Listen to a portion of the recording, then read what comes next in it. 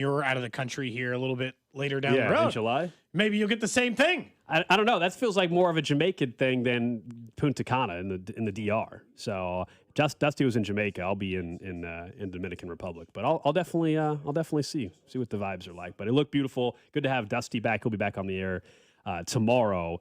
If you were still wondering about that. Yesterday, though, when we left the show, it was, of course, the 1 o'clock hour, and the breaking news at the time was around Rashee Rice and the fact that he is serving 30 days in jail for a probation violation. That, of course, was testing positive for THC. That was a condition of his probation, going back to the felony charges with the car crash in Dallas, as we all know, from back in 2024. Let's start there again, and then we'll get to some Royals, because there was some new information from when we at least got off the air, which was the fact that Adam Schefter sent out a tweet, I don't know, what was that, 5 o'clock, 6 o'clock last night, something like that? Yeah, sometime in the evening. And that was that Rashee Rice had undergone a procedure to clean up his knee prior to this all happening. It was a cleanup procedure on his right knee to remove, quote, loose debris that was causing some inflammation, and that was going to sideline him for a couple months as he recovered from that.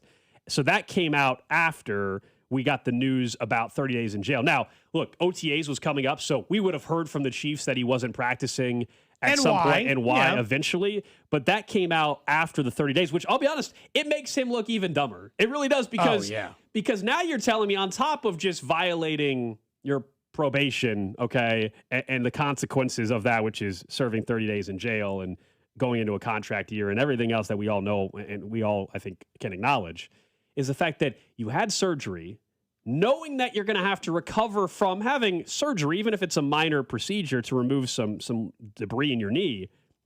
Now you're going to be behind bars trying to recover from the knee injury to rehab to get ready for the start of the NFL season. And I don't know about you, they don't have a Dr. Rick Burkhalter in the jail for you, okay? No, so you don't think maybe he could just, maybe a celly would help him run through his exercises? No, he doesn't. I don't think he gets access to the little like bands or whatever to do. I don't think there's no visitation or anything like that. Yeah. I'll say when I the last time I had knee surgery, they sent you home with like a manila folder full of like just some like bad computer printouts of the exercises you should be doing in between, like the assigned physical therapy you would go to like once a week. No, Gold, it makes him look 10 times dumber. I thought yesterday when we got off the show, this is the maximum stupid Rashee Rice would look today. Genuinely. He already tested positive. He knew he was on probation. He now has to go to jail for 30 days. I thought, you know what? That's probably enough stupidity for the day for him. Only to find out that he did it while recovering. And it's like, come on, man. Now you know you were coming back from surgery.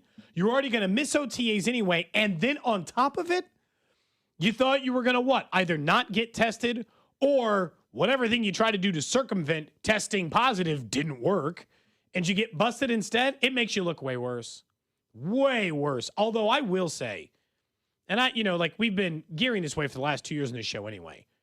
I genuinely think the way that Adam Schefter phrased that was the most agent type of sentence structure he could have possibly done to try to make Rashee Rice look at it. Because it's not an additional 30 days. Those are the 30 days he was going to spend in jail anyway. Didn't even reference the fact that he didn't have to go to jail at all if he just didn't test positive for it. And also mentioning the surgery at this time, I got to say, feels awfully convenient. Like, oh, sorry, man. My knee hurt a little bit. I smoked a little weed, and then I got busted. See, it feels like you're trying to spin it in some capacity. Yeah, I mean, people on the text line, a few people have texted and think, doesn't this explain it more? Maybe he was using it to help with his pain. Take a Tylenol. Can I be honest? I don't care if that's what it was. That still means you're a complete moron, right? Like, if you actually were having pain from the surgery, there are prescribed medications that they can give you. It doesn't excuse anything. And that's what Cody was saying is Adam Schefter trying to make it yes, of course seem like, okay, this is why my client, if you're the agent, my client was doing it. No. You're well aware of your terms of your probation, having knee surgery, and then accidentally smoking weed. You don't accidentally smoke weed. Stop. Tripped over a loose floorboard. We're doing way too much work to try to let's just be honest with the situation. He made another dumb decision, and it landed him in jail. And, yeah, he's now going to have to recover behind bars. from a knee procedure as well. I'm not buying that, or it doesn't change the scenario that he was maybe doing it because he was in pain. Give me a break. But that's obviously the spin they were going for yesterday. Like, hey, you know what? He's not just making common mistakes. He was recovering from surgery, and it doubles Gold because it doubles he wasn't gonna be available for OTAs anyway. It's not like he's missing time with the Chiefs. He was unavailable during that time. You're like, no, but he was available to at least sit in on a meeting, meet with a coach, have a conversation, see Patrick Mahomes, do whatever, right? There were options available to him. He took them all away the second he made a mistake and then had to get sent to jail. And look, I still think there's a chance he won't serve the full 30 days. It wouldn't be uncommon for someone to get early release on a 30-day sentence, but also I don't know what the pretty protocol clear the is judge for that. wanted to make an example of him on that day. He broke probation. He immediately sent him. So you know maybe what though? not, You know at what least though on that, end. and I hear you. People can. I've heard that a doesn't lot. make him look No, I'm stupid. just saying, like, I've heard that a lot of people like, oh, they're making an example out of him. But can we also acknowledge, though, going back to the car accident that he caused? Oh, we got a feezy there. If it was you or I, you would have already been in jail. So Yeah. I don't think this is making an example out of him. If it was you or I that had the 8 felony charges related to that car crash in Dallas, I would have gone to jail. You would not have been you would have been behind bars already. So I don't buy the poor him. He's being made an example of. No, I don't. No, it's not that. I don't feel bad for him that he's being yeah. made. If anything, because of how easy it was for you the first time, you should be made an example of. You know, like you got off relatively light for the amount of carnage you could have caused and the amount of damage you did cause.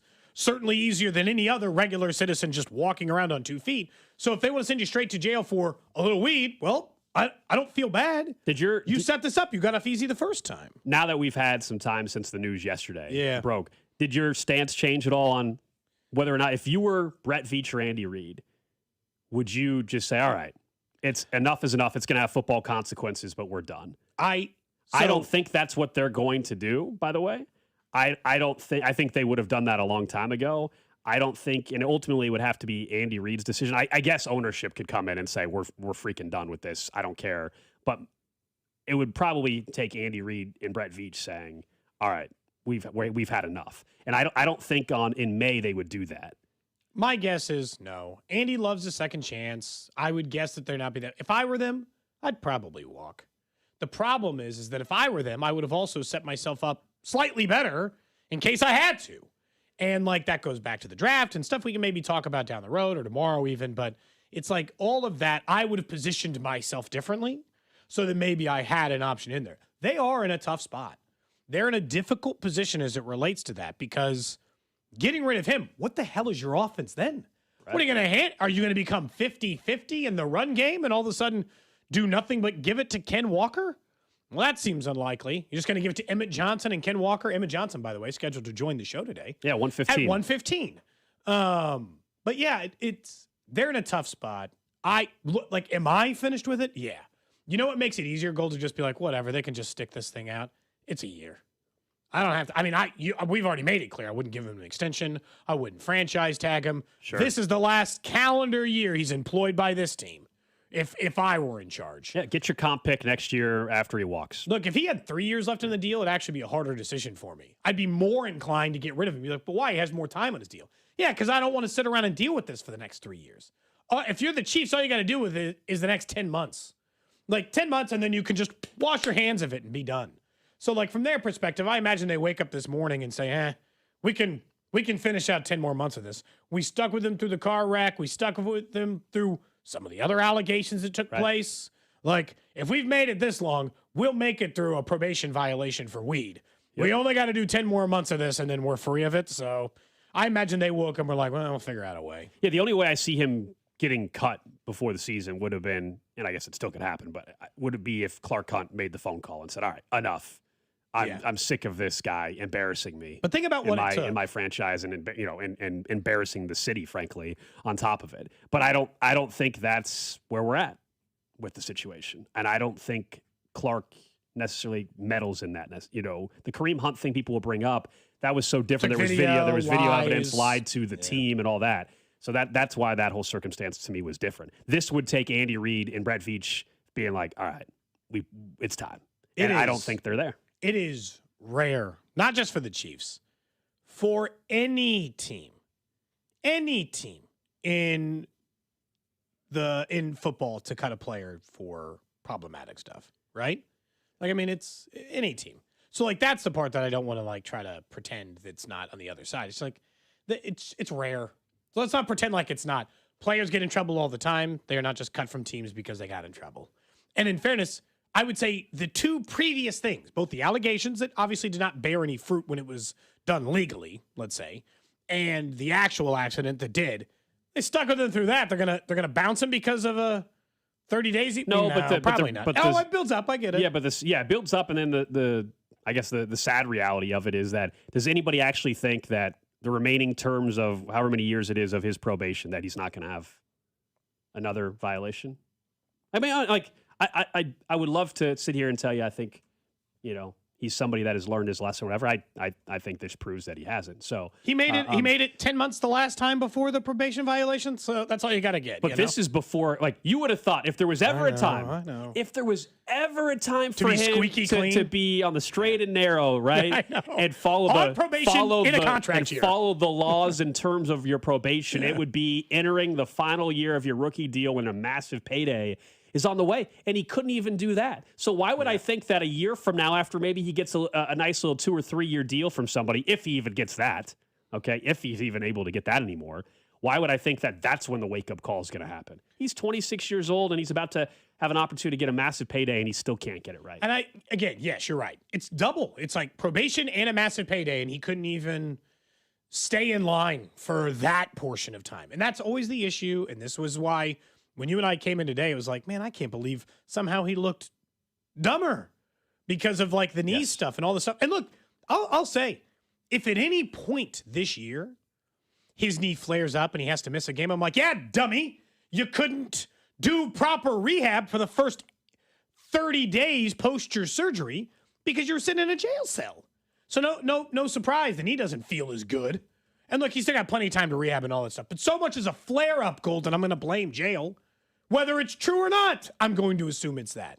Because there's going to be no way to disprove it, I guess is the point. Not like I'm just choosing to. It's like he won't be able to prove that it's not because he didn't spend the 30 days. And I can't technically prove it's because he couldn't rehab it.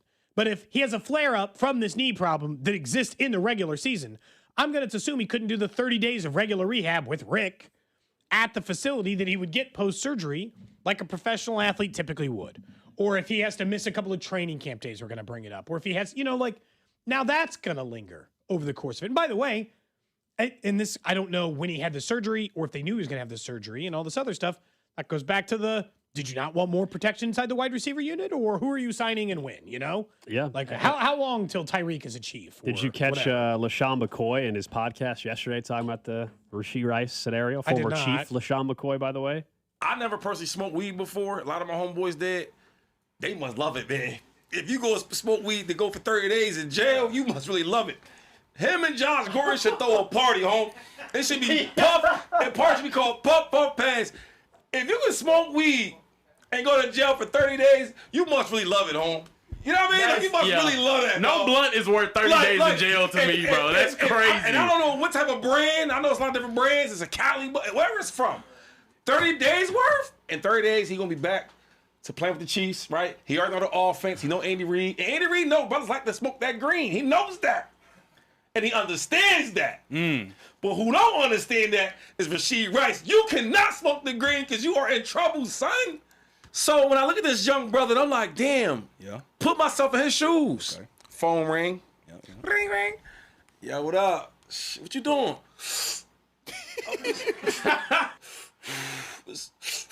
I'm just relaxing. You know what I'm saying? Yo, you can't smoke. I know. If you get caught, it's 30 days. So that was LaShawn McCoy talking about I think a Rashee lot of Rice. times it's not even that conscious. Like if you've been around anybody who's gotten in trouble consistently, it's fun consistently. It's not usually that conscious. It's just the absolute blindness to ever thinking you'll get in trouble. And you're like, but you just got in trouble. What makes you think you're getting away this time? Like, why? Like, and none of this would even be the case. Nobody even care if he had a little knee procedure and smoked some weed, if he hadn't driven 120 miles an hour and left a crime scene. Again, it's not about the weed. It's not. No. It's the fact that under his terms of probation, he couldn't smoke weed. There's other guys on the team that smoke weed. That's not a problem. That's not a problem. There are plenty of other guys on the Kansas City Chiefs that smoke weed. That is not the issue. I've never felt that level of invincible. I'll say that. I've never just been like, I'm already in trouble. Time to risk it. See if I can get more. And then, from one happy thing to another. Oh, you want to talk about the Royals? Is that what you're suggesting? I mean, I guess. They lost, of course, again last night. I will say the random question today is going to be I'll warn you now because I think you guys will enjoy it, so we can have something to look forward to later, rather than the depressive episode this show is setting up to be. I have a personal am I the a-hole that I think. Oh. I think I'm clean, but I'm curious what you guys think. So what did you do now? We'll get that. I reached out to an adult in somebody else's life in order to shame them for what I thought was poor behavior. Okay. Why are you meddling in someone else's business? I reached out. I'll tell you why during the random question. Okay. Gives us something to look forward to. But as a tease, I reached out to a college player's coach yesterday over something. As a professor? No, as Cody Tapp, the individual. Oh gosh. The sound in your voice. Oh no, we'll talk about it. Okay. Coming up a little bit later. Let's talk about the Royals. Yeah, because look, how many times have we discussed the base running with this team? And last night was, I think, the peak of it. Last night, I hope at least, was the peak of how bad it was. There are times on the base pass where they look like they have no idea what the hell they're doing. Last night, there were two instances. One was Michael Garcia, where it looked like first base coach Hollins is pointing to the bag. Michael Garcia thinks he can get to second. He's not even going 100% to second. That was part of the problem. And he gets thrown out at second base, gives up another free out. This team, we heard all offseason, one of their key focuses was getting better on the base pass because they were not good at it last year. It was a problem. They're running into more free outs this year than a season ago. Which is impressive because we spent a lot of time talking about it last year. 15 caught stealings now, top 5 in baseball, not the top 5 you want to be. 7 pickoffs, top 5 in baseball, again, not the top 5 you want to be. 19 outs on the bases, top 5, 4th overall. 41 outs on the bases in 50 MLB games.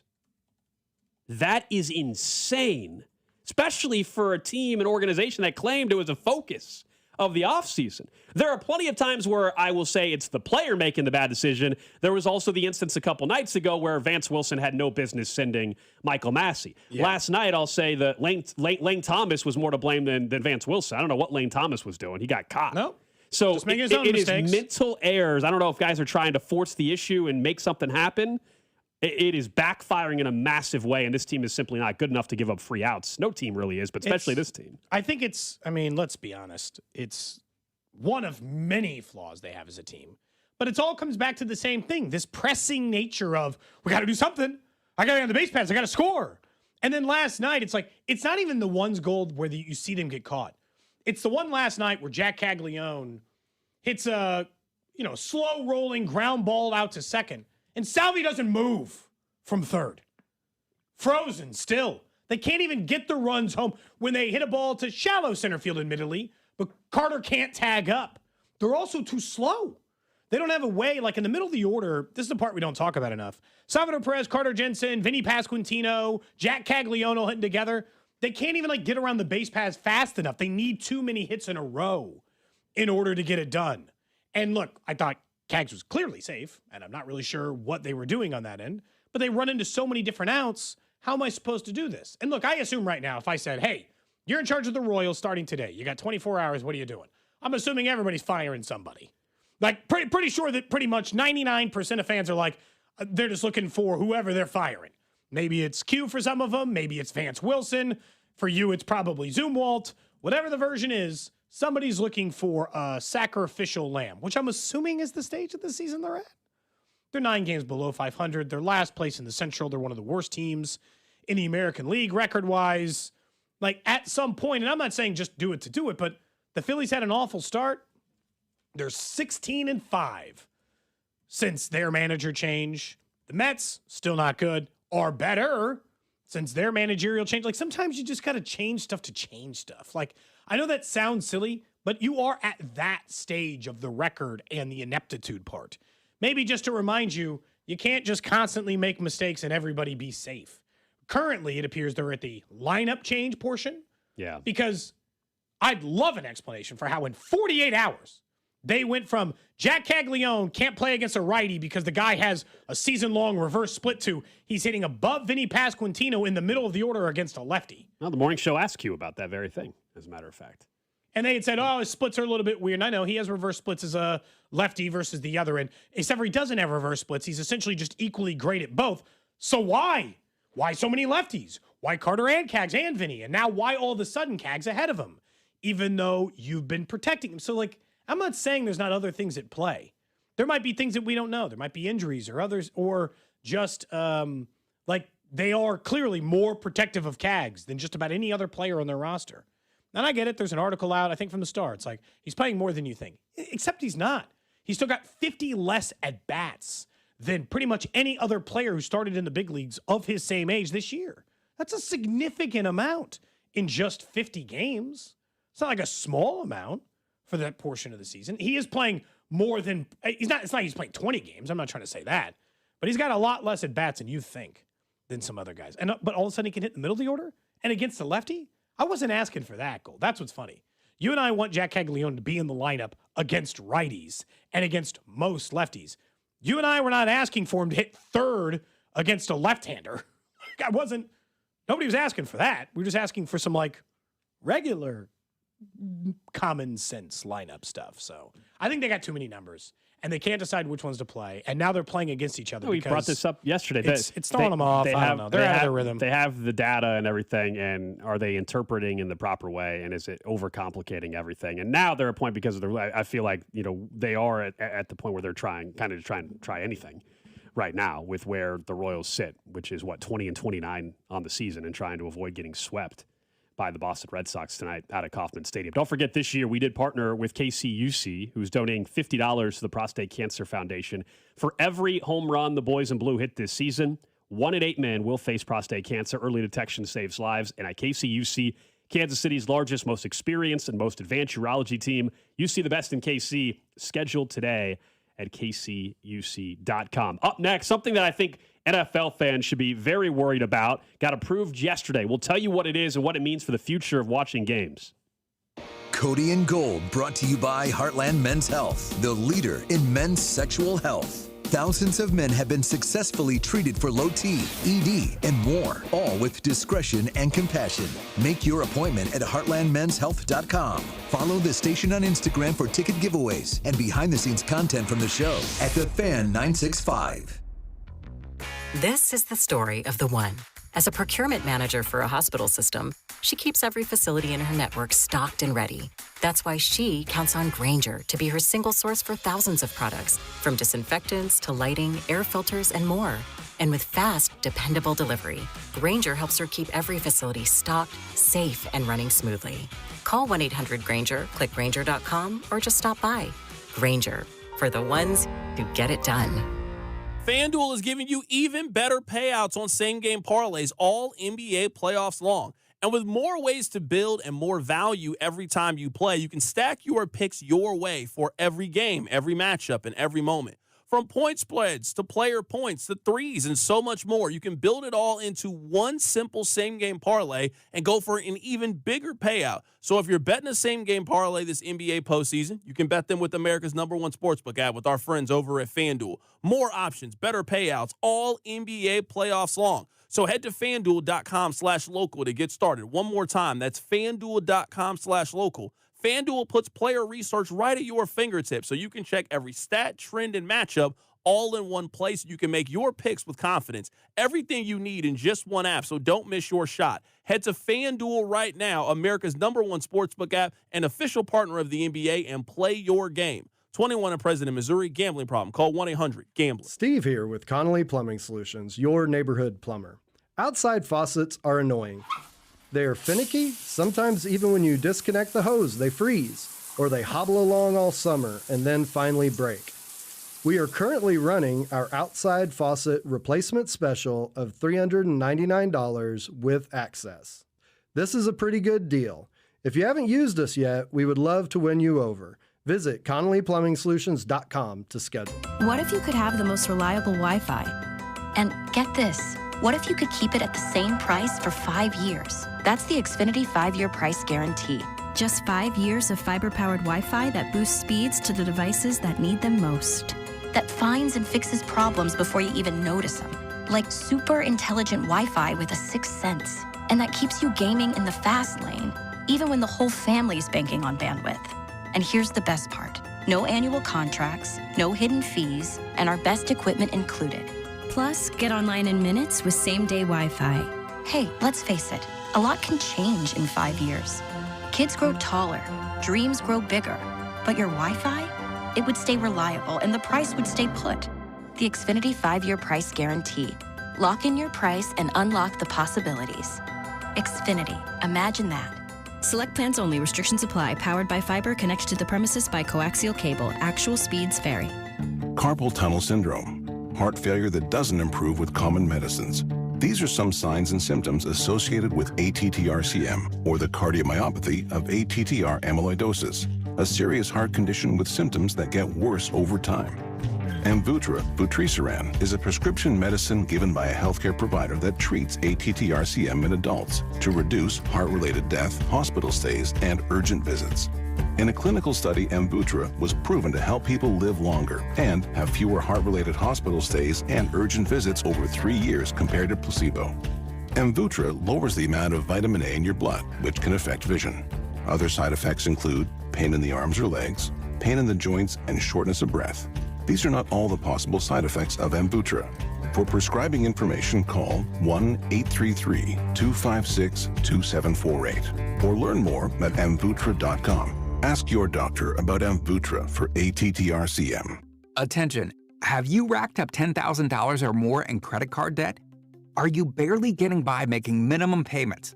With credit card debt reaching all-time highs, National Debt Relief is notifying consumers about significant debt relief options currently being made available to help those with overwhelming credit card debt. These options may reduce a large portion of credit card debt for those who qualify.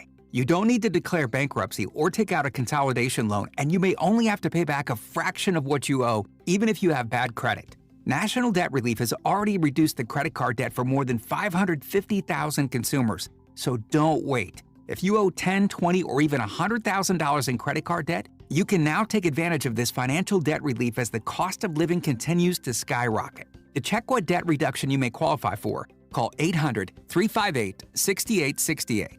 That's 800-358-6868.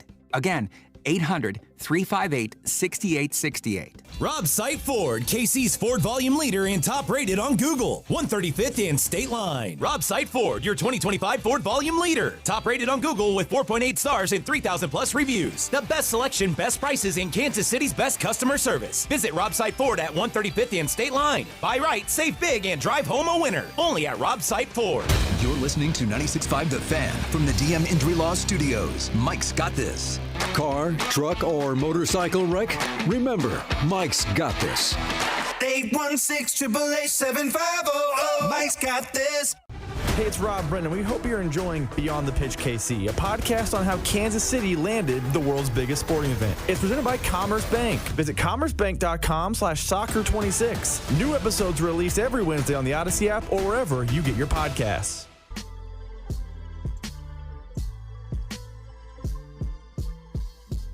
Back here on Cody and Gold, just getting started on a Wednesday. Alex Gold, Cody Tapp, Drew Nixon with you. Coming up in about 8 minutes or so, we'll talk about what occurred last night, Game 1 of the Eastern Conference Finals. We were just saying how there's no way the Eastern Conference Final Game 1 can get anywhere near what we saw in Game 1 of the West with the Spurs and Thunder. Well, we got overtime. It held a candle to it. It was close. It was close. Both games were 101-101 at the end of the fourth quarter. That's crazy. Oh, were they really? I believe that It's was also the first time in NBA history that both game ones of the conference finals have gone into OT. Jalen Brunson was awesome. I can't wait to talk about it a little bit here in just a couple minutes. Yeah, I think the biggest difference is the Spurs Thunder one was back and forth the entire time, high level basketball the entire time. The other one was looked like the Cavs were going to win pretty comfortably for a huge chunk, and then it got real interesting, 22 points real fast in the fourth deficit. quarter. Yeah. 22-point deficit, and Jalen Brunson essentially did it all on his own to come back. So we'll get to that in a little bit. But I saw something quietly got approved by the NFL yesterday, and I think this is a big deal, and this should be, frankly, talked about way more than what I've seen already on some national outlets. And it was that the owners, not only did they approve to increase the maximum number of league-run international games next year, 8 to 10, which is already going down the line of what we think, which is everybody's going to eventually play international games every year, if not multiple times a year. That is an issue in its own right. The bigger problem that they kind of snuck into this thing is that NFL teams now will no longer be able to protect specific home games from going international. So in the past, Clark Hunt, Mark Donovan could actually say, hey, these are 2 games we want to lock in, can't touch them. They're staying at Arrowhead. We want the money. We want the atmosphere at Arrowhead this year. That cannot happen anymore. Or it's an important game, so we don't want to take it on the road. So the rule is eliminated now. The NFL, starting next year, will be able to take any game. It could be the biggest. It could be Chiefs, Bills, Chiefs, Broncos, whatever you think is the biggest game on the 2027 schedule. That game is no longer protected to stay at Arrowhead. That game could easily get shipped to Germany, Spain, wherever the heck you think the Chiefs will be playing an international game next year. This sucks for fans. This is a much bigger problem than even playing an extra international game, in my opinion. This now takes your home slate, especially if you were a season ticket holder. You pay good money to be a season ticket holder, and yeah, you're still going to get your allotment of games. But now, instead of maybe getting the marquee Chiefs-Broncos game at home, or I'll keep using Chiefs-Bills game at home, you're going to get the Chiefs-Jets game at home. So it's awful, and I'm not going to try to claim that it's not. So like you already know some of the 2027 opponents for the Chiefs. Yep. Now they'll face whatever AFC East team and whatever NFC East team I think lines up according to like some of it. So like we don't know which of those teams it'll be, but we know they have Minnesota, Green Bay, Pittsburgh, Cleveland, Raiders, Chargers, Broncos. Those are some of their home games next year. Which means they'll send the Packers, a team that you might want to watch at Arrowhead, and you'll be stuck watching the Cleveland Browns. It does, I will say, nothing the NFL has been doing for the last several years benefits the in-the-stadium home fans. They have made it a less quality experience for you across the board. It's either more expensive or they add luxury seating instead of regular seating, things that don't matter to 99.999% of us. And now they're saying, good luck watching players you might want to see. We're sending those to Europe, or we're sending that game to Mexico City, or we're sending it anywhere that isn't in front of you. It stinks. It's all in service of the almighty dollar. And we've talked about this before. It is a business. It is their job to make money, all that other stuff. But there's a limit of, you don't have enough yet? Is there a line for you, or is it just now we can't protect it? And look, I'm not saying the Chiefs were probably overprotecting games anyway.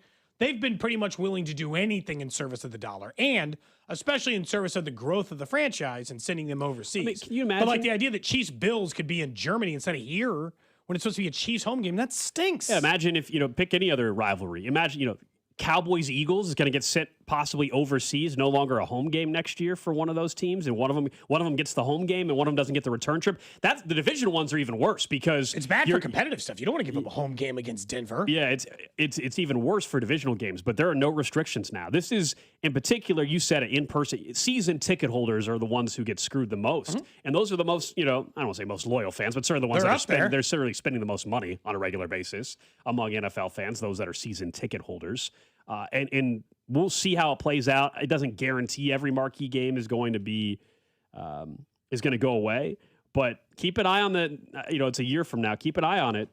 If you're looking at that Chiefs 2027 schedule and you're excited that a marquee game likely is at Arrowhead, there's a real chance that game is going to be played overseas. Yeah, and I guess and this goes back to I had said this about Clark Hunt, and I thought it was maybe a problem for the last couple of years, and I understand part of it. I actually think the Chiefs have put themselves at a competitive disadvantage because of their willingness to do anything to play these international games, to play on Christmas, to play on short weeks. They actually hurt the team a little bit because they're willing to do every step imaginable in order to grow the team. And look, it's a cap league. So you can't even pitch me in the baseball end of the better we're known, the more money we can spend on the team. Not really. Not exactly there is how it a works. small element of the cash flow for escrow and giving extensions. In some ways, but like especially here in Kansas City, it's like I have a hard time making that excuse when the team is bought for $25,000. It's not like you're leveraged to the gills on the Chiefs. They were bought for like a nickel a billion years ago. So like, you're not like even like some of the franchise that maybe had recently the Chargers spent. have been struggling financially with because the of cash flow. how much it cost to purchase the team and the payments that kind of come with that. But in the end, it's like it does stink because it puts you at, hypothetically, a competitive disadvantage in your major marquee games. When you got a home game against the Bills, you got a home game against, I think Matt Verderam was talking about this when he was on with us last week. He's like, I don't view that 49ers game as scary because the 49ers in Kansas City in December, that's not like playing them in California or hell, even playing them in Kansas City in September. But if that game's overseas, different competitive environment. Your marquee games, which is the ones the overseas market is going to want, all getting shipped to neutral site. I know it hurts the other teams too. I'm not saying it doesn't, but it helps the teams who'd be coming to your town. If Green Bay had to come to Kansas City, it is easier to play them in Madrid than it is in Kansas City. So it just stinks. And I know everybody's going to have to do it, so maybe it just all is a wash. But as a fan, you should want to get to see Justin Herbert versus Patrick Mahomes versus Lamar Jackson. You should want to see the big matchups at Arrowhead. The NFL is pushing the envelope on every little thing to find out just when will it fully actually backfire and hurt them. And they are pushing it, whether it's international games, the streaming stuff now going to allow marquee games to get shipped overseas. They're doing everything possible to push it and irritate fans until eventually one day does it collapse on them. But they are threading a fine line right now, I would say. For the 816, can't wait to watch Raiders-Chargers in Japan, which is where they've also been reportedly. So right now, like, what would the time of that game be? Right now, it's 12:37 a.m. in Tokyo. If they want to play, let's say at noon, it'd be 10 o'clock at night. It would be a 10 o'clock at night game, or it's in the middle of the night. Yeah, but they would have it air at a time here. They would have it late at night in Tokyo. Like, they're not going to have the NFL game at 4 o'clock in the morning in the United States. That means it would be 6 a.m.? The NFL could do a 7 a.m. game or something. They're not because it's sell out. The NFL is not going to have a game in another country and have it more set up for them over there from a TV. Remember, this is why, like, the reason why they're willing to do this is because of not only international but TV purposes. So as much as we're saying, hey, it screws the season ticket holder, the sad reality is now, deep down, they don't care about season ticket holders as much as they used to. They don't. No. It's not. They're trying to sell a box to a corporation. Well, they're also on the TV partners. They're trying to sell it to their TV partners. It's Correct. not the fan that goes to 8 Chiefs games a year is not where they're making their most amount of money anymore. It's the television contracts. I mean, you could say the same thing about the other sports too, where they technically don't care about us. They don't, like, because they know that they've already got us. They know that they've already got us, and we're going to be locked in regardless. So now they don't have to appease us anymore because they know we're going to watch. It doesn't matter anymore. Fine, but then if the Chiefs team isn't good and you're like, why aren't people supporting us in the stands? No, why?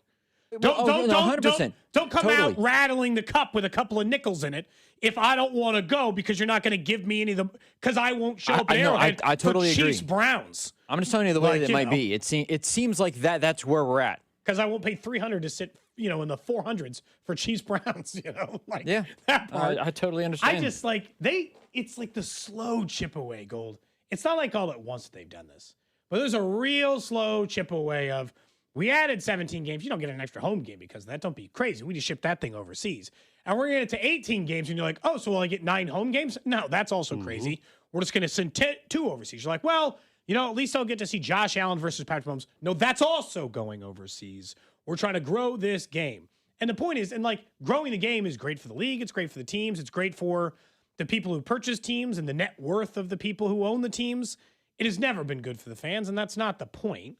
And so, but it stinks because it makes it harder to afford a game anyway, and it makes it harder to get to watch a marquee matchup and get to enjoy it for those things. And so the division games overseas would absolutely suck. It's already happened. It's already happened. I mean, this those games opened up in Brazil. The Rams and 49ers are playing in Australia. That's a divisional game in the NFC West. So they're already starting this trickle-down effect. And the divisional part is the worst, where on a particular year you could have the Chiefs having to play their home game internationally, but still have to go to Denver. We'll get back into this, but something to keep an eye on. It's not happening this year, of course, but in 2027, games will not be protected anymore. The 2 games that every team could protect. Let's talk some NBA briefly, though, because as we kind of alluded to, the Eastern Conference Final last night was awesome as well. It was very close to matching what we saw in the West. I think we all would take what we saw from Wemby and company the night before. But still, the fact that Jalen Brunson and the Knicks were dead. They were dead. They were down 22 points. They come all the way back. They win in overtime. The Cavs didn't score the first couple of minutes of OT. It was over once it went to overtime. The Knicks end up winning by 11 points. They end up covering after all of that. That's just how weird it can get sometimes with betting on an NBA playoff game. But that particular performance from the Cavs, it does feel like, again, you kind of let it get away. You had a chance to steal one on the road at the Garden. You let it to get to overtime, and now what? Now it feels like, I mean, I'm not going to say James Harden was terrible. I'm not going to say the series is over because obviously they were able to find some matchups to exploit, at least in the first 3 quarters, until the Knicks realized they could just literally play against James Harden on defense. Yeah, dude, they ISO'd him the whole 4th quarter. Yeah, it was really bad for that stretch. I think more than anything, it's like I like when any sport has high-level play when you get down to the final 4 teams. That was an incredible comeback from the Knicks. A generally, like we've discussed them like they're the Bills, like a cursed franchise. They've at least won a title, but not since any of their like fans. the Cowboys, I guess, in a way. Not since their fans have been alive. Worse than the Cowboys, right? Again, I told you the last time they'd won a championship, Phil Jackson was playing for them, averaging 4 points a game. So, like, it's been a while since they won a championship. But a lot of it just comes down to the things that are funny about sports to me. That they took 3 quarters, getting their teeth kicked in, and they said, what if we just ISO to James Harden for every possession for an entire quarter? And apparently, the Cavs could not figure out an answer to that for that and overtime because they ended up, Gold, you joked. You'd asked me yesterday, you said, who do you have winning? I said, I have the Knicks winning, but I have the Cavs covering. The Knicks covered the spread despite being down 17 with like a quarter to play at one point. Because once they figured out that angle, there was no answer for it. It was great basketball. It was fun. Fun watching Brunson go off, all that other stuff. I like high-level Also, sports. coaching malpractice from Kenny Atkinson. A 30-8 run from the Knicks, and there was 1 timeout called. He just stood there and let it happen. And then he said after the game, I like to hold my timeouts. It doesn't matter what you like to do or not. If your team is falling apart at the seams and you're witnessing in real time, you have to call a timeout to try to stop the bleeding. Why didn't he? He was just it got to the point where people on social itself. media were like, please don't make James Harden foul you because we need him in the game because he stinks at defense so bad. He had 5 fouls. At what point, like if you got a 17-point lead, can't he just sit on the bench and you can just play defense and ride this thing out? I mean, it's hard to go on worse than what was it, 30-5 run? What was the run last night? It was 30-8. And 1 timeout was called. And then they finally put Dean Wade and Strus back in, but it was too late at that point because the whole time Brian Windhorst was talking about it all day yesterday is that Dean Wade actually causes, K-State guy, causes Brunson problems because of his length. He's 6'10". The favorite stat out of the Knicks win last night, I'm sure you guys saw from the Associated Press. The Knicks were 0-277. Okay? 0-277 since 1996 when trailing by 22 or more in the 4th quarter, whether it's the regular season or the playoffs. And then they win a game 1 in the Eastern Conference Final. So they're now 1-277. Part of the Cavs, man, I'd be sick. Just got the upset over a great Pistons team. I've got game 1 in the Garden in the bag and can't hold on to a 22-point lead in the 4th quarter. Oh. By the way, it was like the 4th quarter started and I'd switched to something else for a little bit. I was like, I'll come back around on this game. Because, like, I won't just watch blowout sports for blowout sports' sake. It's like, it's a 20-point game. I'll keep an eye on it on my phone. I used to tell myself, like, I'll check it in, like, 10 minutes, and if it's gotten close. It got to, like, 15. I was like, it's a little closer. And then it got into single digits. I'm like, okay, I'm back. Hang on a second. You got me. You brought me back in. Because I'm willing to just, like, or it gets relegated to second screen for me, Drew.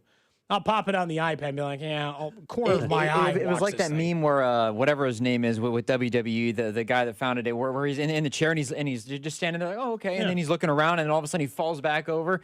He falls off the chair because it's so crazy. That's like a meme that would have represented what happened last night. Will you guys move around as much as me? Because I won't just leave on 4 quarters and even an NBA. If it's 22 points, it's like, I'll come back. But a night like last I night, had it on, but it was background noise. I ended up just doing some stuff and still had it on as it happened. a night like last night, though, when the Royals game is already over. Yeah, it was You, over. you then By the time there that wasn't was- really any. Again, if you got kids, you try to get your kids to bed or something. I get it's different, but like for me, it's like I think my wife and I you just know, started watching something, and I was like, Yeah. yeah, I'll pay attention to this if I need to. I mean, I thought the game was also over. I mean, I was joking with somebody because, I told you I thought they were going to cover. I'm like, oh, well, not only are they not going to cover, they're going to lose outright. And then when I saw it tighten up, I'm like, and then it got to overtime. I'm like, they're going to actually end up covering this thing after. So I was happy about that part of it. But yeah, I think tonight, for example, we go right back to the Western Conference Final, Game 2. I think we said yesterday. Feels like the Thunder have to win tonight against the Spurs. Yeah, you can't get down 2-0 against Wemby. It's too much. I did see the post game. They're like, "Hey, what is it on offense that they do that makes it, or on defense that makes it so hard?" They're like, "I don't know. They got a guy who's 7'5". He's like, he makes the court a little bit small." Like, yeah, that tracks. That tracks. It's been fun. Fun start. John Fanta put this out yesterday. The Knicks closed the game on a 44-10 run, and there was one timeout called in the midst of that. What are you doing, Kenny Atkinson?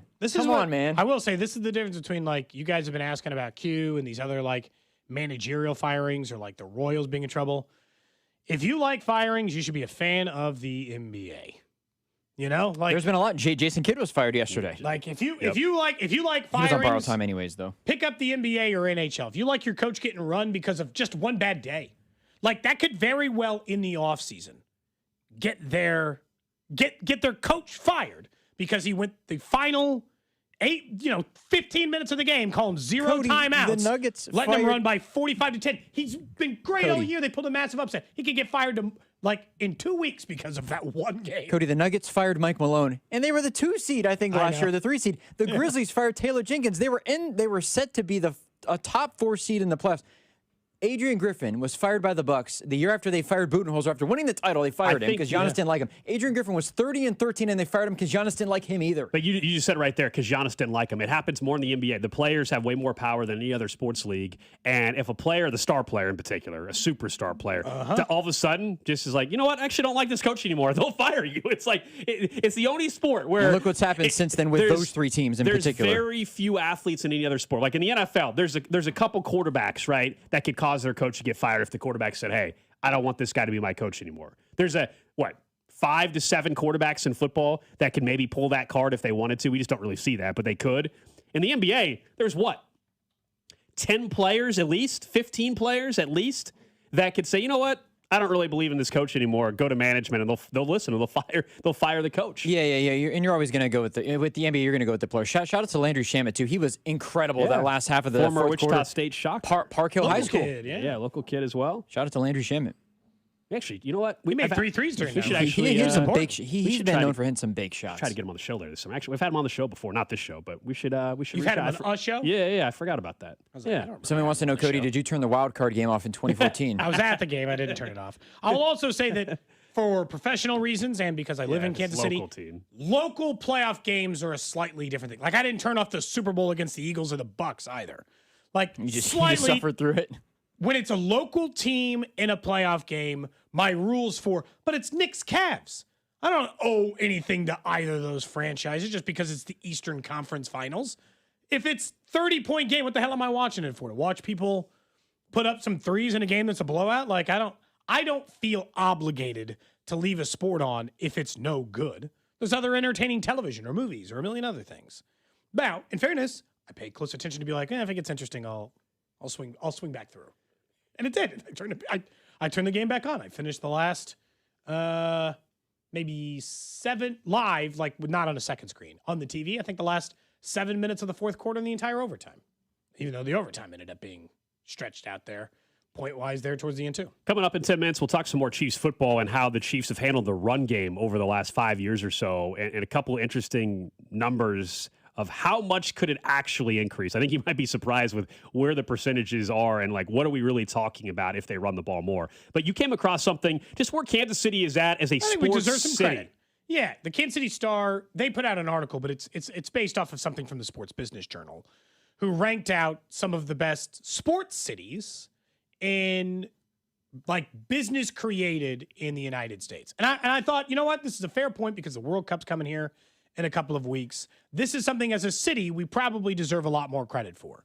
not just because of the Kansas City Sports Commission, which, by the way, was recognized in that article as being the top sports commission for markets of populations of more than 500,000. So essentially competing with all the big boys who don't have to work for it, right, to get sports to their city, like, I don't know, New York or LA, who don't even have to try.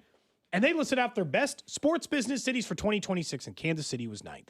It was one of only 2 or 3, I guess, depending on what you think about Charlotte. Small markets, I think, on this list. Indianapolis got mentioned, Minneapolis, Charlotte, Kansas City. But then the other ones, right? Miami, Los Angeles, Las Vegas, New York, Atlanta, cities you would expect to do it. And I was thinking more about it. I'm like, man, the last 10 years, Kansas City is very good at marketing itself for these sports events. So I guess I'm just to assume we'll keep doing that. Well, that we'll continue to get these large-scale events bigger than our city would typically get to host. We shouldn't be in competition for some of these things that we get. Yeah, that's a credit to, if individually, I think Kathy Nelson over the Sports Commission has done an amazing job for that. She gets a ton of credit. Done a great job. She gets a ton of credit for why we've got some of those. I think the new airport is a big reason why it's the reason why we got the draft. We would not have got the draft without the new airport. We would not have got the World Cup without the new airport. But I think the people who help, like the Big 12 tournament, like the city, the people. No, that's what I'm saying. But like there's been some improvements, right, in the city as well in that regard that has led to. I also think the Chiefs' success has put the city on a map even more. That might be it. NFL franchise, star NFL player. Because I was trying to think about, like, what were the biggest sporting events in Kansas City before all the ones we were getting in the last decade? Now, look, they got the World Series, but also that's because your team does it. And that didn't hurt. But they got the All-Star game before that. That was because of renovated stadium. And the new Royal Stadium will eventually lead to an All-Star game again. It will. And the new Chief Stadium could very well lead to a Super Bowl. But I'm just saying, we're swimming in bigger waters than a city of our size typically would. Sure. So does that mean we're going to keep growing as a city, or do we just get to keep hosting this stuff because we're good at hosting it? I think the Big 12 tournament, funny enough, is kind of like the birthplace of all of it, because it would have been easy for Kansas City to lose the Big 12 tournament. Dallas is a massive market. It's a massive city size. It's the Big 12's home. It'd have been easy to lose them again when a new commissioner took over and they brought in all the West Coast cities. And Vegas was openly discussed by the new commissioner. But people in Kansas City show up to stuff. We support it pretty well. And as a result of that, we get to do stuff. We had plenty of people show up for the draft. Yeah, we see it with the television ratings too. We see the TV ratings for I'm not even talking about for the Chiefs. I'm talking about for soccer matches, sports. for other ancillary events. Really, we see Kansas City is always towards the top in TV ratings. And people are loyal and people are passionate. That's why Kansas City is a great sports town. I guess you guys have got to you know what? That's why sports radio. Let's just listen to this show as much as you guys watch all the other sports to go outside of it. No, I was genuinely impressed. The Sports Business Journal article was pretty much applauding them. It's them and I think the two best mid-size, especially Midwest cities at this are Kansas City and Indianapolis. Indianapolis is really good at it too, Drew. You probably know that as somebody who's from there. Yeah. They get a lot of stuff. Now, attaching themselves to the Combine and the NFL, good business. Smart way to escalate. But they're really good at Final Fours. Getting Final Fours, getting those things. The Super Bowl before, yeah. Yeah. And Sprint Center probably helps it too, or T-Mobile, I guess now, helps that stuff too. We have an arena that is of good quality, available more than normal for sports teams that might want to come through town. Like typically you might have an issue with an NBA team or an NHL team or these. You don't have to deal with any of that. It's like the one perk of having a venue with a lot of open slots. And it's why they probably haven't pushed so hard to get a team down there. But, it still keeps cool things coming to town. I'll say that. Coming up next, let's take a look at the run game for Kansas City. I think some percentages might surprise you about what kind of uptick we could see. And should the Royals already be looking to make one particular move with the roster? That's next. What's up, KC? It's Matt Strahm from the Kansas City Royals. You're listening to Cody and Gold on your home for Royals baseball, 96.5 The Fan. Brought to you by Heartland Men's Health, the leader in men's sexual health. Thousands of men have been successfully treated for low T, ED, and more, all with discretion and compassion. Make your appointment at heartlandmenshealth.com. 96.5 The Fan. Memorial Day's almost here, and I've got a better plan than sweating in the kitchen or over the grill. I'm letting Hy-Vee handle all of the food. I'm ordering my party trays right through the Hy-Vee app. Whether I want custom builds or their huge grab-and-go selection like charcuterie, wings, seafood, sandwiches, or smoked meat, it's all there. A quick stop at their massive wine and spirits department, and I'm done. one convenient stop for the perfect party. So this Memorial Day, let Hy-Vee handle everything, from the food to the beverages, only at Hy-Vee. If the high cost of filling up is weighing you down, lighten your load this Memorial Day at Hy-Vee.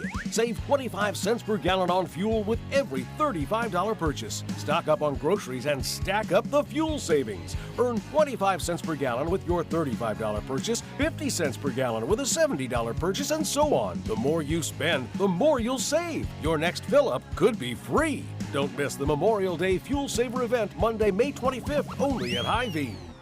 The world is coming to Kansas City. Is your parking lot ready? Over at GAN Asphalt and Concrete, they want to make sure that your business is inviting, that it's safe, and that, of course, your project is cost-effective, because they want to make sure that you're ready and that your business is ready before the world comes here. That's all possible over at GAN, who can handle any type of project your parking lot would need. That's because they're one contractor, all things parking lot. Check out their projects at GANAsphalt.com or give them a call at 816-688-3512. You like saving money, right?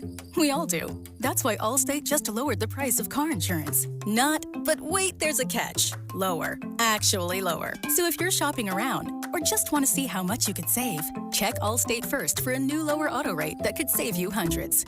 You're in good hands with Allstate. Not available in every state. Only applicable for new auto insurance business. Rates will vary by several factors, including how you purchase the policy. Potential savings vary. Allstate North American Insurance Company and Affiliates, Northbrook, Illinois.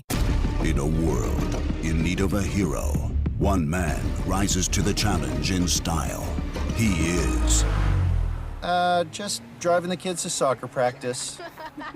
Make every day feel epic in the all-new Hyundai Palisade Hybrid with up to an EPA-estimated 619 miles of range on select trims, advanced tech, and class-leading interior space. Visit HyundaiUSA.com or call 562-314-4603 for more details. And hey, come on, no cleats on the seats. This is the story of the one. As a maintenance tech at a university, he knows ordering from multiple suppliers takes time away from keeping their arena up and running. That's why he counts on Grainger to get everything he needs, from lighting and HVAC parts to plumbing supplies, all in one place. And with fast, dependable delivery, he's stocked and ready for the next tip-off. Call 1-800-GRAINGER, click Grainger.com, or just stop by. Grainger, for the ones who get it done. Sound familiar? At Mattress Firm, we understand there are many problems that can keep you up at night, like snoring, aches and pains, or sleeping hot. Our sleep experts have the unrivaled know-how to match you with a mattress that can help. And now at Mattress Firm, save up to $500 on Tempur-Pedic, plus get a $300 instant gift. For the great sleep you deserve, visit Mattress Firm. We make sleep easy. Restrictions apply. See store or website for details. Listen all week long to Fesco and Dusty at 9:20 for Name That Country to qualify for a $500 gift card to Hy-Vee for your soccer tournament watch parties this summer. Score big when you shop Hy-Vee for official soccer apparel, souvenirs, and your favorite tailgating eats and treats all in one place. 96.5 The Fan. The Cody and Gold Garage Sale benefiting the Negro Leagues Baseball Museum is on Wednesday, June 10th on your home for Kansas City Sports. 96.5 The Fan, KFNC FM and AM, HD1 and HD2 Kansas City, an Odyssey Sports Station. 11 o'clock hour here on Cody and Gold. Alex Gold, Cody Tapp, Drew Nixon. Drew Nixon under fire on the text line. Give it. One individual, I should say. I make a comparison for the Knicks, and it has no relation to the Cincinnati Bengals. And this person brings them up every day. He told you nobody. He said nobody likes the Bengals more than this person. Evidently, he said nobody gives a damn about a cheap, worthless franchise that never has won anything. Get a new stop team. talking about them because you like them. He says, "Get a new team to waste your jersey money on." Drew, LOL. That's from the 913. I don't know. This guy randomly just been going after you today. Rent free, man. It is. The Bengals are rent free in this person's head because they mentioned it first. Yeah. Keep on talking. Am I the a-hole? That's the question that guy might need to ask as well. Mm-hmm. We're going to find out. That was a good drop from earlier today. Thank you for that, Cody. I was just trying to we're going to ask find a out more question for later. We're going to find out more. With a random question. I think I'm fine. Reminder today, 12:30, Josh Vern, you're a Royals insider, going to join us. At 12:40, we'll find out if Cody's an a-hole. And sometimes. Around 1:15, Chiefs rookie running back Emmett Johnson's going to call into the show. Busy back half of the show. So, yeah, looking forward to that a little bit later. Thinking of the Chiefs in the run game, though, and how Emmett Johnson maybe factors into this, we'll give some credit to How About Those Chiefs, which is a fan account. Also, I think it's Cole does a great job over there at HBTC, and he was putting out some numbers about the Chiefs' rush play percentage, because we've talked a lot about, all right, the run game has to be more explosive, needs to be more of a factor, but like, how much do we really expect them to run the ball more? And these percentages he put out, going all the way back to Mahomes' first year, 2017, I think they'll surprise you where they ranked. And so to limit and maybe rein in the expectation, if you think they're going to run the ball more, like, okay, what's that really look like? So, for example, last year they ran 40.5% of the time. That was 27th in football. Now, they were down a lot. That's the lowest, Yes. or the second lowest they rank amongst any of these years. A couple other years I'll throw out. 2024, 41%. That was 23rd. 2020, they ran it 37% of the time. That was 28th.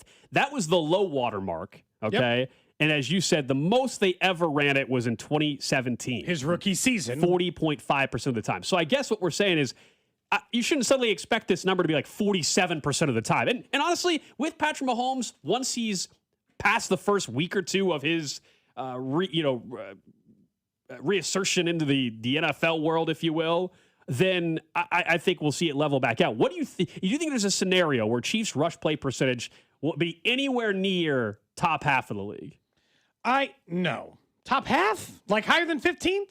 In the year in which they had Kareem Hunt lead the NFL in rushing, they still weren't top half.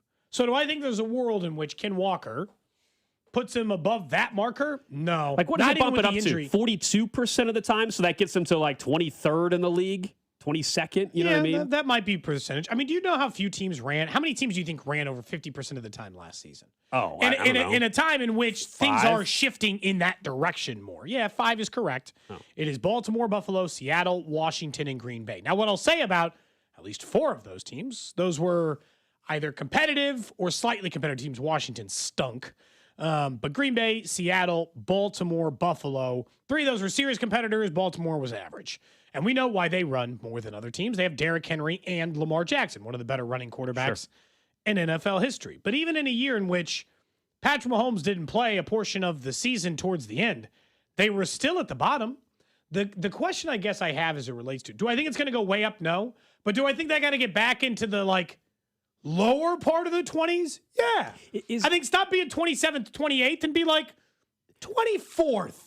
23rd, put yourself back into a range where at least you're competitive. Because in looking at the standings here, I will say a large chunk of the better teams who throw it the way you throw it, they aren't at the bottom of the pass rate and they aren't at the top necessarily, but they are firmly closer in that 20 to 23 range. Don't you think, though, more than anything, it's going to be, okay, out of that percentage, how many are under center? That's going to matter out too. of that, how many more explosive play, what's your explosive play rate out of that same within that same percentage? We know where they rank in that. It was terrible. And so, yes, we can talk about bumping it up to running, 43% of the time. But okay, let's say it's still 40% of the time they run the ball. But of that 40%, are they just way more effective? Are they more explosive? How many runs from Kenneth Walker of 15 or more yards are in that percentage? That's ultimately what's going to matter more than suddenly I tell you they run the ball, 4 more times a game or whatever the math would work out to be to bump the percentage up.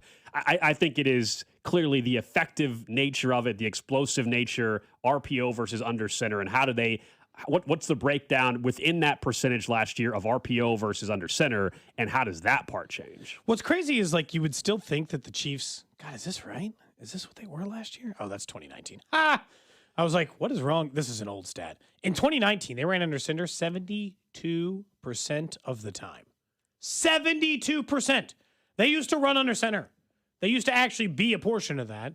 They shifted their offense in order to go the opposite direction. They weren't anywhere close to that number last year, but they've got to get closer to the low 40s. I look at this as who are the teams that throw the way they throw, who are good teams that they can mimic? And I look at the Chargers were 21st in run rate, right? Denver was 24th in run rate, although they do a lot of run game off their pass game similar to Kansas City, right? Houston was 18th. San Francisco, 15th at 44%. I don't see, or Jacksonville, 44% at 14th. I don't know why you can't be closer to that range. Look, they've never ranked 14th. We just pointed it out. They had the leading rusher in the NFL. They didn't get past 23rd or 21st. They've never even gotten into the teens. So I don't think all of a sudden that's gonna shift. Have Andy Reid's still the NFL's changed a lot since 2017. It has, but like Andy Reid's the head coach and Patrick Mahomes is your quarterback. There's a limitation of how often you want them to run the ball anyway. No, I want them. Yeah, You know? and that's more than fair. I don't want to make it seem like all of a sudden I want them to be a run heavy football team. I don't. I want them to pass the ball. But like, do I think that this is going to be the highest rate they've had since 2017? Yes. 2017. Why was it so high? They had their best running back out of any of those other years. Yeah. 2018, all of them on. This is the best running back they've had since rookie year, Kareem Hunt in 2017. So, like, I assume they will be higher at run rate than they've been since that moment. I think so. Ken Walker will be a big part of that. I also just think let's monitor what do they do the first 2 weeks of the season or first month, assuming Mahomes is playing, right? And what do they do come November when he's even further out? We don't have to get into the debate again like Drew and I had about the 100% recovery or whatever, but like when he is more established, how about that, into the season, do they handle it differently than they do in the first 3 weeks of the season? I would think so, but that's also going to boost the overall season numbers. And I think they should run early as an effort to convince teams who are serious about it. Kenneth Walker had the second best explosive run rate in the NFL last year. That was despite facing some of the heaviest boxes in the NFL because Seattle ran all the time. They were one of, if not the top run pass teams, or they were like second or third last year in run rate. So like they run. And despite that, and NFL teams knowing that, Ken Walker was still one of the best explosive runners in the league. If you show that they can get 10, 15 yards on the regular with Kenneth Walker in the early part of the season, teams have to respect it, then you can pass more. It should not just be for Patrick Mahomes' health. It should be because you're trying to convince teams you're serious about this for the first time in forever. Because when I saw those numbers put out, we were talking about from How About Those Chiefs, you realize they've never been serious about it. They're not about that life. And for the most part, it hasn't hurt them. Because in all these years, in 18, 19, 20, it's not like they had a bad offense. It's not like they couldn't throw. Hell, if anything, they've run it more during the last 5 years than they have the first 5 years, and they were a better offense for the first 5. But that's because they could do more with less. They were a better threat in the run game, which allows you to actually throw and be successful and want to do it more. And last year, I think it partially gets jumped up because they were behind a lot. You throw more when you're down double digits, all the stuff that got them in trouble in the early part of the season. But I do think that this number needs to get as close to 2017 as it's been in years. They have only been, let's see, they've only been, above 40% 3 total times, including last year, by the way. That's what's crazy. The run rate last year, 40.53%, that was pretty much the exact same run rate as 2017. 6 spots different. You want to know how much more teams are running? Teams value the running back now more than they did 5 to 7 years ago. Coming up in about 12 minutes, we'll get to the trash of the day, but let's pivot to the Royals a little bit more. And we focused already earlier in the show talking about this base running and everything, but you think that they're at a crucial point in determining the belief really in their own roster, frankly, and what that would tell you about a future move that they can make. This is pretty simple. This is the earliest I have certainly ever called for this in this show's history, but there's a reason why. If the Royals are serious about winning and they think that this is a playoff team hidden somehow behind, mired at 20-29, stuck in the rut, and they want to still win this year, as in they are still serious about winning this year, they have to trade for a right-handed bat by the end of the week. You don't get to wait the normal amount of time. You have to make that move now. And I'm not saying they have to make the move. They can just settle into mediocrity and decide this ain't the year. And we'll save ourselves for next year, and we'll trade away the pieces we can at the trade deadline, or just pray and, we don't really believe in this team. We'll just hope that they play better and they play themselves into contention. If they're serious about it, they should trade for a right-hand outfielder today. It doesn't have to be a level of Mike Trout, even though I had asked for that at some point last year. It could be something... Nobody's taken on the Trout contract still. No. So. It could be something small, like a player who hasn't performed as well for the Angels, like Joe Adell. It could be, in my opinion, Jake Myers from the Astros. You need a right-handed hitter in your outfield. And you can ship away one of your left-handed hitters if you want to take a big risk, or you can trade away some of the minor leaguers you have in the system. But you cannot continue to operate with no righties in your lineup forever if you are serious about winning. They cannot beat a lefty. They lost to another one last night. They got another one tonight, They don't have 2 wins on the season against a left-handed starting pitcher. It is their fatal flaw. More than any other, other than the number one problem is obviously Salvi and Vinny not hitting in the middle of the order. But I would argue number 2 is they can't win against a lefty. You can't go an entire major league season not winning against a lefty. If you really do think this team can still make a playoffs, and I don't, but maybe they do. And if they do, Gold, they should trade for one this week, not wait. Yeah, Can't wait. I haven't seen enough to warrant me wanting to go give up an asset. That's fair. This team right now has to show me that they're capable of stringing wins together, and they're not. Not this group, not with these current injuries on top of it, not with the continued base running mistakes when even one of your core pieces, Michael Garcia last night, I don't know what the hell he was doing, trying to go to second base. Yeah. Mental errors, you got your third base coach making mistakes. There's way too much wrong with this team right now for me to want to give up an asset of the future to try to spark something for this year's team. No, I'll be interested in trade. If you tell me this team can rattle off winning 8 of 10 or something like that again, we can have a conversation. This team's 9 games under 500. I don't want. They need the help now. Well, then they're not a good enough team. Sorry. Yeah, and that's fine. You can decide that. That I don't have a problem. I don't want them giving up assets for the hope that maybe it helps them just barely creep towards 500 again. No, this group that they have has to prove that they can get to 500. Then we can talk about acquiring somebody. I don't want them digging deeper into this season. Absolutely not. Yeah, I just I understand the argument of don't do it. Right? That's not even the statement I'm making in the sense that your logic makes plenty of sense. Gold, there's nothing wrong with it. What I'm saying is that if JJ and all these other front office guys sit in a meeting and they say, no, this team has too much talent, this team can still make the playoffs despite the fact they're, 8 games back in the division or whatever it is now. No, we can still make the playoffs. I believe in this team. I believe in this unit. And there's no reason that we can't just turn it around tomorrow. Well, then tomorrow has to come with a move now. You don't have the help at the moment to crawl yourself out of this hole unless you add someone in the bullpen, a right field, outfield bat, or both. Also, what team? I know you mentioned some names, but because of how jumbled the AL is, I don't know if anybody's really trading speed. I understand the Guardians made a single trade and got Patrick Bailey, but I don't know if teams are making those trades. But I just think it'd be mentioned foolish. Bad teams for a reason, right? Yeah. I don't think you're getting anybody off of Minnesota today, although they traded a couple years ago when they thought they were winning. I mentioned the 2 teams, the Angels and the Astros. Yeah. I mentioned players off of theirs team. You know why? They're the only teams with a worse record than the Royals in the American League. Yeah. And look, the Tigers are in a similar spot. The Tigers, who haven't been paying attention, also stink out loud. They are 20-29. Now, look, they lost Skubal. They got some decent excuses for why things fell apart in a hurry. But they're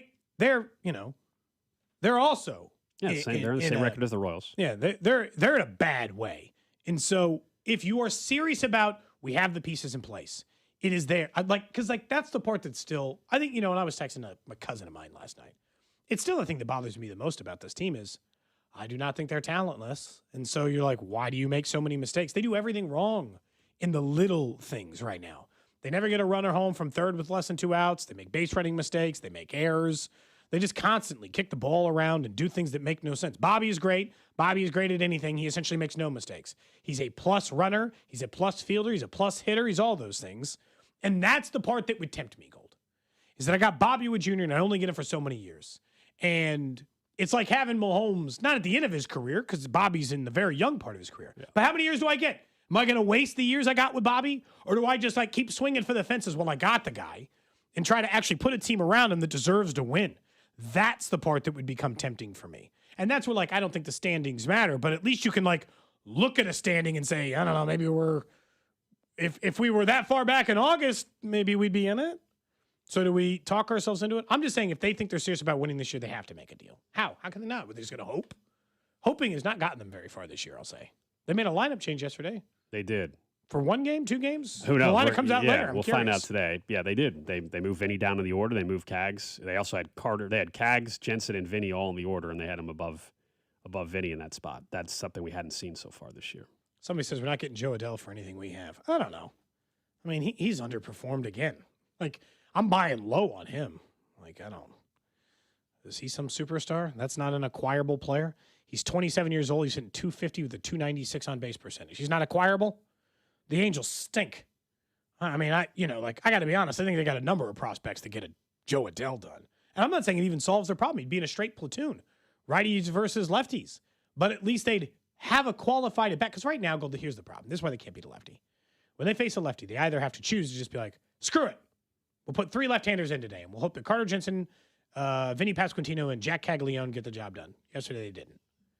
Or they have to go the all-righty lineup, and all of a sudden, it's a lineup of 76-year-old Starling Marte, Nick Lofton, and it gets real jumbled, and it's like, well, these aren't everyday players.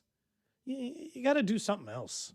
Like, you just got to, if you're going to try, I guess is my point. I just think I'm not even saying it might not be worth trying. I get what you're saying. If you're going to try. I get what you're saying, but this group as is has to prove that there is some fight there and that they are capable of stringing some wins together. Then I will go as a front office and support you and go and trade somebody. Spend the next why month would I do it now? to me it's worth I'm going to go it. make a trade to maybe get them to a point where they because I think the clock's ticking and the time might be up.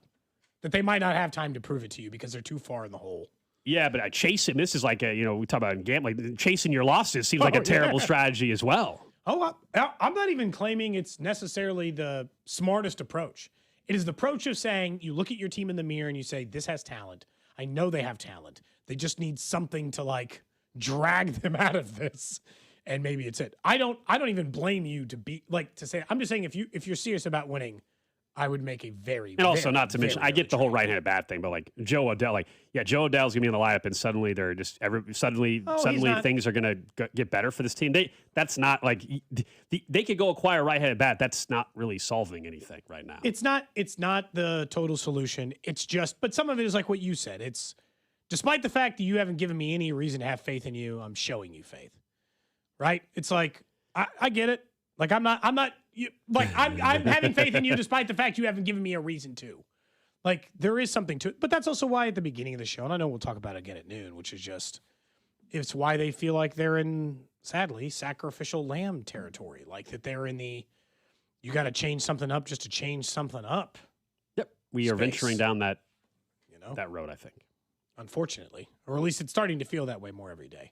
Did you watch any part of the Royals game last night? Or? Of course, yeah. I was, bar down the street with some people watching. They had the game on the big TV along with the NBA game, so I was there for a little bit. Man, it was 2-1, and I was like, oh, they're fighting. And then they kept having runners on and not scoring. I'm like, and they're running into outs, and you're just like, this game's frustrating me. I'm still planning on going to a game this weekend. Aren't you going today? I was going to go tonight. Long story. I'm not going anymore.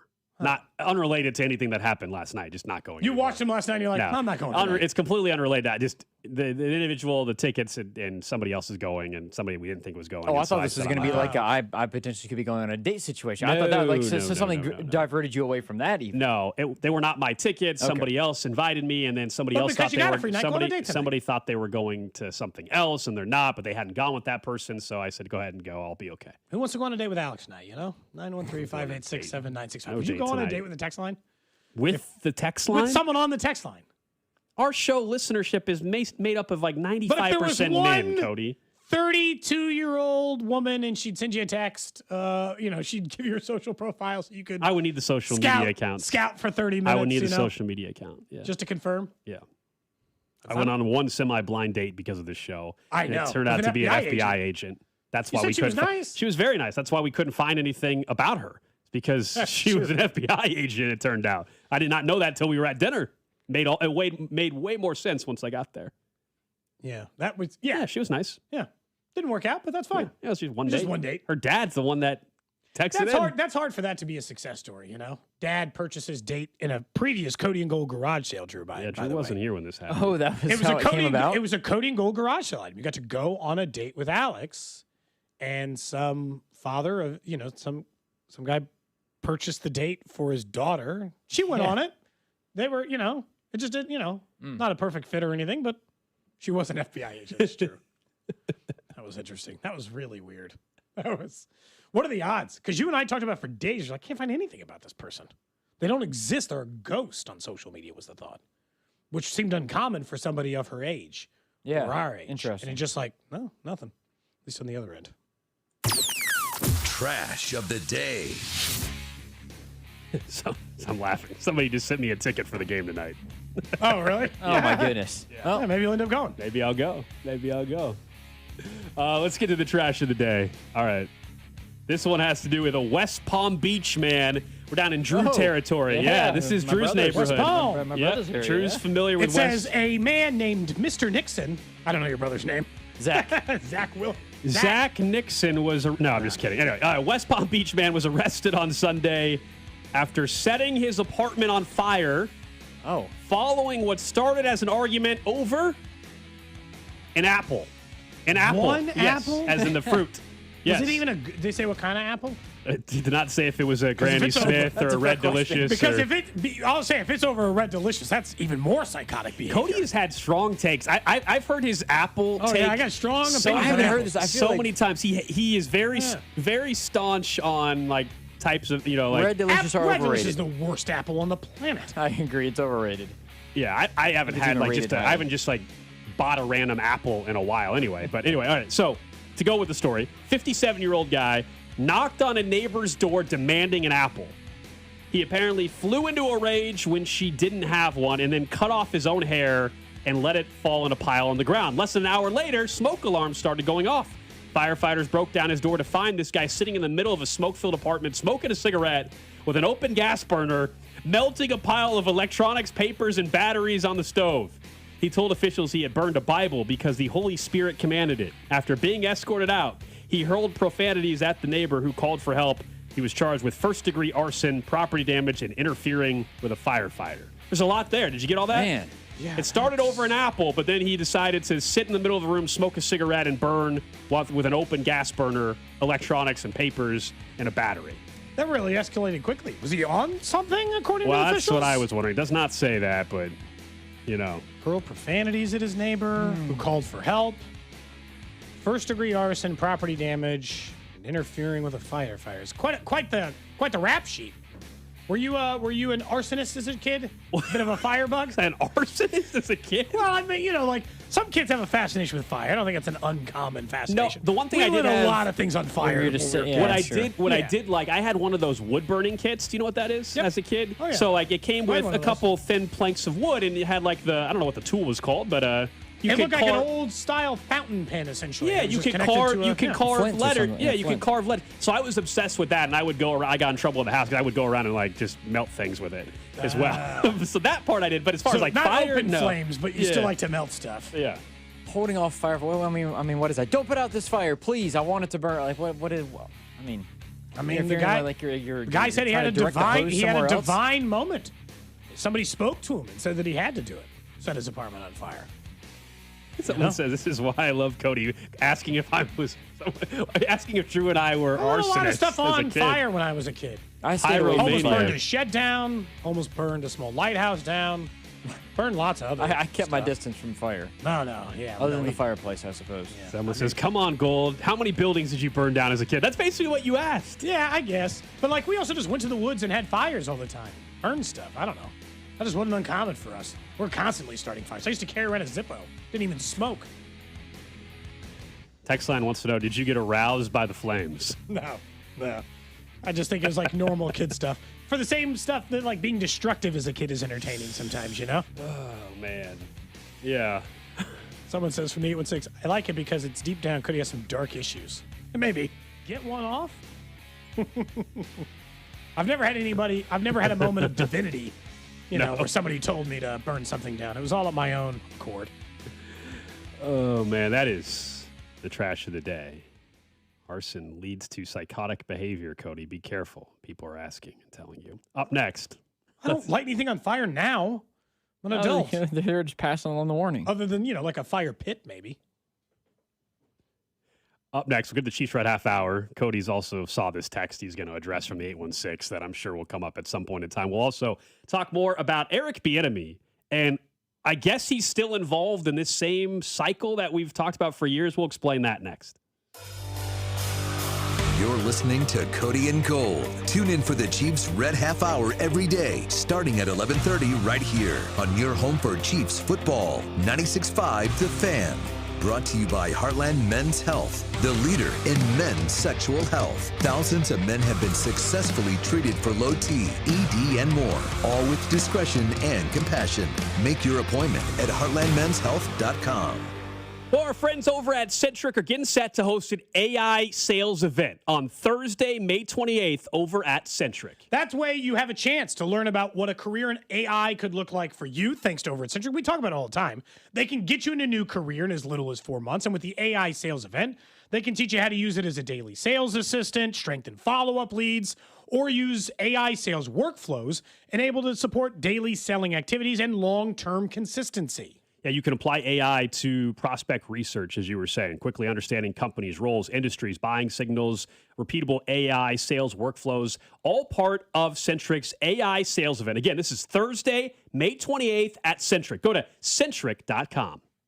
We all have that one painting project we've been putting off. For me, it was the exterior. I finally called CertaPro Painters, and you know what? I wish I'd done it sooner. They provide a free estimate quickly and at the right price. And what I loved most was the communication. I never had to wonder what was next because they provided reliable daily updates. They treat your home with respect, like it deserves. So schedule your free estimate online at CertaPro.com. That's Certa with a C. Each CertaPro Painter's business is independently owned and operated. Hi, I'm Carter. And I'm Charlie. We'd like to share a quick story about a homeowner named Jack.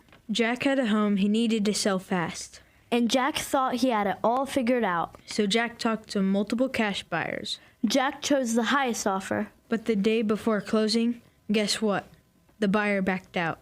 Leaving Jack with the moving truck all packed in the driveway and not sure what to do. Jack learned the hard way that the highest offer isn't always the right offer. Jack got suckered. Make sure you aren't hung out to dry. Call our dad at Rex Buys KC. Our dad is local, he knows Kansas City, and he actually closes deals. No repairs, no fees, no showings, no surprises. Just a fair cash offer and a smooth process. Now, don't be like Jack. Call 816-330-6000 or visit rexbuyskc.com. Rex Buys KC, helping people make smart choices one home at a time. It's been life-changing. It really has. Went up to QC Kinetics. I could feel the difference the way I got out of bed. I could feel the difference throughout the day. I could feel the difference while I was playing golf. Let's rewind. That's an elated QC Kinetics patient, David Smoke, a very active TV and radio sports personality who loves to run and golf. I started to notice some aches and pains, an aching, throbbing pain in my right hip. I didn't want to get cut on. I've had MRIs, and it showed no structural damage. I've tried the steroid injections, and that just seemed like it kicked the can down the road. It's that endless cycle that leaves you continually fighting joint pain in your hips, knees, shoulders, and back. But this is where it ends with QC Kinetics regenerative treatments. I've tried it all. The only thing that's different is me going to QC Kinetics. I believe in it because it's worked. Don't waste another day going in circles. Make QC Kinetics your first call. The consultation is absolutely free. Call QC Kinetics, 816-412-6299. That's 816-412-6299. 816-412-6299. It's the first day of the first grade, and she found a new best friend. It's a laid-back Sunday afternoon you wish would never end. The homemade taste of Bluebell and good friends gathered round. The good old days are being made right now. Like our original gold-rimmed Bluebell homemade vanilla, the country's gold standard of ice cream flavors since 1969. Its hand-cranked taste takes you back to simpler times. That's why we put the word home right on the carton. The good old days are being made right now. The good old days are being made right now. Look for Bluebell ice cream at all Price Chopper supermarkets and McKeever's markets. Staples presents That Was Easy. So I was just at Staples. They're having a huge 40th anniversary sale. 40 years. Note to self, send flowers. Up to 50% off. Save on chairs, paper, balloons, and more. Balloons? Yeah, Party City is now at Staples. Surprise! But the anniversary sale is only 2 weeks, so... Quick, celebrate 40 years of savings at Staples with up to 50% off. Shop chairs, paper, break room supplies, and more. 2 weeks only. It's 5/23. That was easy. Shop Staples in-store, online, or on the app. Call Hamilton today for our $79 mainline drain cleaning special. The pros at Hamilton will inspect your drains with video camera technology to pinpoint exactly what is needed to clear those clogs and help prevent expensive drain repairs. The expert technicians at Hamilton are ready 7 days a week to solve your problem the right way, the first time. Over 40 years experience and more than 8,000 5-star reviews are great reasons to trust Hamilton. Visit callhamilton.com/radio for details, terms, and conditions. Get a $15 O'Reilly gift card after rebate when you buy 5 quarts of Mobil 1 full synthetic motor oil at O'Reilly Auto Parts. O'Reilly Auto Parts. How do airplanes fly? What's in this box? What does this thing do? Kids are curious about everything, including guns. Learn how to store your gun securely and make your home safer at endfamilyfire.org. Brought to you by End Family Fire, Brady, and the Ad Council. This is the Game of the Week report, brought to you by Hyundai. The active pro baseball season continues through Memorial Day weekend with a series of matchups scheduled for Monday. We'll see Arizona at San Francisco, Philly head out to San Diego, Toronto host Miami, and Los Angeles take on Colorado at home.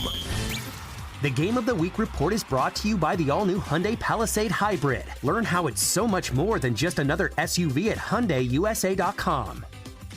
In a world in need of a hero, one man rises to the challenge in style. He is just driving the kids to soccer practice. Make every day feel epic in the all-new Hyundai Palisade Hybrid with up to an EPA-estimated 619 miles of range on select trims, advanced tech, and class-leading interior space. Come on, guys. Mill cleats on a seat. Visit HyundaiUSA.com or call 562-314-4603 for more details. This report is brought to you by Bet365. Winning is everything. With Bet365 early payout, you win even if they lose. Get paid out instantly when your team goes up big, even if they blow the lead later. Bet365. Winning is everything. Gambling problem? Call 1-800-GAMBLER. 21 plus only. Must be physically located in Missouri. You're listening to 96.5 The Fan from the DM Injury Law Studios. Mike's got this. Car, truck, or motorcycle wreck? Remember, Mike's got this. 816-888-7500. Mike's got this. Hey, it's Rob Brennan. We hope you're enjoying Beyond the Pitch KC, a podcast on how Kansas City landed the world's biggest sporting event. It's presented by Commerce Bank. Visit commercebank.com/soccer26. New episodes released every Wednesday on the Odyssey app or wherever you get your podcasts. Welcome in to the Chiefs Red Half Hour. Every day at 11:30 with Cody and Gold on your new home for Chiefs football. 96.5 The Fan. Well, I think we have an even bigger reason to get you on a date tonight. So I joked, Drew, as you know, I said, hey, does anybody want to go on a date with Alex tonight? He's free. He's now free. He was free because he wasn't going to go to the Royals game. Yeah. Somebody generously, Drew, sent Alex Gold to Sweet Premium. Not sweet. Oh. They're not sweet. They're not sweet. No, sweet is in They're not sweet SWEET. Not sweet. Premium. Like club level. Like Diamond Club. Yeah. Seats to the game tonight. A pair, mind you. With the note that said, for a date. So, what's the harm now? All we got to do is find the lady. Don't know who this person is or anything like that. This would be the second time I sent somebody. I once sent our friend Pete.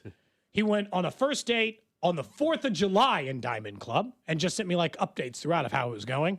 It seemed like it went fine. They went to a second location. Baseball, I will say on a first date, it's a long time to be sitting next to somebody that you're not sure if you're going to. Where the Royals are playing, you could probably leave in the 5th. Might be all right. Might be able to call it an early one. I'm trying to go see Wemby play. I don't know. That might not be the thing to say, actually, but. Yeah. I mean, I'm going to go to the game tonight. The question but is. with a single female of Kansas City? I'm going to go to the game. 913-586-7965. What's your, how about this? This will help us. This will actually help find the. We tried to do the dating game. We did. Corporate said no. This is just and two you don't individuals. know who this person is, correct? This is from the text line. Yeah, this is just For what now? individual people making individual decisions in this. This is not associated with Odyssey.com or 96.5 The Fan. What are the last time you were actively on a dating site, what were this will help narrow the field. What were your dating parameters age-wise? Oh, so the parameters were set, I think, 27 to 37.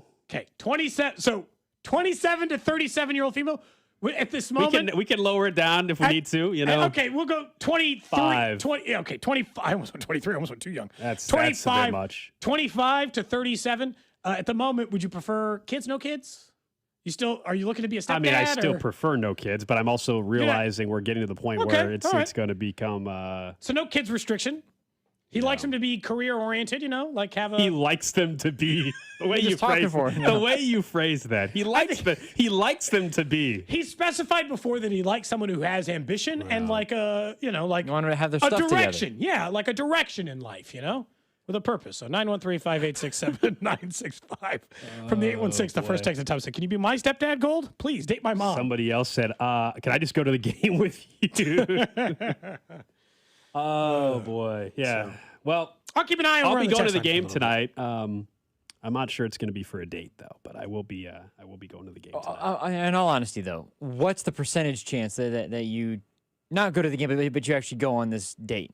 Oh, it's like 10% of the date. Yeah, 10%. Yeah, I mean, randomly finding Alex a date for tonight at 11:30, even with the power of radio, feels like a lot. Although I don't know, man. We've made a lot of magical things happen on this show sometimes. We just ask. Remember we got Drew a suit in like 30 minutes? Yeah. Shout out to the text line for that. I fully admit it. We've talked about this plenty of times over the 6 years we've done the show. I'm very very picky. That's a bit of a problem. Someone says I just got my divorce finalized. Paid her $91K. Have fun on your date. Wow. Recently divorced? Wow. No, he said paid her. That's a dude texting in. Yeah, that's what I'm saying. Like, would you date someone recently divorced? I mean, she's how available. Recently? Also, why did you get divorced, Well, there's a lot of reasons somebody could have got divorced. Was it the Diana Rossini reasons, or is it other reasons? How recent did it get finalized? I don't think Alex should be going on someone who got divorced this week. Yeah.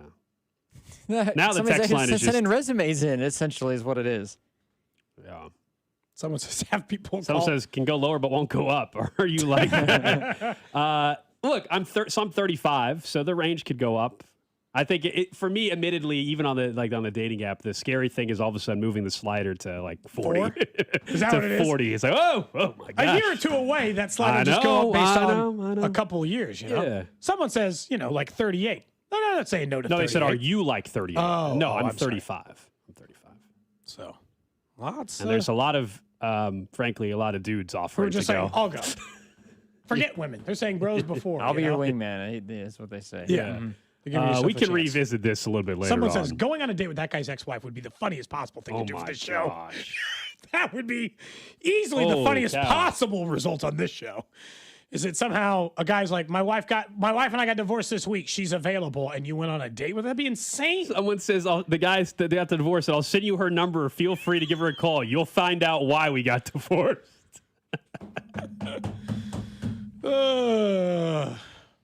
Someone says if Cody can get a metal detector, we can get Gold a date. Didn't help me find the glasses, but I did secure a metal detector within like an hour. Have you still not come across them? No, haven't found them. I was going to mow today after the show, so I guess we'll see. It's a little bit different. I'm enjoying some of these texts, by the way. Thank you. Yeah, they're funny. Like this one just says, I'm 27, big Royals fan. Happily married to my wife. I'll buy a bear, though. We can talk about the Royals. Plenty of people willing to go to the game. No issue finding someone just to go to the game with. Yeah, that is very true. They are good seats tonight. They are good seats. Even if the Royals aren't playing well, it's still nice to be at the ballpark. Mm-hmm. All right, let's talk a little Chiefs football. I'm sure we'll revisit the text line at some point. But the future for coaches in the league, I think we've talked a lot about. The NFL has tried these different what they call accelerator programs, right? The minority hires and trying to have relationships develop between some minorities in the league with ownership for future, head coaching gigs, right? And it was pointed out, and I think over at Arrowhead Pride they were going through this, that the special opportunity, as they're calling it at the owners' meetings in Orlando, once again, Eric Bieniemy was part of this accelerated program that is geared towards minorities trying to develop their relationships. I don't know about you. Now, look, I think it's great that they're doing the program. Aren't we at the point now, hasn't that ship sailed, though, from a head coaching standpoint for Eric Bieniemy? And that's not, I'm surprised we're even come back up. I agree that the ship has sailed. Like, I don't even know what the circumstances would have to entail. Like, he's the offensive coordinator for the next 3 years in which they're the number one offense, and then Andy retires, and then what? to hire a 60-year-old head coach? I mean, maybe. That would at least make it plausible. Does this not feel like, and this is where I felt bad for him the first time, and I feel bad for him this time. This feels like a humiliation ritual. Why put him in the NFL Accelerator program? You don't have other qualified young black or minority head coaches that you can have in this program that maybe you can try to actually resolve this issue you have with minority hiring practice in the NFL rather than put somebody through the ringer who already got chewed up and spit out by this system. Like, and that part of it does bother me a little bit because it doesn't look. And if anybody ever had any question he wanted to ever be a head coach, I always thought that was stupid to begin with. He clearly does, but I'm not sure what his pathway would be. The only, does it matter though that he's going to the program again? I mean, it's not like there's a limitation, right? I mean, it doesn't say that you can only have one person representing your team. In fact, the Chiefs have two individuals going to this meeting, right? So I don't know why. There's certainly no harm in going again. No, there's nothing. It doesn't hurt you. You attend, you do all this stuff, but I guess best case scenario for Eric Bieniemy is what? The offense takes off, and it takes off for 2 or 3 years. Andy Reid retires, and he's a legitimate candidate. But then he's 60 years old. But in the case of like this accelerator program, you shouldn't have to go through that to get hired by the Chiefs. Oh, I'm not saying any of them should have to go through. Or is he willing to be a college head coach or something? Is he willing to go down to the level that we talked about before that he should be entertaining? I just don't understand this idea of, and look, if he wants to do it, no shame against him. That's fine.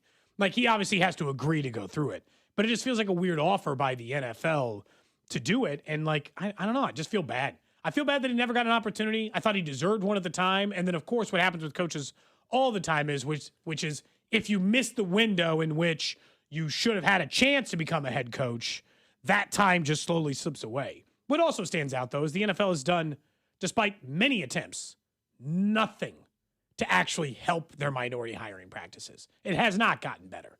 It hasn't even moved the needle. Like, they're offering up draft picks. They're offering up accelerator programs. They're trying all this stuff. None of it's changed any of I don't want to that. get too deep in the weeds on this, but it is weird. So the NFL has this accelerator program, and it went away for, I don't know, was it a year or whatever? And it's not just for, they've revised it. They used to just be for minority candidates. And I'm looking at the list of coaches that are a part of this. This accelerator program is not just geared towards So it's just anybody who wants to be a coach? Yeah, I mean, frankly, it's got a couple white dudes on the list, so it's obviously not. I mean, if we're being real, it's got a. It used to be about the minority hiring practice. It's got Mike Kafka. Part of that. Another guy who people thought would have had a head coaching job by now, but hasn't moved on. I believe that are part of the program as well. I don't know. It's interesting to see where this thing goes. I mean, if you're betting, if I was betting, we'd say Eric Bieniemy will never become a head coach. But are the Chiefs his only chance, or college? Would a college team take him? Would they hire a 60-year-old? I don't know. How old was Lance Leipold when he got hired by Kansas? Yeah, but Lance Leipold has a long track record of history in college football. So I know. Lance is 5 years older than EB right now. Yeah. So Lance was probably hired when he was 57 years old. Plus, he went down to UCLA. Kansas. It didn't work at all. It didn't seem, and the players didn't vibe with it. I don't know if maybe the college age kids don't fit his coaching style. It feels like his best chance, honestly, if he wants to get a legit shot at it, feels like it would be not with the Chiefs, but if he was on a different staff, let's say. That was the whole thing with the Commanders at the time. That's why he left. Ron Rivera. But I mean, I wonder if he gets a true shot at it, it'll be one of those, the coach is fired in the middle of the season and they promote him and he has 5 games.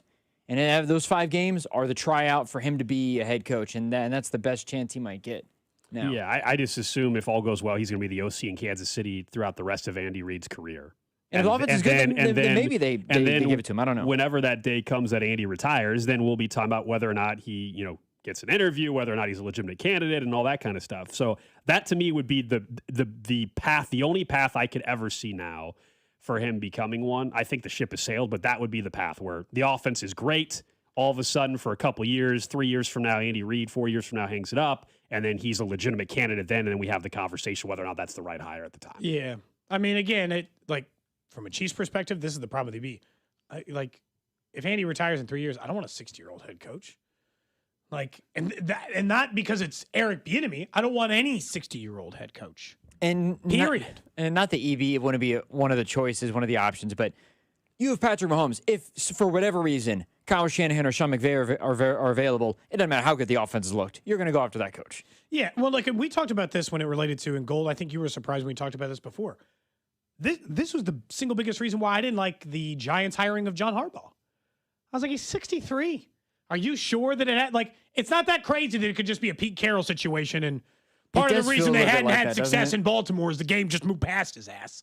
Like, that's not crazy. Maybe it's just to right the ship in New York and just try to get him to at least be not that they've been the laughingstock the Raiders have been. But if I were New York and I had a young, I think I might have been looking for a up-and-coming offensive Nate mind, not Shieldhouse, 63-year-old, will be 64 by the time the season starts, John Harbaugh. And it might work for a season or an individual season, but then it's always the same thing. How many years do you get? Or, how many do you get to... how many years of winning before you got to find a different head coach to continue that thing? And I don't know. It's a tough spot for Eric Bieniemy. I just thought it was interesting that he was going back through the program. Good for him if he still wants to become a head coach. I hope he finds some pathway to it. I think the only way would likely be college, and probably small college, Drew, as you had mentioned. Yeah, to start off with, I would say so for sure. Yeah, so I don't know if it'll ever come to that. On the other end, we got more news after this show ended yesterday on Rashee Rice. When we finished the show, we knew Rashee Rice was going to jail for 30 days. We knew it was for a violation of probation for testing positive for marijuana.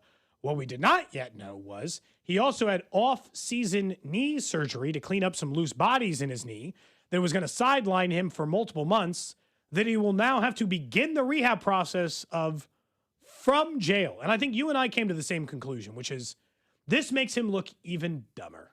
This makes your decision-making as it relates to that even worse. I was mad enough at the decision-making yesterday. Now to find out that he has to rehab a surgically repaired knee from jail for the next 30 days. It's like, what were you thinking? Why? And what were you thinking? What part of this process made this seem? It's just some of it goes back to yesterday, which is just not stupid. I mean, he doesn't. He consistently makes poor decisions, plain and simple. There's no excuse of, I had the surgery and I needed to smoke some weed for pain or whatever. That this guy continues to make bad decision after bad decision. And as far as the surgery part of it, there's a real football implication to it as well, because you're right. There's no way you're going to have the same rehab behind bars, literally behind bars, as you would if you were in the Chiefs facility on a daily basis during OTAs getting work on they don't let you use those stretchy bands, my guess is, while you're behind bars. Why can't you use those? Are those a weapon? Just elastic bands. Let them use weights. I have no idea. What does Dallas County Jail have amenity-wise? That's not how they call it in jail. Is it worse to be in county, or would you rather... You don't want to go to prison. You're asking me? I was just... As if I have some knowledge of the difference between county and come on. I'm guessing just being behind bars for 30 days sucks either way. Yeah, I would say so. And I don't know, I imagine there's more freedom than in jail because of most of the people are awaiting trials, not necessarily doing. And I don't know whether or not, and I don't know the size or scope of these or which facility he's going to be in or any of those things in between. But I do know that it's not good to rehab an injury from jail. No matter, even if they gave him the stretchy bands, Alex, and he's got nothing but time to rehab the thing. He's got no one to monitor him, test the strength of. Do you think that they would allow visitation from Rick Burholtz? No, hey, I get an hour to. No, I'm just asking. No, it's a serious question. I'm just asking. Hold on. Get him on the visitors list? I'm literally just asking. The Chiefs are not flying. Hey, man, this guy's got a serious. Burholtz down to the Dallas County Jail to do rehab. Could you imagine?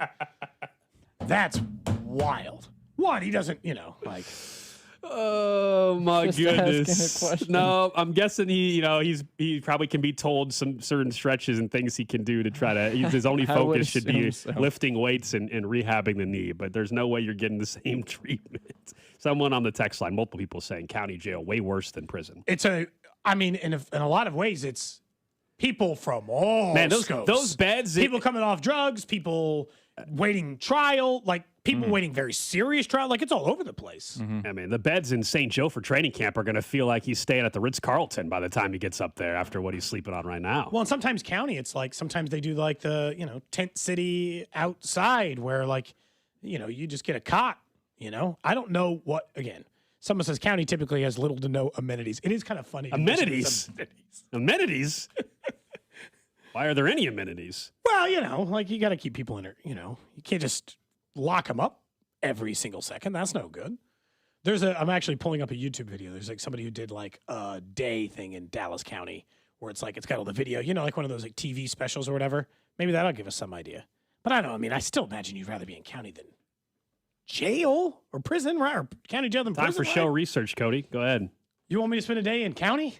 Yeah, let us know. Thank you. Let us know. Could you, first off, I assuming that's not allowed. I don't think I could just volunteer to be like, I'd like to spend one day in county, please. No, I don't think so, Cody. No.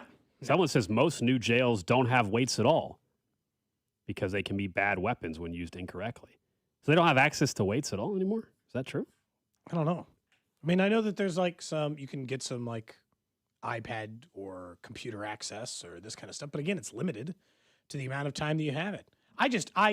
I was even more frustrated with him after learning that yesterday. And I'm telling you right now, that knee thing is going to loom the entire year.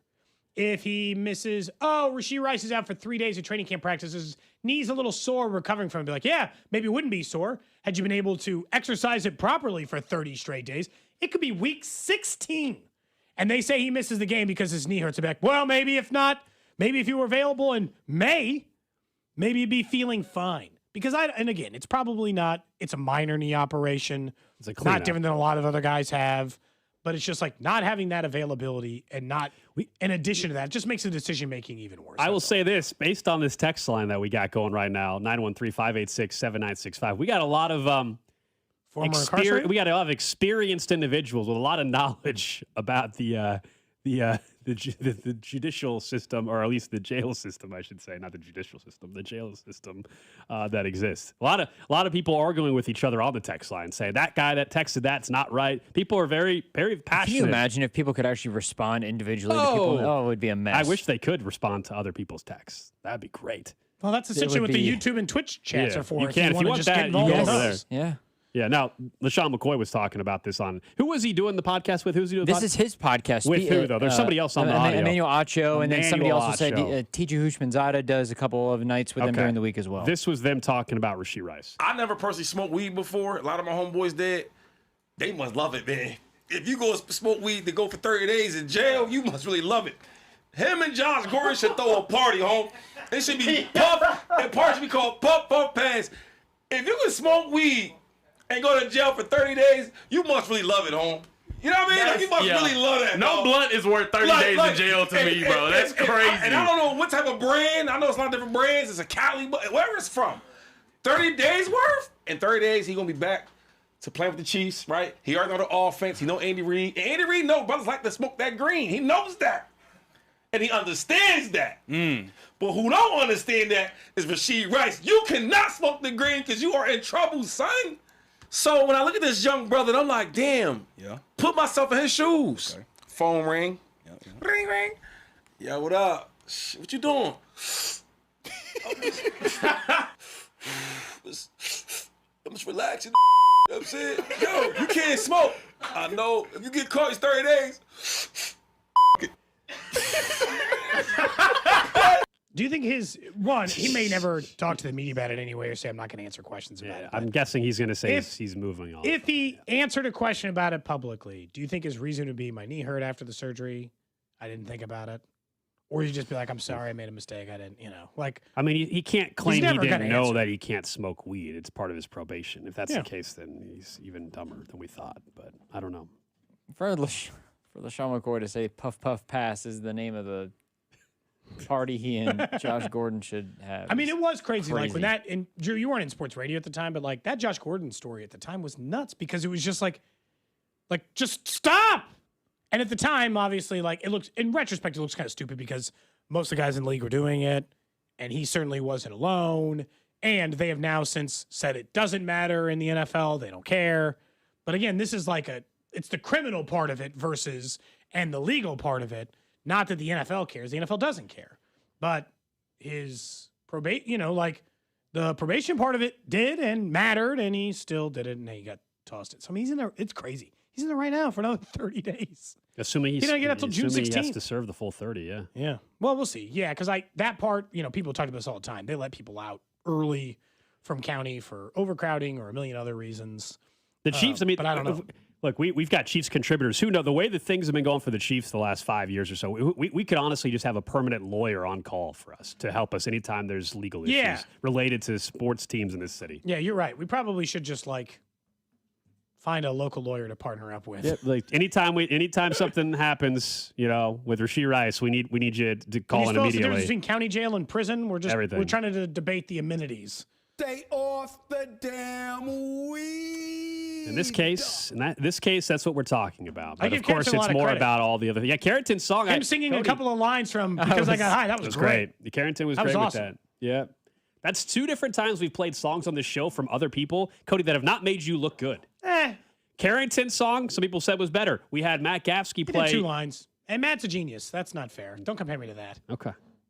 I'm just saying. Carrington's was good, though. It was really, really good. Up next, let's get to what's trending. We'll get back into the Royals and more on the base running mistakes, which I think reached a peak last night. You're listening to Cody and Gold. Tune in to hear Royals insider Josh Vernier every Wednesday at 12:30. Cody and Gold is brought to you by Heartland Men's Health, the leader in men's sexual health. Thousands of men have been successfully treated for low T, ED, and more, all with discretion and compassion. Make your appointment at heartlandmenshealth.com. Your home for Royals baseball. 96.5, The Fan. At Kansas City Proton Institute, we're delivering the future of cancer care with state-of-the-art proton therapy right here in KC. If you have breast, head and neck, or brain cancer, proton therapy may be a better treatment than conventional radiation. Don't wait. Get your second opinion at Kansas City Proton Institute. Come see Kansas City's largest, most experienced, and most advanced proton therapy team. Learn more at kcpi.com. Kansas City Proton Institute, where you see the best in KC. You know that Big Bargain detergent jug is 80% water, right? It doesn't clean as well. 80% water? I thought I was getting a better deal because it's so big. If you want a better clean, Tide Pods are only 12% water. The rest is pure, concentrated cleaning ingredients. Oh, let me make an announcement. Attention shoppers, if you want a real deal, try Tide Pods. Stop paying for watered-down detergents. Pay for clean. If it's gotta be clean, it's gotta be Tide Pods. Water content based on the leading bargain liquid detergent. Straight Talk Wireless presents Pickup Truck Wisdom. Trust is earned. That's why I've stuck with Straight Talk. Same price since 2009 on Verizon's 5G network. Cause shoot, anyone can make a promise. Keeping it for years, that means something. Now plans starting at $25 a month with 4 lines. Find us at straighttalk.com and Walmart. Straight Talk Wireless. Straightforward. Always. Same price claim applies only to the base monthly price of our $45 plan from October 2009 to present. When shopping for a new auto insurance policy, AAA could help you customize your coverage to fit your unique needs and budget. Trust AAA Auto Insurance to help you find the balance that works for you. See how a simple switch could make a big difference. AAA, we're always with you. Visit AAA.com/insurance. Insurance provided to qualified AAA members by Automobile Club Inter-Insurance Exchange and AAA affiliate insurers. Membership requires a separate payment. T-Mobile has an exclusive bundle for customers 55 and up. I'm Sarah Bowl. Yeah, I'm Frank Bowl. A reliable network is key for us. And with T-Mobile, it's been wonderful. And going to the 55 plus plan saved us so much money. A lot. And that's important. Trying to keep costs down. The home internet's been perfect. It's fast, it's quick. The setup was so easy, it took less than 15 minutes. It was like, ta-da! If you want simplicity, coverage, reliability, you want the whole package, T-Mobile has it. Right now, T-Mobile customers 55 and up can get 2 phone lines on America's best network, plus America's fastest 5G home internet for just $30 each. $30 per month each line with autopay plus taxes and fees. Minimum age 55. Pricing for home internet rely on 2 lines of essentials. Choice 55. $35 connection charge per line required. Best mobile network and fastest 5G home internet based on analysis by Ookla of Speed Test Intelligence data 2H 2025. All rights reserved. Lunch was great, but this traffic is awful. Can we stop at a bathroom? Are you all right? I keep having stomach issues after eating, like diarrhea, gas and bloating, abdominal pain, and sometimes oily stools.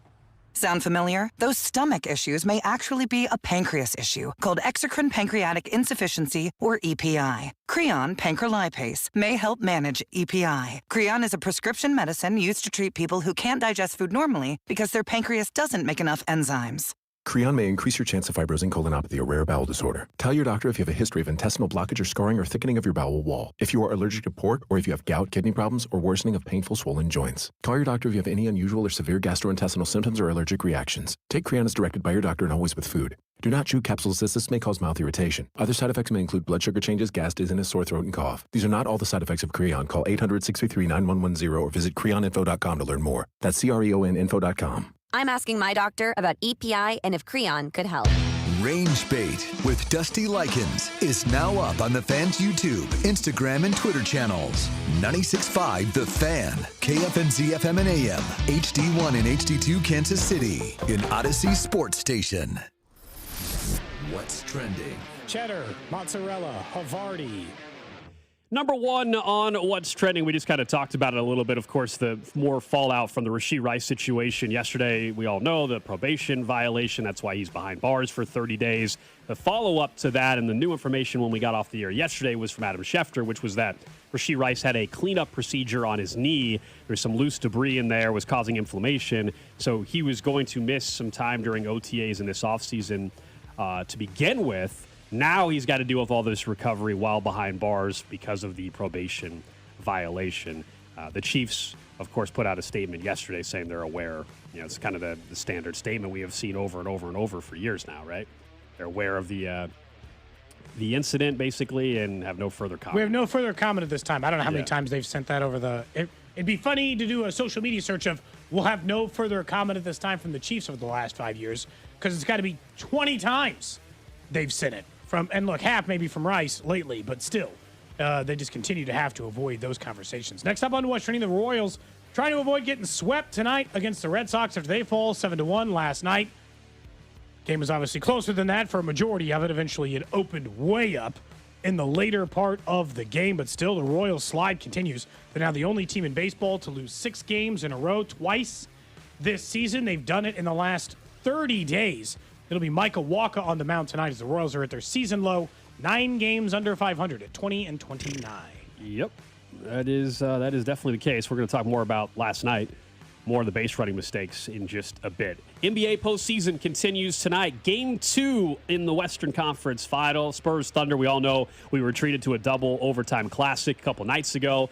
The Thunder, much like Game 1, are favorites, this time 7.5-point favorites. They feel like they got to get this one tonight. Otherwise, they, of course, would drop to being down 2-0. We saw last night in the Eastern Conference Finals, Game 1, it was the New York Knicks coming all the way back, outscoring the Cavs 32-18 in the fourth quarter. Jalen Brunson was sensational. They get the overtime win, 115-104 over the Cavs.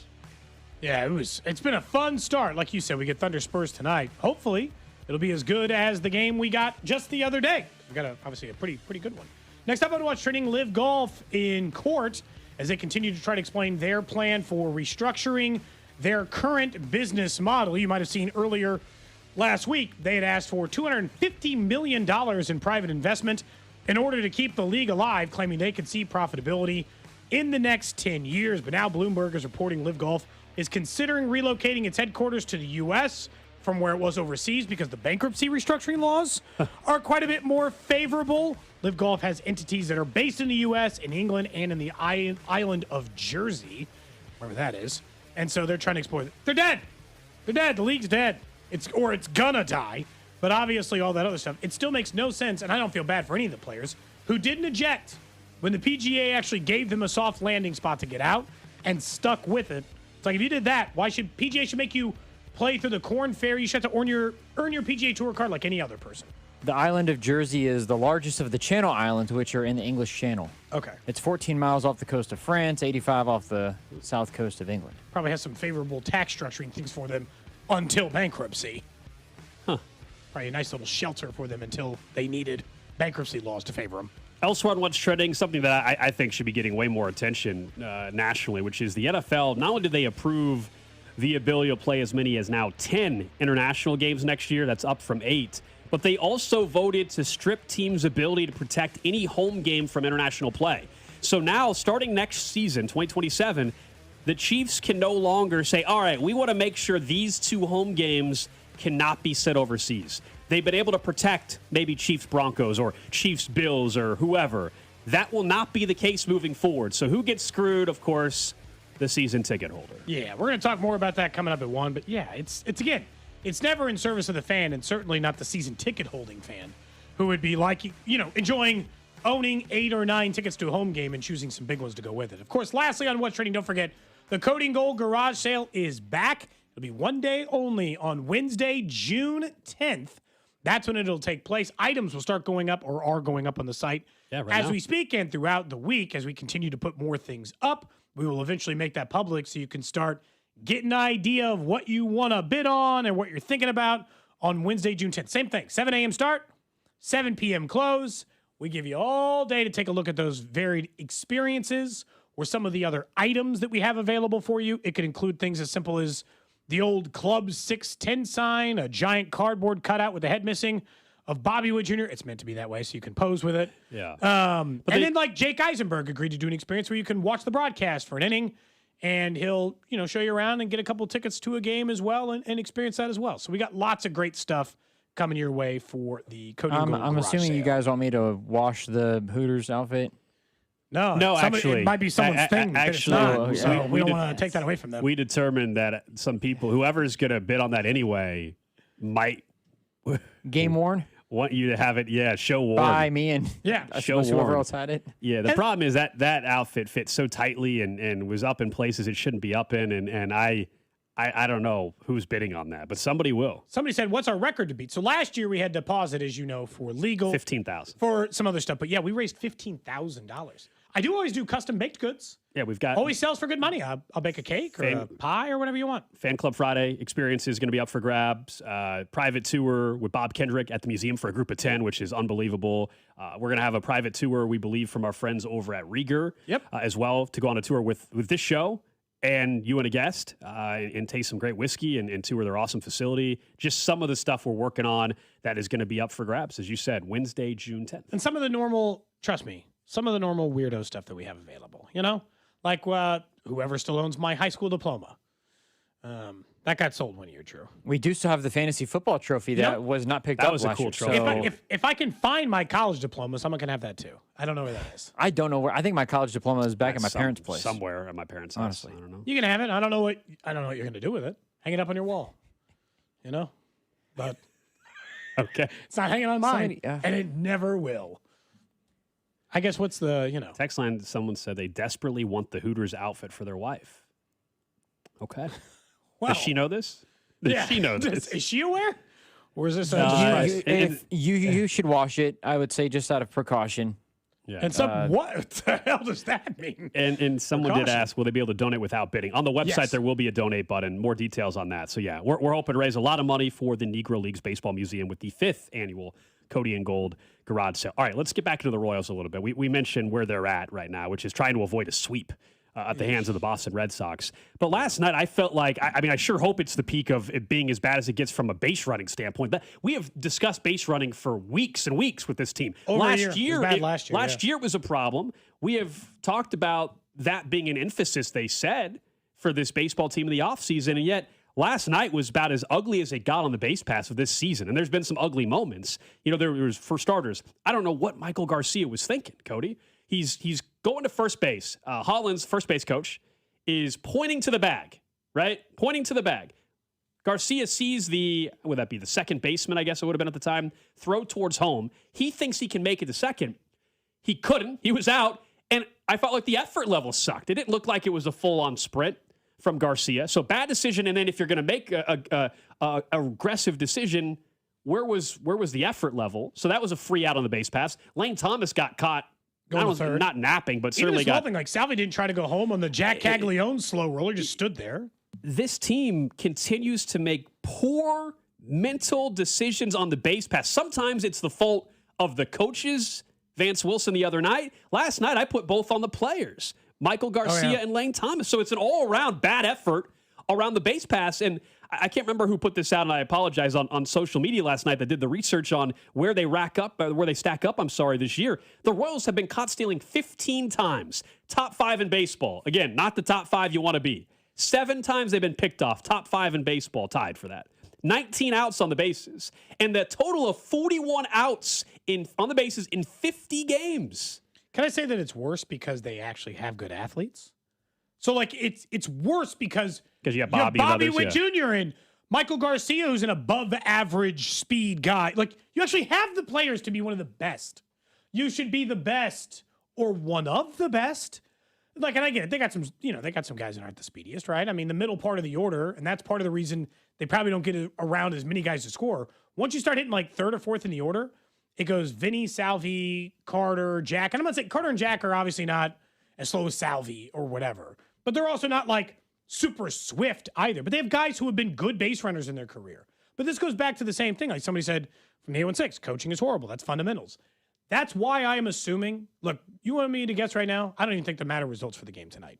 My guess is on Thursday when the Royals have an off day and they don't have to stick Q up there. They can take a day or think about it before a weekend, before a holiday weekend. I think they'll find the sacrifice. I think I like at this point, it happens in every team who sinks to this level. Yeah, fans want when something, the right? expectations were this high. And look, there's a few targets. I mean, we know the names. And I don't like rooting for people to get fired. I don't. But at some point, it's like you got to do something different. Yesterday, they changed the lineup a little. Will it be different again tonight? I don't know. But on the base running part, it's like this has been 2 straight years. So whoever's in charge of, whether it be the third base coach, first base coach, I don't care if somebody's in charge of base running at practice, who's ever been teaching that the most, that person should be on your list because it's been a consistent problem. Fundamentally, they are a bad base running team, which makes no sense because they have good, fast athletes. They shouldn't be bad. Well, that's poor coaching, poor fundamentals, poor decision making. Players are pressing. Like it's all. You're not this bad on the base pass with it just being one particular thing. But I'm with you. I think we are venturing very, very close to the point where, fans are wanting that red meat, if you will, right? Like they're out for blood almost at this point in time, where they want to see somebody, frankly, lose their job for what is happening. And we are venturing very close to that being something that I think could happen. Now, it's not going to be Matt Quatraro, nor should it, in my opinion. It's not going to be J.J. Piccolo. I think you're right. It's going to be more somebody related to the coaching staff or hitting staff is where things are trending if this continues to keep up. If this homestand continues the way it's right now, you're in danger of getting swept to start the big homestand. You got the Mariners coming to town this weekend, then the Yankees on Memorial Day. And so this is if you don't salvage at least one against the Red Sox tonight, you're venturing towards a disastrous homestand heading into the month of June. The Yankees are 30-19, although they have 0 wins against teams above 500. You're not above 500, so that doesn't really apply to you. But they've just been beating up on the bottom feeders and in fairness, hard to get wins on above 500 teams in the American League. There aren't that many of them. And so but it is tough. It is really tough to justify everything is fine. And look, I don't know where they are right now. I heard Q this morning talk about Vinny.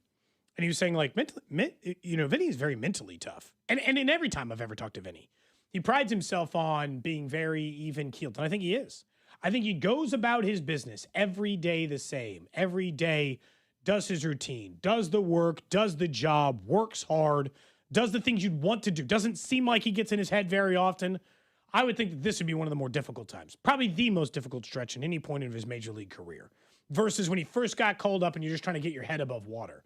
Because this team had real expectations, and that's what I don't want to ever lose sight of at any point this season. This team had fair expectations to be a playoff team, to compete for the AL Central. And they have come not just short of it, way short of it.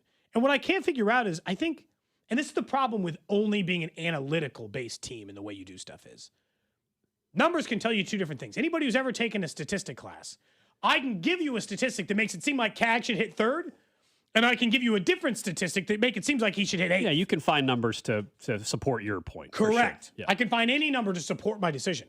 So in 48 hours or 72 hours, they went from Jack Caglione can't hit against a righty because that righty has reverse splits this year. He can't be in the lineup at all, versus he's hitting above Vinny Pasquantino in the most important part of the order against a lefty.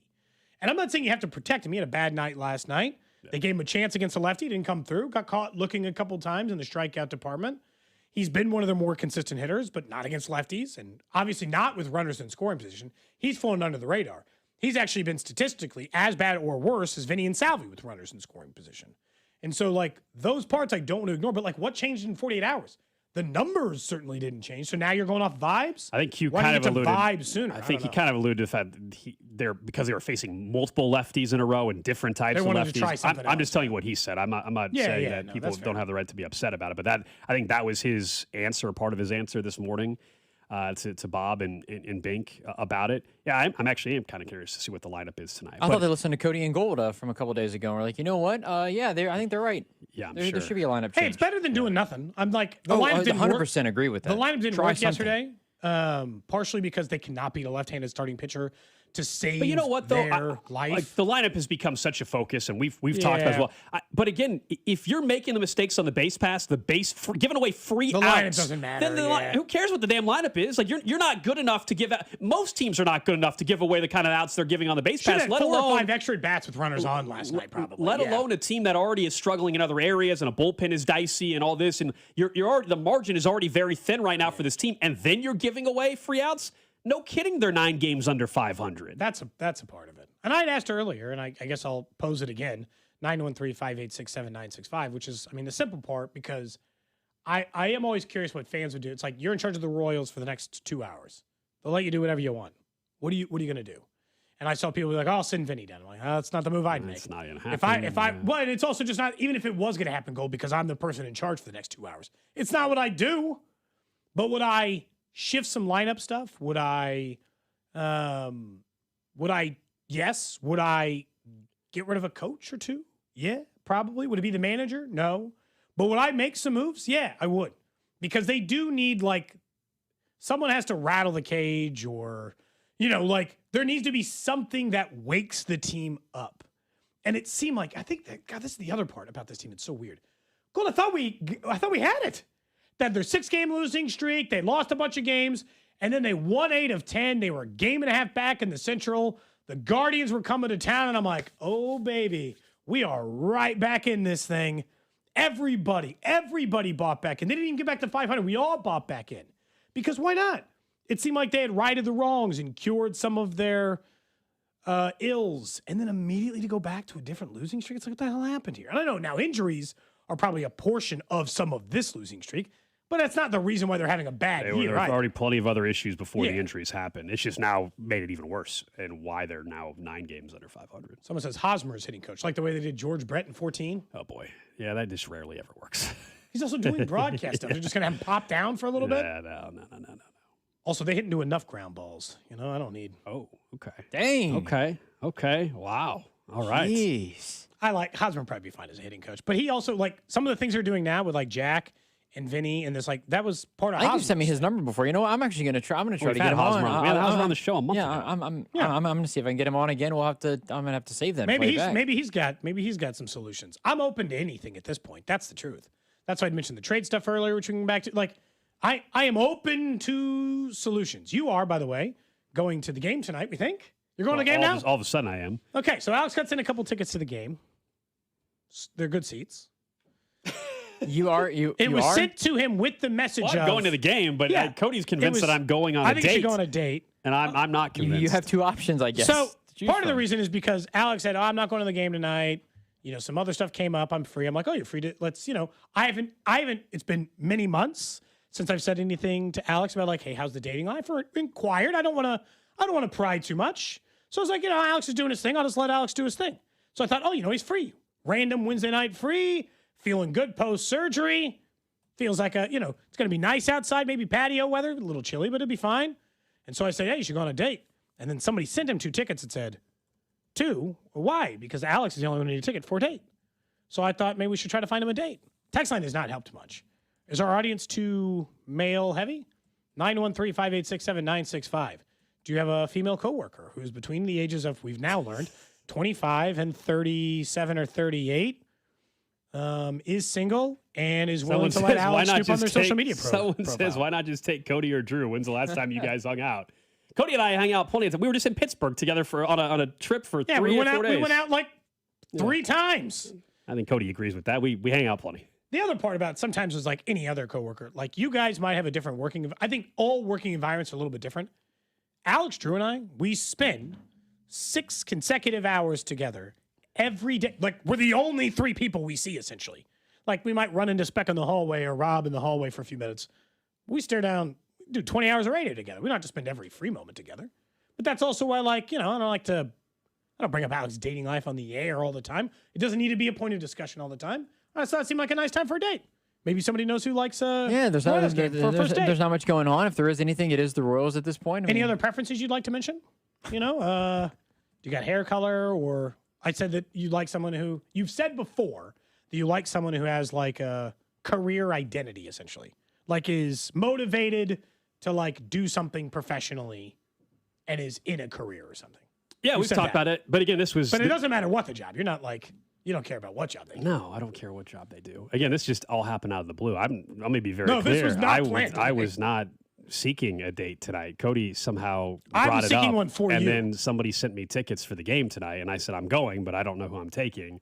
And that's where we're at. So I'm looking to suggestions. You can also hit me up on social media, Cody B. Tap. You got ideas? I'm open to get ideas. a random text at 3 o'clock when People we get back home. People are texting in names of people around town now. Oh, my. Okay. Yeah. All right. A number of suggestions. Yeah. Let's get somebody outside the media sphere. Yeah. It could be other people. Someone says my girlfriend isn't single, so I can't help you there. Someone says, would you have a problem if they did OnlyFans but make over $100K a year for a date? Sure. Yeah, I mean, date. There's no harm. You just have a date, and if you can look past a lot if you really like somebody. Anyway, you can look past different stuff. It all depends, and maybe that's not a problem depending on the person. This puts me in a terrible spot as well, because then I feel like I'm an a-hole. Cody's going to ask a question at 12:40 if he's an a-hole during random question of the day. This makes you feel bad because you've set some parameters. Well, parameters, but also like if somebody sends me a message, which has already happened from multiple people, and I feel like a complete jerk if I am not interested in going on said date. Am I the a-hole? It can only be one person anyway. Everybody can't. And we tried to do the dating game. We tried to do a dating game, The but corporate was worried about liability. This would just have to be someone to take Carrington agreeing to do it. Might try to kiss you on the kiss game. Oh, though. You can't risk it. Oh, Get denied again. Oh gosh. Okay. Lots of people offering. A lot of men offering to go to the game. Someone said Sophie Cunningham. There you go, Gold. Sophie Cunningham. Yeah, sure. I'll get right on that. There you go. Yeah. She in town? Wow. Why did text you? to Caitlin Sophie, Clark are you and listening? see if Why she can did hook you I up. think of that? Yeah. Absolutely. Sure. Let's get right on that. I'm sure she knows who I am and will gladly go on a date with me tonight. She in town? No, if WNBA season is underway. If Kansas City had a WNBA team, then possibly. Didn't she just get wasn't there 2 days ago? Wasn't there some backlash for the way her and Caitlin Clark were acting on a sideline or something? Oh, I don't know. It feels like there's always something. Oh boy, with the feeder. Text line. You know what I will say realized? there's a huge majority of there's a my lot daughter is single. Well, majority of our audience, spoiler, is men. So there's a lot of dads texting in on behalf of their daughters. Honestly, good for them. Looking out. They think you're a good guy. I mean, I appreciate that. I think I am. But the text line is the people pretty who you wild were right suggesting from the text line have already been mentioned 5 times. You gotta, yeah. Someone says to get someone with 5 kids. No. Needs a sugar daddy. Well, would you consider yourself that? I don't think so, Gold. No, Drew. I'd never stop making fun of you if you ever refer Come to yourself on. as a sugar daddy. Couple things for that. Number one, I would like to think I'm not old enough. Okay, thank you very much. That's why I said Number that. 2, I don't think I make enough money to be considered that. I'm sure as hell not just buying people a bunch of random stuff for the hell of it. So no, I don't fit in that category. Low expenses though, single guy, no kids. That keeps your expense count down a little. It does. Until makes it for the flight cost, Yeah. You don't think what's the bare minimum a sugar daddy has to make? I don't know. What's the floor on that? That's got to be at least. Oh, you have a number in mind, Drew. No, I'm just throwing. No, I don't have a number in mind. I'm just out here spitballing. I would say, I don't know. You got to make at least 200,000, probably.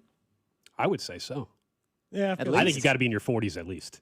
I think you have to be in your. That is the main part of it. Probably 50s, but I think 40s at least. That is the main part of it. Yes. Yeah, I have no interest in doing that. Thank you. Someone said, "How good are the seats?" Diamond Club. They're nice, very nice seats tonight. Yeah. Does that depend on whether or not you're willing to go on the date? Like the quality of the seat? They're good seats. Yeah, You know? very good seats. I will say you are right. That is a long first date. 2.5 hours without ever talking. Now, there's plenty to talk about because you don't know anything about. But 2.5 hours, if it doesn't click right away, it's an awkward 2.5 hours. I'll tell you that. Might be able to get through the awkward part. Also, it turns out even though the tickets I got, it can still end up being an expensive date too because like I'm gonna end up buying the concession stuff throughout the entire night. It's gonna be expensive drinks. We're gonna have a couple drinks. It's gonna end up being a more expensive first date than you think, even if the tickets are covered. Cody. If you just hopped on I don't know how the dating apps work because I've never been on them. That's wild to me. Cody's so old that he's never been on a dating app in his life. Nope, they didn't even exist when I got That's together with crazy. my wife. Good for you. Oh, honestly, yeah. It's Honestly. great. Yeah, Honestly, legitimately. Yeah. Great. No complaints. If you hopped on Bumble, whatever, you hopped on right now. Yeah. You popped on there and you said, Yeah. looking for a date for the Royals game tonight. I got Diamond Club seats. I imagine that could get knocked out in the next 5 hours. Yeah, again, as we've established, the issue, like, if I want to go on a date with somebody tonight, this is going to sound very arrogant. If I want to go on a date, I can go on a date with somebody tonight. I thought we just try a different field. The dating apps haven't exactly, they haven't worked out yet in the long-term department. Yeah. So maybe some guy's daughter off the text line. Someone said they're homeschool 16 years old. How do they go about getting a girlfriend? What? From the 785. Right here. What? I don't know. Just ask someone at your school. Yeah. Oh, we're homeschooled. They're homeschooled. Well, I'm a homeschooled 16-year-old. I don't know. How do I go about getting a girlfriend? Can't be on the apps. Boy, I don't feel like I'm any help there. I mean, the school part is what makes dating easy at 16. Correct. Yeah. Is anybody in your neighborhood? I have no idea. I have no idea. Yeah. I mean, I guess go to some popular teen hangout spots and shoot your shot. Yeah. Okay. It's about the best I got. All right. Going to Dave and Buster's and just walking around perusing the. Hey, can't ask for help. I'm just trying to help. I don't know. I know. That'd be my best. That'd be my best. My best suggestion. Maybe we can ask Vern. We'll ask Vern. We'll also revisit this later on. Up next, we'll talk to Vern about the Royals, their continued struggles. Plus, Cody's got a random question of the day where he already asked us the question. We just don't know the details yet. This is Cody and Gold on your home for Kansas City sports. 96.5, The Fan.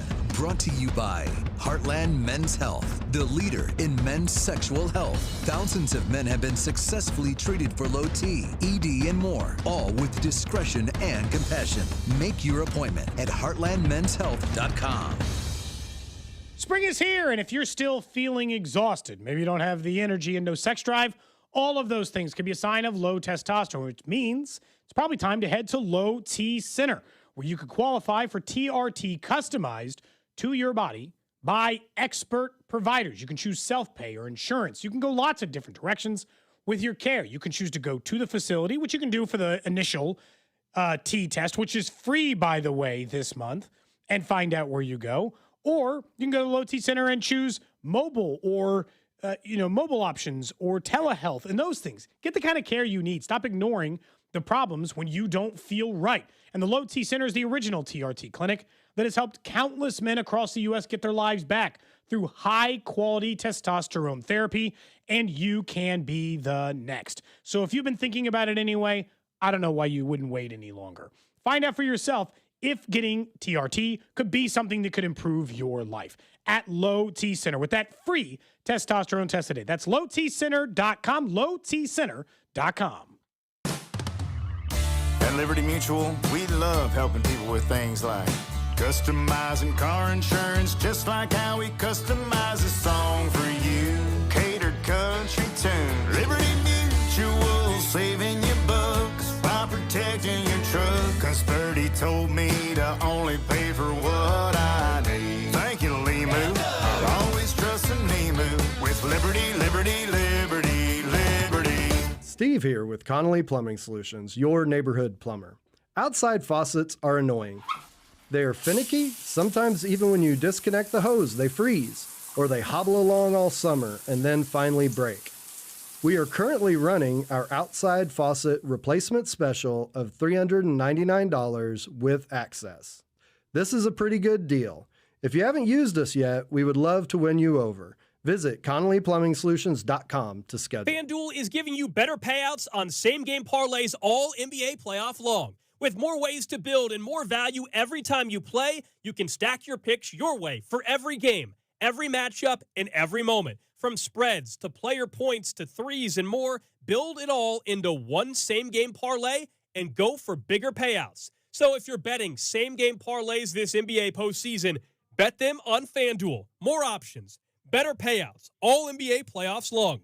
Head to FanDuel.com/local to get started. That's FanDuel.com/local. FanDuel puts player research right at your fingertips so you can check stats, trends, and matchups all in one place and make your picks with confidence. It's everything you need all in one app. So don't miss your shot. Head to FanDuel.com/local and bet your same-game parlays. FanDuel, an official partner of the NBA. Play your game. FanDuel Sportsbook is the official sportsbook of 96.5 The Fan. 21 in President, Missouri. Gambling problem? Call 1-800-GAMBLER. This is the story of the one.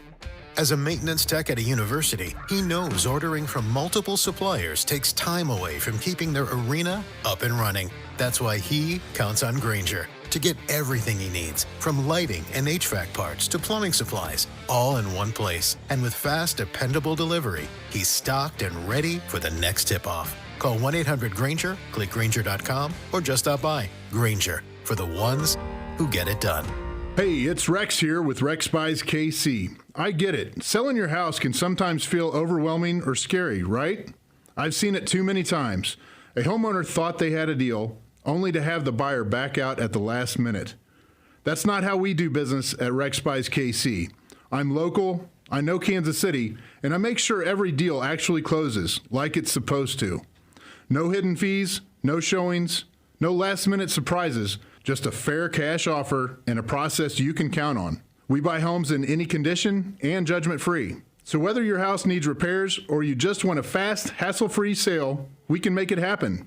If you want certainty, transparency, and someone local who actually delivers, call 816-330-6000 or visit rexbuyskc.com. Rex Buys KC, helping people make smart choices one home at a time. 816-330-6000 or rexbuyskc.com. This is the story of the one. As a maintenance tech at a university, he knows ordering from multiple suppliers takes time away from keeping their arena up and running. That's why he counts on Grainger to get everything he needs, from lighting and HVAC parts to plumbing supplies, all in one place. And with fast, dependable delivery, he's stocked and ready for the next tip-off. Call 1-800-GRAINGER, click Grainger.com, or just stop by. Grainger, for the ones who get it done.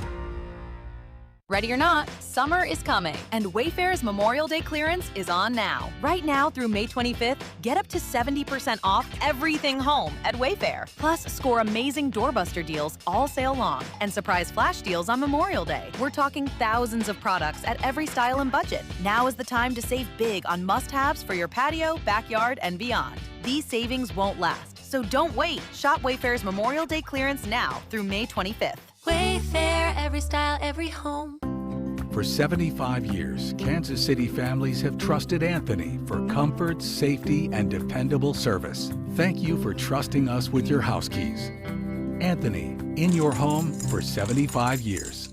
You're listening to 96.5 The Fan from the DM Injury Law Studios. Mike's got this. Car, truck, or motorcycle wreck? Remember, Mike's got this. 816-888-7500. Mike's got this.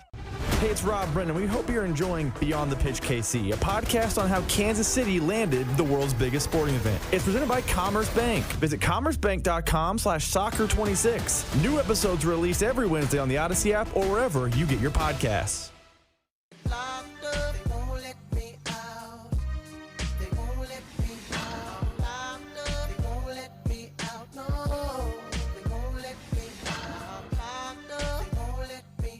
Great song. I know why he's playing it, but it's still a great song. Still looking for Date for Alex tonight. Well, we got some options. We got 8 different offers out there, but I think a lot of it is Somebody people on suggested behalf a of other fitness people. influencer, but I don't know how to get a hold of her for you, man. I'm sorry. Well, that doesn't count. Just naming off random people. She's from KC. No, but unless you know the person, just telling me a name of someone, oh, you should try to go on a date with this person is not offering up a date for tonight. I also have social media and know who might look hot on Instagram. Doesn't mean that the date is happening.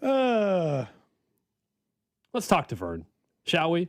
Our Royals insider, He Josh found love Vern. on this station. Vern did enjoying this. Vern did find love. I mean, we enjoy your post game callers as well, Vern. I don't know. Yeah. Anybody fire up a cigarette last night and call into your show? No, but they did knock a few back and then call in. That does happen quite a bit. Yeah, I've heard that just a little bit. What do you think? So did you catch the background on this earlier today? We were talking Royals baseball, and Cody was saying, "Oh, you're going to the game tonight, aren't you?" And I said, "Well, I was." And the people I were going with, anyway, the tickets fell through, and so I wasn't going. And then Cody said, "Well, so you're free for a date tonight?" And I go, I guess. And then somebody sent me a pair of good tickets to the game tonight all of a sudden and said I should use that for a date. And so that's why we are where we are at as a show. Do you think a baseball game is a good first date? Yeah, I'm trying to think of how that would go. Certainly expensive. It's an expensive first date. If the person you're going on a date with has interest in baseball or knows the game, I think it's a home run date. No pun intended. That was pretty whack, but yeah. If they're completely oblivious to baseball, they don't care, they're going to be staring at their phone the entire time. No, that's just going to feel awkward for like 2.5 hours. That's the thing, is the length of a baseball game. Yeah. Like a 2.5 hour baseball game could be problematic. But if they enjoy, a cocktail, a margarita or whatever they're serving out there, yeah, and can enjoy. It is kind of chilly too tonight, so that's true. I'm probably maybe you bring the blanket, go high school on them. Yeah, only just a single blanket, like I brought this in case we get cold. That's a good plan. We don't have Vern. any gloves, so you got to put your hands under the blanket. All I'm saying is the person who sent him the ticket said, "For you and a date." Like, so they were essentially just insinuating or offering the opportunity for Alex to go on a date tonight at the K. Yeah, I think I've been on a date with Bink, though, so I mean, he'll tag along if you just want company. Yeah, that's true. Binkley definitely will. And look, right now, Vern, it's another left-handed starter for the Royals. I'm curious what you think about this part of it, which is, and I'm not saying that they are in this position. It's more than fair as a fan, or if you were in charge of the team, of saying to the players, prove that you are worth further investment than the investment we've already done.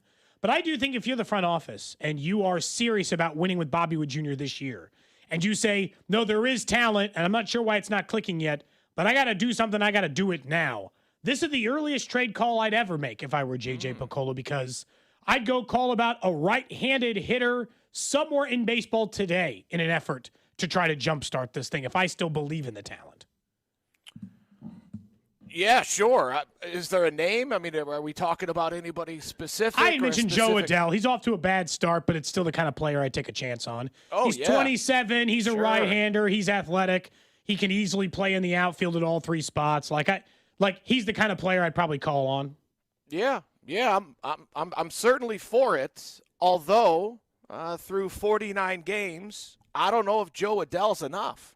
Yeah. Right? I mean, maybe if a Cole bullpen Reagans is too. banged up and Bubic is banged up and Strom and Estevez are banged up and you're running into outs, and I don't think it's an easy fix. It could be if the guys we've been waiting a month and a half on turn it around. Yeah, then Joe Adell would be enough, because, coming into the season, you tell me we got this team and then you throw in Joe Adell.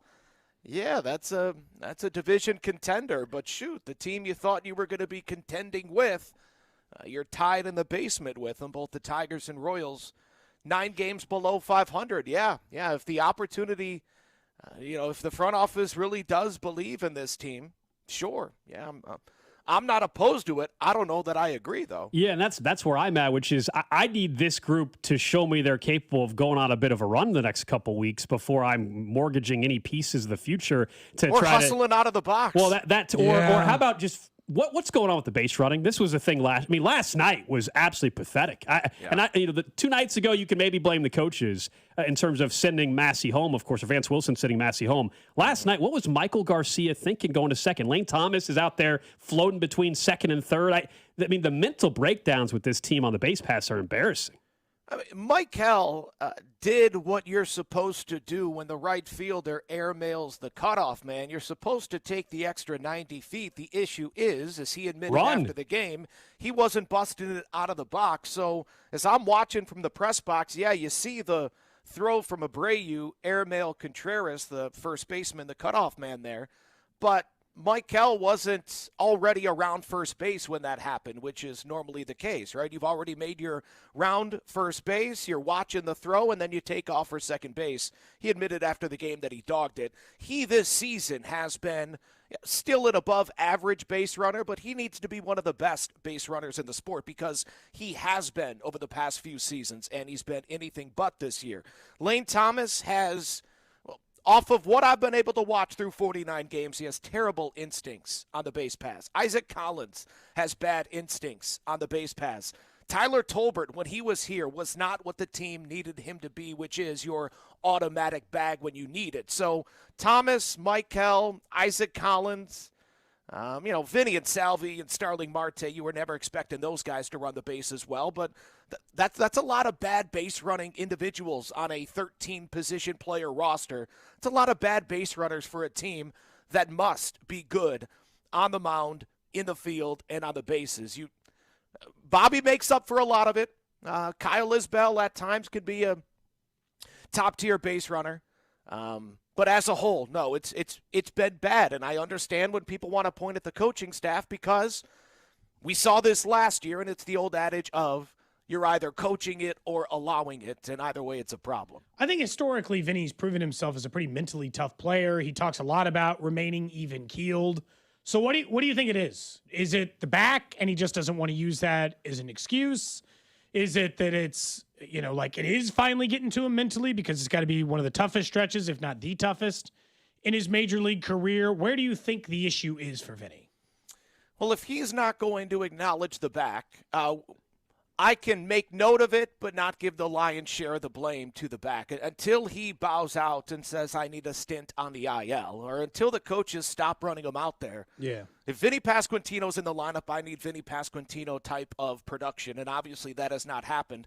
And you watch some of his at-bats, and some of the ugliest swings you're going to see from a really good hitter, which means, to me, he's thinking way too much. He is in his own head. You see him get handcuffed at first base the other night. He's been a much improved first baseman. So now that it's, in my opinion, leaking into his defense, he's spiking the helmet last night in frustration you don't normally see from the Pasquatch. I wouldn't be surprised to see him get tonight off. You know what? And I think Q got asked about it, I think this morning, and said, do you ever think about a night off? Knowing they get Thursday off too, and it's a left-hander, I guess I wouldn't be surprised either. It just feels like that's why I was calling for a Bull Durham style rainout last night, Vern. I was like, they could just use a day away from the park. Like maybe Thursday would just do you some favors in getting away from it. But that's also, do you think something's going to happen on Thursday? Has it gotten bad enough now that you're waiting for the Royals have let go blank coach, or the Royals have moved, are you waiting for the shoe to drop, I guess, for somebody? The shoe that I'm waiting to drop is Vinny not being in there against a lefty, and it's not just a mental break. It's you stink against lefties this season, and Cags is better. So let's give him the opportunity and right. Maybe Salvi at first base. Maybe Elias Diaz gets the nod behind the dish. We'll see. The change to me is less about winning that night's game and more about developing. And I don't think they're there yet to where it doesn't matter what the matchup is. We're going to run out Carter and Cags against every single lefty. Last night, the first time we've seen them in the lineup together against a southpaw. Wouldn't be surprised if, I guess I would be surprised if they're both in there again tonight. But as far as a coach losing his job, to me that'd be whack because it's JJ. Okay, you want to fire one of your coaches? All right. Well, to me, that just makes him look even worse because I don't know. Just watching how these coaches work, and again, it's Salvi, it's Vinny, it's Estevez, it's Strom, it's Reagans, it's Lugo, it's Bubic, it's former All-Stars and guys that we weren't all that – okay, so there was worry about Seth Lugo coming into the season, but most of the guys that have underperformed, we weren't sounding the alarm coming into the season. Nobody was. Locally, nationally. Right. I mean, Vinny Pasquantino was just named one of the 100 best players in the sport by MLB Network. So to think that, a hitting coach has ruined Salvi, or a hitting coach that helped guide, and he didn't really help guide Vinny to 25 and 100 over the past 2 years, but he was the hitting coach, and to think that he's now the reason why Vinny stinks.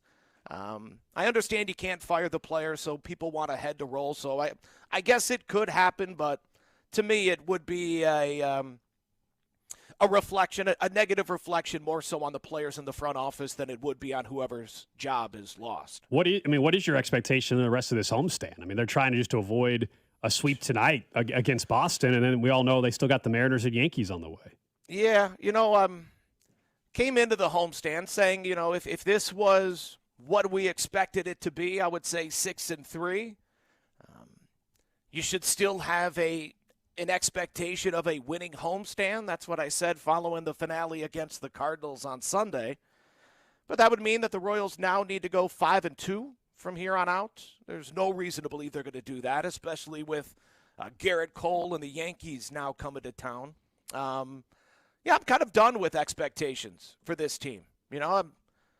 I don't know how you can sit there and expect anything because outside of Bobby, Waka, Lucas Erceg lately, Izzy's defense, what can you rely on with this team? So, no, I hope they look like a good baseball team. I hope they don't shoot themselves in the foot and deserve to lose the way they have way too often this season. If you lose, that's fine. It's baseball, but it's way too often, man, you deserve to lose. So my expectation is they're going to lose some games they deserve to lose and maybe fall ass backwards into a few wins.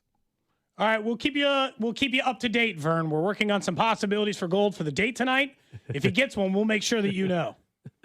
He can get a date whenever he wants to get a date. Thank you, Vern. He just sticks his head out the window and they come running. That's exactly how it works. Thank you, Vern. Thank you. Get off the phone line. I shouldn't have even done that to Vern today. That was a nice comment. That was a nice, I was about to say, paid you a compliment on the way out the door. Very nice comment from Josh Vern here. No, I'm messaging someone back that said about what could be a fun experience tonight. It would be a unique one. Yeah, so we'll see if it goes anywhere. I am responding to somebody on the text line. So we'll see. So, we'll see. We're working some angles.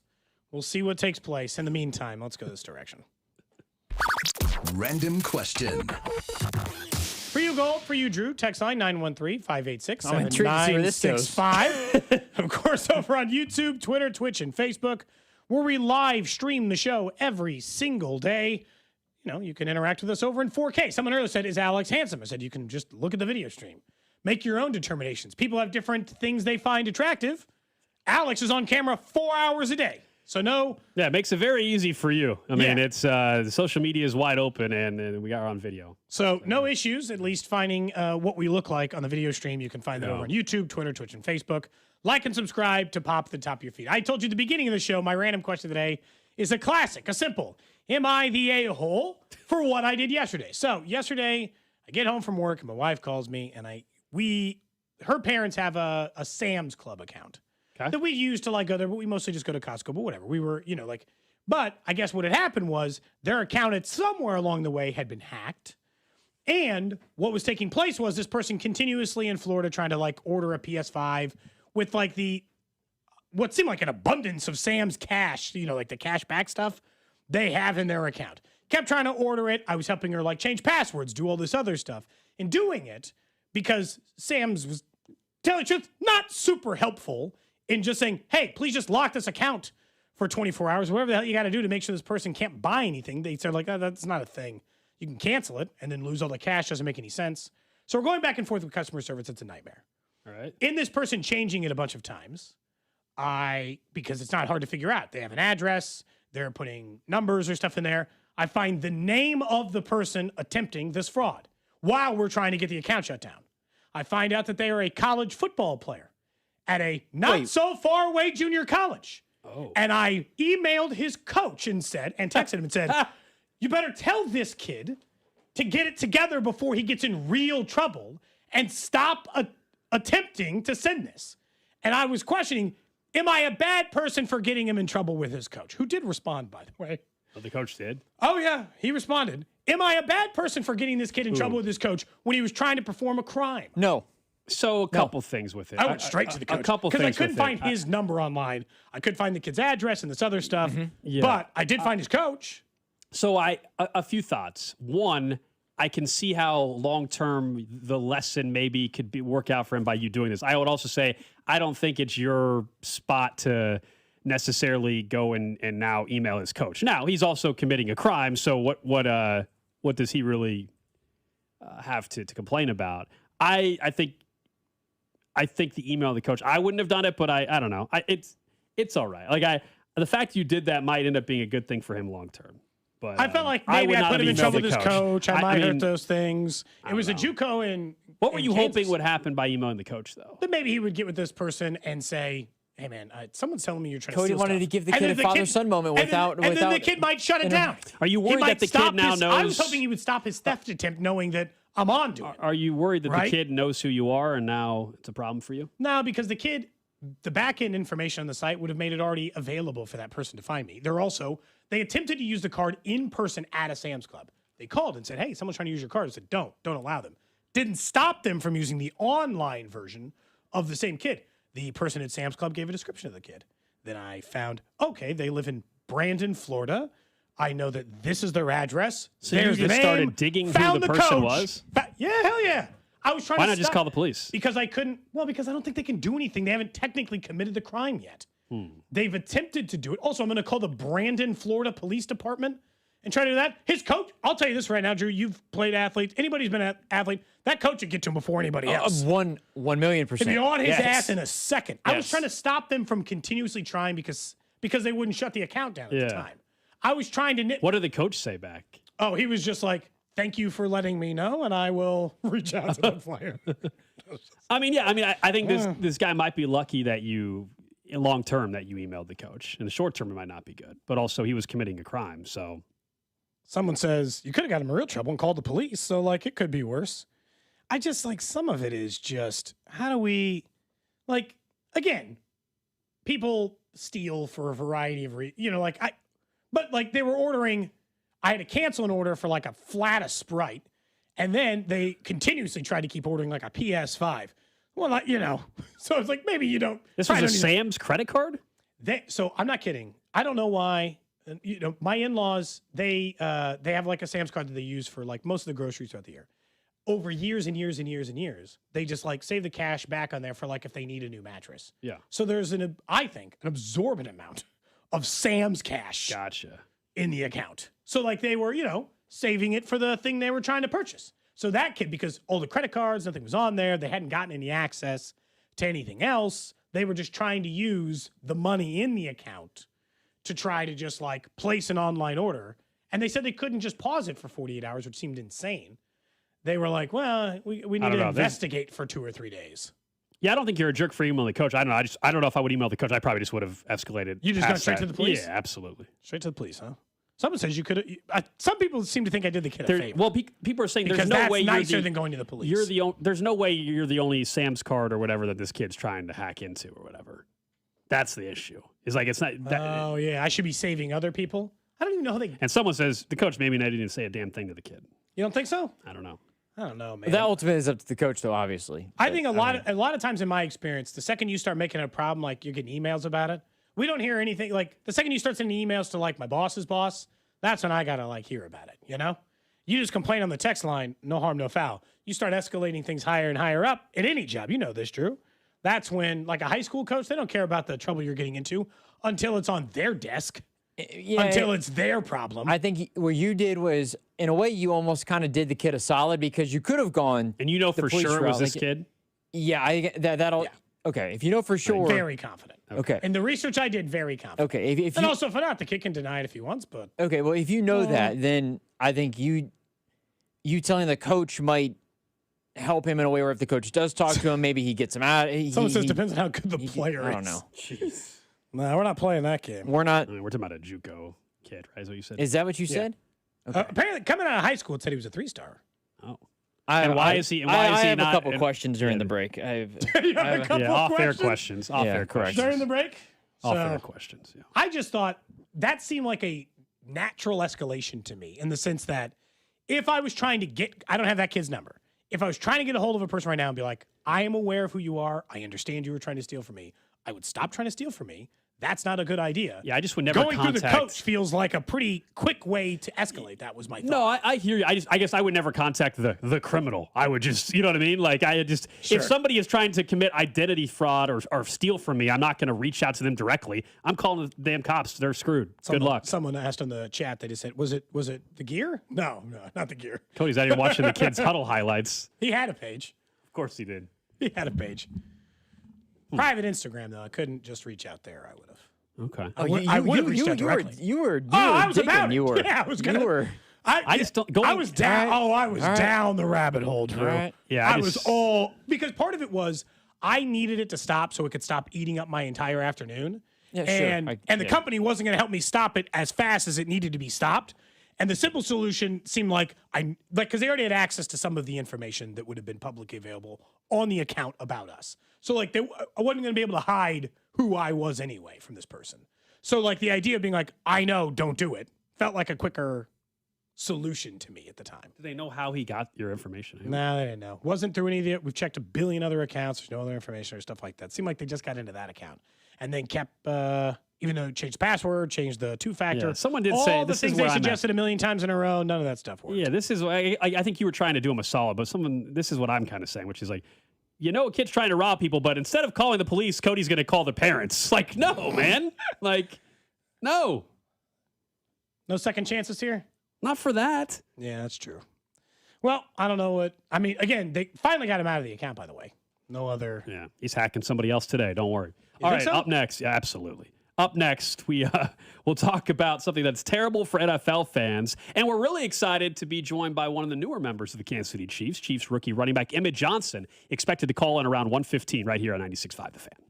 What's up, Kansas City? This is Cole Reagans, and you're listening to Cody and Gold, weekdays starting at 10 on 96.5 The Fan. Brought to you by Heartland Men's Health, the leader in men's sexual health. Thousands of men have been successfully treated for low T, ED, and more, all with discretion and compassion. Make your appointment at heartlandmenshealth.com.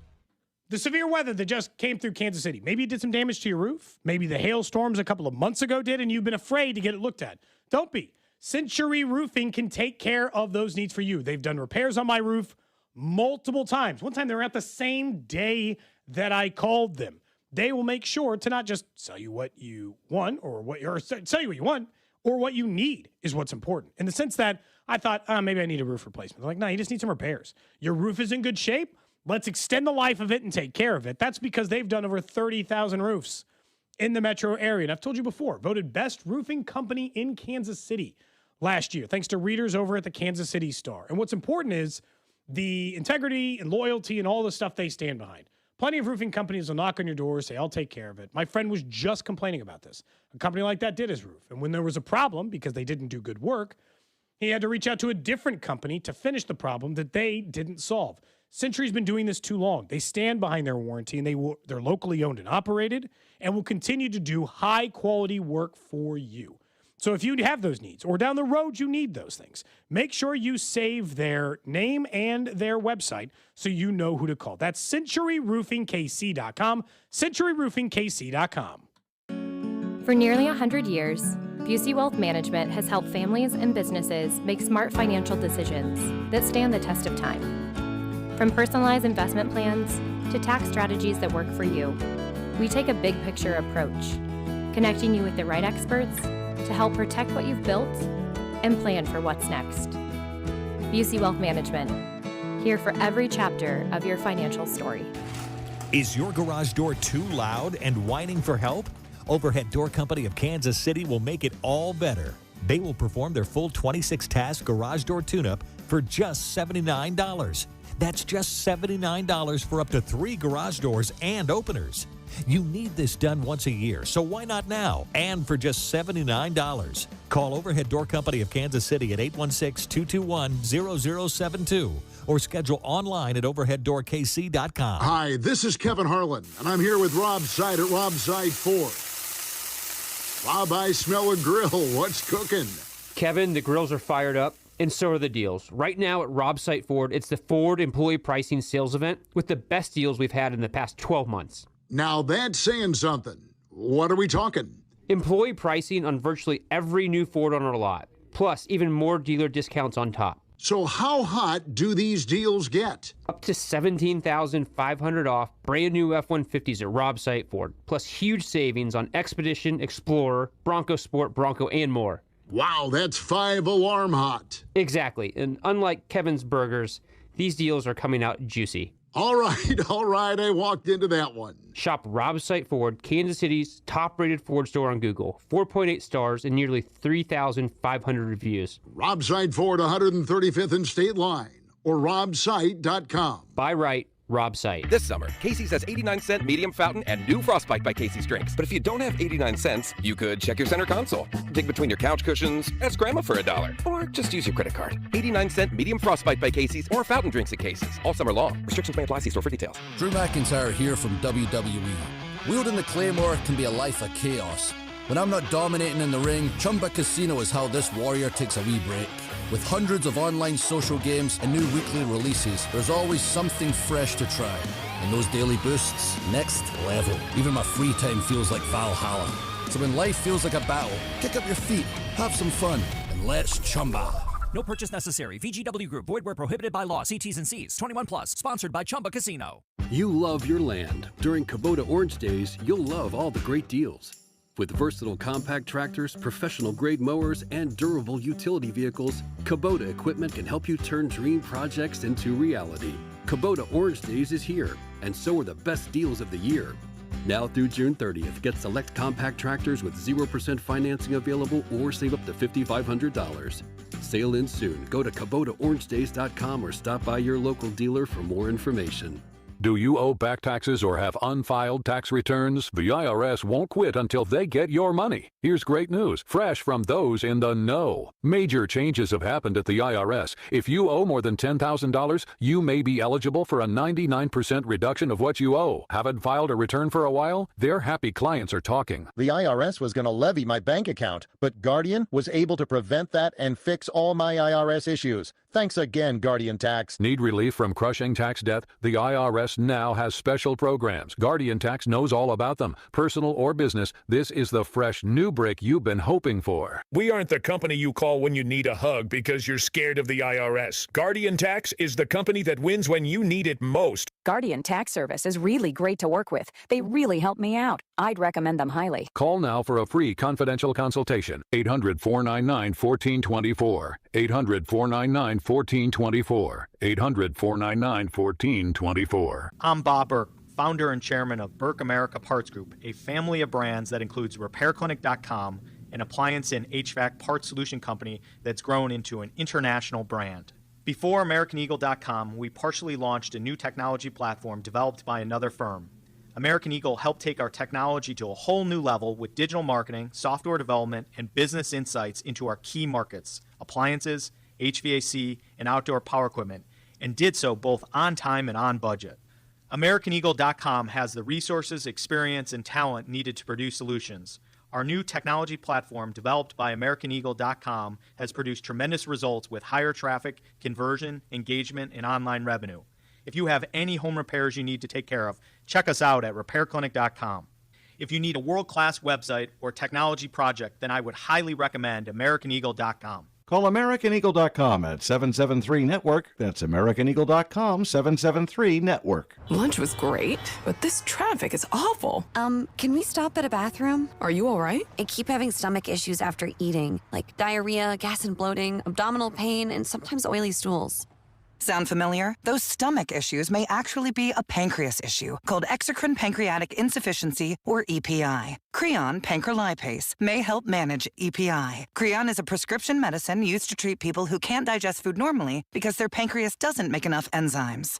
Creon may increase your chance of fibrosing colonopathy, a rare bowel disorder. Tell your doctor if you have a history of intestinal blockage or scarring or thickening of your bowel wall, if you are allergic to pork, or if you have gout, kidney problems, or worsening of painful swollen joints. Call your doctor if you have any unusual or severe gastrointestinal symptoms or allergic reactions. Take Creon as directed by your doctor and always with food. Do not chew capsules as this may cause mouth irritation. Other side effects may include blood sugar changes, gas, dizziness, sore throat, and cough. These are not all the side effects of Creon. Call 800-633-9110 or visit creoninfo.com to learn more. That's CREONinfo.com. I'm asking my doctor about EPI and if Creon could help. The 5th annual Cody and Gold Garage Sale is back Wednesday, June 10th, with all auction items benefiting the Negro Leagues Baseball Museum. This is your home for Kansas City sports. 96.5 The Fan, KFNC FM and AM, HD1 and HD2 Kansas City, in Odyssey Sports Station.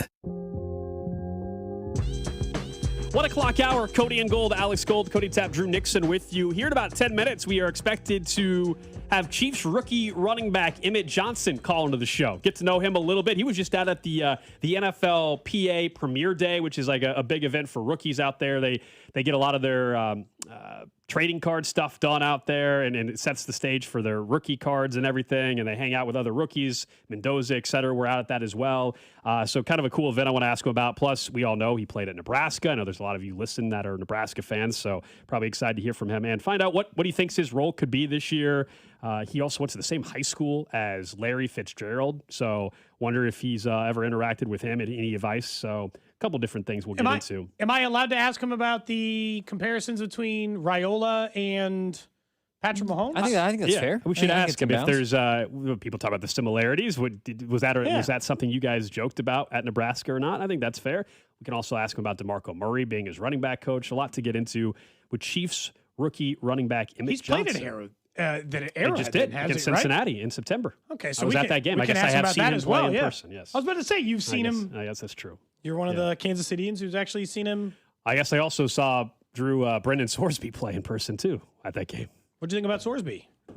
I didn't know he was betting on games while I was watching him play. That's for sure. He wasn't playing, I guess, at the time. That was the difference. Wait, was Sorsby? No, Sorsby was the quarterback at Cincinnati last year. Yeah, he wasn't betting last year, as far as we know. Well, I mean, there were the reports. If he's going to treatment for gambling addiction, something tells me he did not bet last year.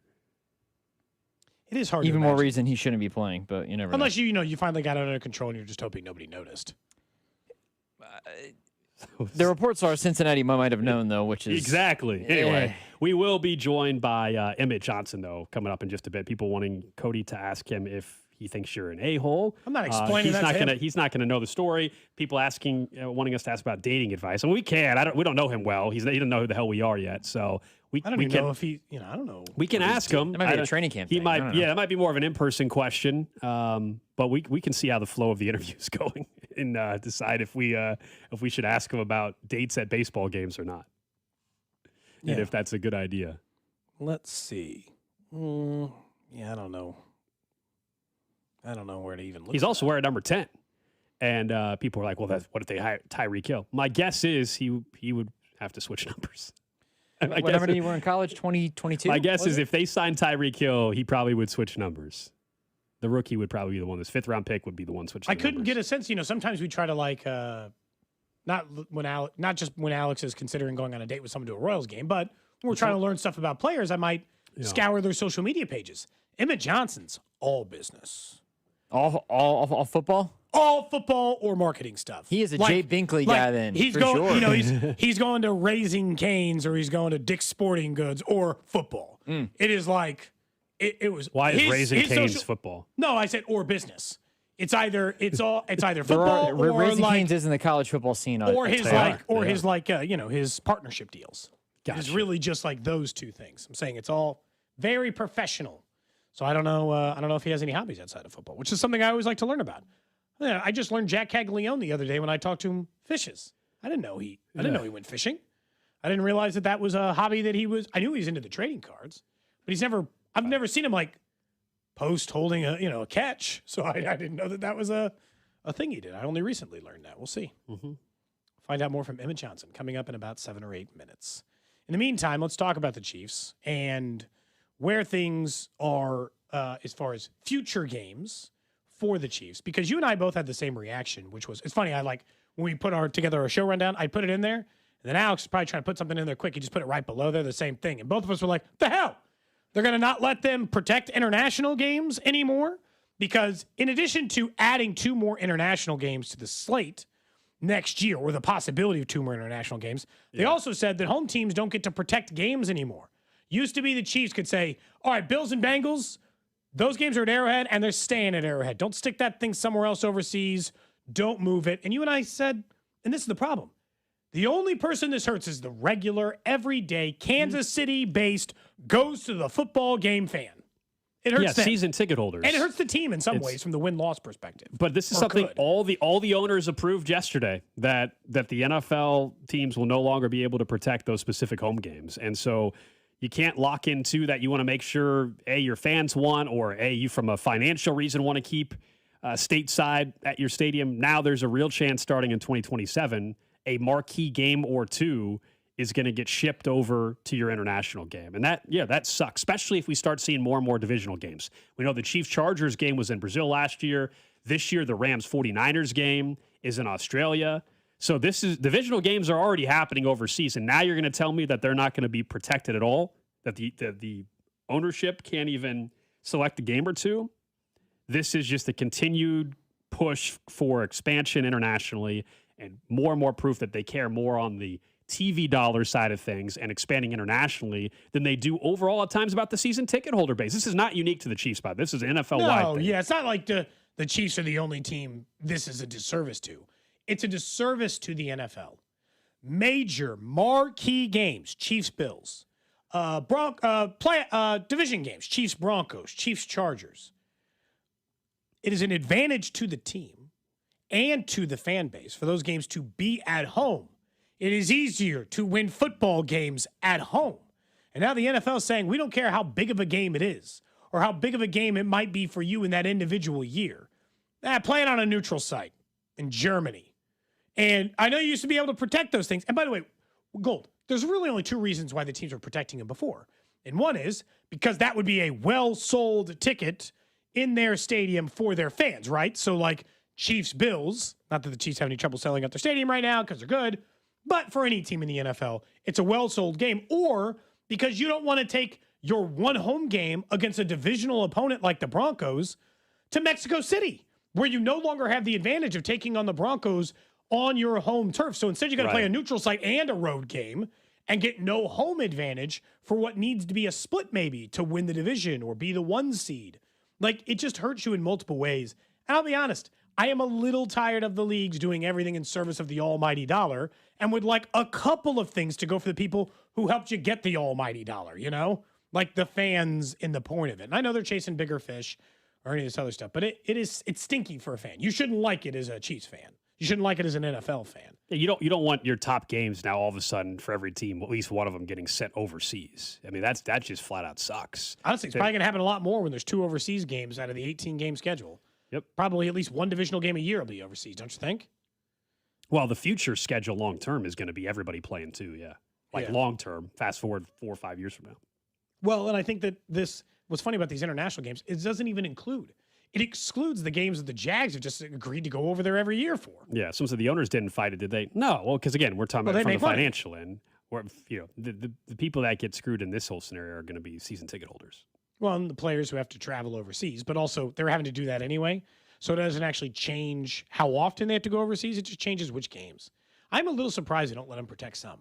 They let the TV partners protect some. They let this other stuff, but you won't let me protect a home game for people? I don't understand why not. I think someone on the text line is probably correct. This doesn't mean it's right, but they might be correct on the scheduling. At some point, though, if you're going to keep adding more international games, you can't have these hurdles because and block off games because you're going to have like a scheduling there's only you have to from a scheduling purpose. You almost have created it now where if you're going to have so many international games, you're going to have to send some of the marquee games over there. Is this because do you think that the international markets won't buy jets Browns forever? I've always Is wondered what that. this I've is always about? said they should just send the crappy games over there, but they clearly want to show the best product possible. Because I've always thought that. I've always said just move the entire preseason overseas. Yeah. You know, but I don't think they would sell out. Chiefs have a weirdo preseason, as you pointed out in their schedule anyway. They face two of the teams on their regular season schedule Yes. in the preseason. Yeah, they play the Rams at Arrowhead in the preseason. They play the Rams in LA during the regular season. Why does the NFL care about that, though? Because when you look in the stands for these games in London,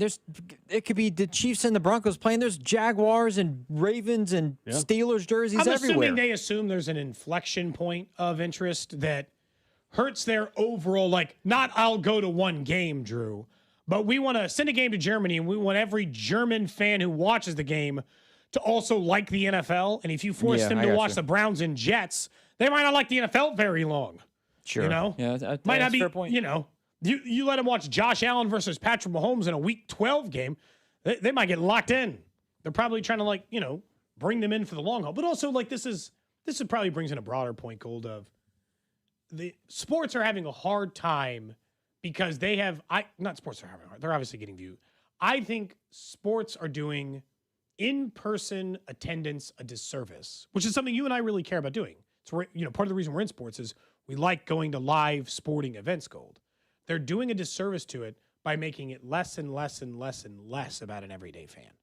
We already know that stadiums, like, we'll do it with 25,000 seats and 16 super fancy dugout boxes for corporations. Like, we already know that they've been doing that, but it feels like it's just getting harder, doesn't it? Like, the new Chiefs Stadium will be smaller. The new Royal Stadium will be smaller in service of fancier areas for less fans. They don't care about how many people are at the game. They just care about what makes the most money on the game. And that's what's happening with the international one. It kind of stinks that it's going that way. Just takes away the everyday going to a game experience. That's all. I say that as you're going to sit Diamond Club tonight with nice seats. But those aren't suites. Oh, stop. Like, they're very nice seats. Stop acting. You're acting like I'm sitting in Crown Club tonight. What's a Diamond Club? I don't know, 100 and something. That'd be a wild ticket to give to a first date. Crown Club Club would be insane. Crown Club would be insane. I mean, that's... No, Diamond Club seats That's setting a standard you just Diamond can't Club possibly seats are keep up, very, right? very nice. No, I enjoy sitting there. Like, if I just wanted to go to Diamond Club tonight, what's the ticket price? My guess is $170, 125 cheapest maybe. I don't know. Again, we are awaiting Emmett Johnson, Chiefs rookie running back, expected to call on the show here in the next minute or so to join us, talk about so far his offseason post-draft. He was just out in, I think it was L.A. maybe, but I know for the NFLPA Premier Day is a big 3-day event they do with all the rookies out there. Him and Garrett Nussmeier were the two people sent For the Chiefs, yeah. Yep, and Fernando Mendoza was out there, Carnell Tate, a lot of the top picks because it's a big marketing week. They do it with Fanatics, does a big thing. They also sign a lot of their rookie trading cards. They take photos. They do a bunch of marketing opportunities with other NFL partners. It's kind of just like a 3-day seminar to help them learn more about the marketing side of the stuff. Interesting that Mansour Delane wasn't. Yeah, I don't know how it's chosen, if it's players. I my guess is some players just opt out of it. Yeah, probably. There were 40 players or so there. We can ask. There were no Colts Emmett and no Johnson. Bengals players there, and I thought it was a first-round pick thing, but apparently it's not. I'm guessing some players just opt out. They got other things going on or deals with certain companies or whatever. They might just ask him, like, hey, is this something you'd be interested in doing? And they answer whether or not we'll do it. From the 785, when we guys do the next Cinch Line tomorrow. Yep. I have it penciled Cinch in for Line tomorrow. Thursday. It'll be Cinch Line So depending Thursday. on what you got. Who You knows? got something juicy? Who knows? I'm saying If you go on a date sounds tonight, like- well, then we're people are gonna people are gonna make up stuff now about the game tonight. How's the lead you were looking at on the text I line? haven't heard back. Oh, okay. Yeah. I was about to say, how's that looking? Worst comes to worst, I'm just gonna text a buddy or something and go. Yeah, no, I get it. That's what's gonna happen. I just thought we should explore some other options. That's all. Yeah. There's we had the world of possibilities at our disposal. We've made a lot of things happen on this show before. I thought maybe we could make. We have. Oh, there was. I mean, I haven't responded to others. I mean, yeah, there's. Can't respond to everybody. Nope. It was. I will say it was a disproportionately high number of.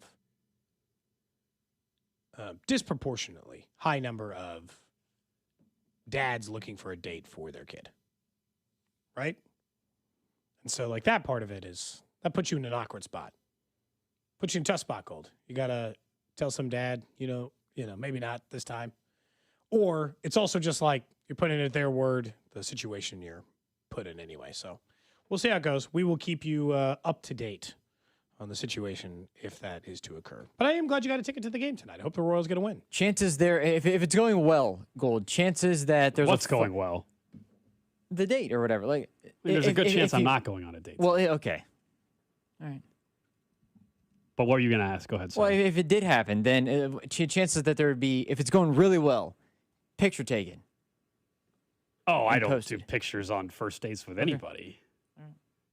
But you want me to take a photo with the person I'm going on a first date with? I gotta say I've never done that. I don't know if there's a single first date that I have taken a photo of the two of us together. Ever. I asked, am I the? Have you? No, I don't think so. Am I the a-hole? I'd asked that earlier. How out of line would it be? Alex goes on this date. Let's just say he goes on a date tonight. He's with a girl. I know that. I know people who do in-stadium game day stuff. How messed up would it be to call in a favor to get him on the Kiss game? Oh, hell. That would be outstanding. How out of pocket would that be? That would be outstanding. Oh, no. Just putting you in the worst. I might destroy you the next day. Because it's like, I don't think it'd be that hard of a favor to even call in. Yeah. I think it'd take me like maybe 2 text messages. People are agreeing with me that the true suggestion of a photo on the first date is weird. No, you can't be like, hey, can I take a photo to send my boys? What are you going to say? Legitimately, I have never taken a photo on a first date in my life. Well, where are you posting that photo? On a first date? Well, that's what I'm saying. You're posting on Instagram? No. On a first date with whoever? That's crazy. Yeah, no way. No way. That's inviting trouble. Inviting. Well, it's not. I don't think that person. I don't think she would the want only that. exception It's not you good would for make anybody. is if you dated someone that, like, if he was joking her about Sophie Cunningham. Oh, hell yeah! Gold's absolutely taking the photo on the first date. If it's a date that you know is never going to lead to another date, but she's a famous, celebrity or model or whatever, then hell yeah, I want to get my proof that I went on the date. Absolutely, absolutely. If you're not taking the photo, you're going to be like someone ahead of you. I just need that. Snap a quick photo Selfishly, that's just you need that for like some clout for future purposes. That's true. Yeah. Just to prove. Yeah. Just to prove. Oh, but not with just a random first date. It would be I don't know, it just feels like it'd be a weird request. Like it'd be a weird thing to be like, what would be the impetus behind why you're taking the photo, I guess. Like, I don't even know what you would pitch in that case. So I guess just avoid that. And keep that on the down low, at least for now. It wouldn't be not Gold saying it. Like if she's like, hey, you want to there's a greater chance you know what I'm saying? that it does result in some pleasure. Look, if Alex is on a first date and it's going well and she's like, hey, do you want to take a picture? I'm going to guess he'd take the picture. But if she asked me to take a photo, of course I would say yes. That's what I'm saying. It sounded like you were saying for me to take a photo. Would you post it? No. If it's going really well and she's like, hey, do you want to take a selfie? That I'm not saying you offer it. Yeah, no, Drew. No, that's... I was just asking. That's a dangerous game. All right. That's a very dangerous game. Hopefully we'll hear from Emmett Johnson. Let's get an early break in, just in case we get him on the tail end of the show here. We are still expected to have Chiefs rookie running back Emmett Johnson call into the show. Perhaps Cody scared him off already. We'll see, based off of what he heard you talking about earlier. I don't know. But up next, we'll get to what's trending, and hopefully Chiefs rookie running back Emmett Johnson joins us. This is Cody and Gold on your new home for Chiefs football. 96.5, The Fan. Brought to you by Heartland Men's Health, the leader in men's sexual health. Thousands of men have been successfully treated for low T, ED, and more, all with discretion and compassion. Make your appointment at heartlandmenshealth.com. My home's my happy place, but I started to notice those fading colors and peeling paint. I needed a team that cared about the details as much as I do. The CertaPro painters exceeded my expectations. Their free estimate was incredibly detailed and easy to understand. They brought fresh color and quality craftsmanship to our home. Whether it's interior or exterior, protect your home with the best. Schedule your free estimate at CertaPro.com. That's Certa with a C. Each CertaPro painter's business is independently owned and operated. It is out of here. Man, if your stream isn't as strong as it used to be, or you're taking more breaks to the bathroom than the 7th inning stretch of a televised baseball game, we'll be back after this. It's time to get checked. An enlarged prostate or BPH could be the cause, and Kansas City Urology Care is here to help. Fast answers, trusted care. Don't wait. Come see Kansas City's largest, most experienced, and most advanced urology team. Visit kcuc.com today. At KCUC, you see the best in KC. Spring is here. Now's the time to get your air conditioner ready with a $49 AC tune-up from Hamilton Plumbing, Heating, AC, and Rooter. A tune-up can help save money on your energy bill and prevent expensive breakdowns. As your local home service experts, everything we do is backed by our exceptional service guarantee. Over 40 years experience and more than 8,000 five-star reviews adds up to dependable service from neighbors you trust. Visit callhamilton.com/radio for details, terms, and conditions. It's the first day of the first grade, and she found a new best friend. It's a laid-back Sunday afternoon you wish would never end. The homemade taste of Bluebell and good friends gathered round. The good old days are being made right now. Like our original gold-rimmed Bluebell homemade vanilla, the country's gold standard of ice cream flavors since 1969. Its hand-cranked taste takes you back to simpler times. That's why we put the word home right on the carton. The good old days are being made right now. The good old days are being made right now. Look for Bluebell ice cream at all Hen House markets and select Apple markets. As a paramedic, do you recommend seatbelts? I'm definitely an advocate for seatbelts. Why? When you're in a wreck, the seatbelt immediately will lock you in place and hold you exactly where you are. And if the vehicle rolls, spins, or just sustains a lot of force, you're going to stay right where you are, protected and cushioned. That's how they're designed. But it's my choice if I wear one. You can't make me. It's your decision, but you're going to see me if you decide to not wear your seatbelt, and it might not be a good situation for you. Always buckle up. A message from the Kansas Department of Transportation and your local law enforcement community. I need a little ranch, step to the ranch, come on, meet me at the Introducing the new Chick-fil-A Jalapeno Ranch Club sandwich. With that juicy Chick-fil-A chicken on a buttermilk ranch bun, jalapeno ranch sauce, and pickled jalapenos, it's a little ranch with a lot of kick. The new Chick-fil-A Jalapeno Ranch Club with original spicy or grilled filet. Available for a limited time only. Order ahead on the Chick-fil-A app. Whoa, okay. This one says you get a free phone if you switch. Hey, this one also says you get a free phone if you switch. Yeah, they all do, hon. Huh. The T-Mobile one says their customers had the lowest wireless bills versus the other big guys over the past 5 years. And their latest experience plans have Netflix included, plus a year of Dash Pass by DoorDash. Hang on, let me see that. Oh yeah, we're switching. That's what I'm talking about. Do we clap now, or...? At T-Mobile, get savings that keep stacking up. That's value you can feel every day. And right now, bring your phone to T-Mobile and we'll give you $400 when you switch. Savings based on Harris X billing snapshots from Q3 2021 to Q4 2025 compared to average AT&T and Verizon bills. Comparison excludes discounts, credits, and optional charges. $400 with new account on qualifying line. Unlocked device credit ported 90-plus days with device and carrier. Entirely redemption required. Virtual MasterCard typically takes 14 weeks. No cash access and expires in 6 months. Card issued by Sunrise Banks N.A. Member FDIC. Visit T-Mobile.com. This report is brought to you by Bet365. Winning is everything. With Bet365 early payout, you win even if they lose. Get paid out instantly when your team goes up big, even if they blow the lead later. Bet365. Winning is everything. Gambling problem? Call 1-800-GAMBLER. 21 plus only. Must be physically located in Missouri. You're listening to 96.5 The Fan from the DM Injury Law Studios. Mike's got this. Car, truck, or motorcycle wreck? Remember, Mike's got this. 816-888-7500. Mike's got this.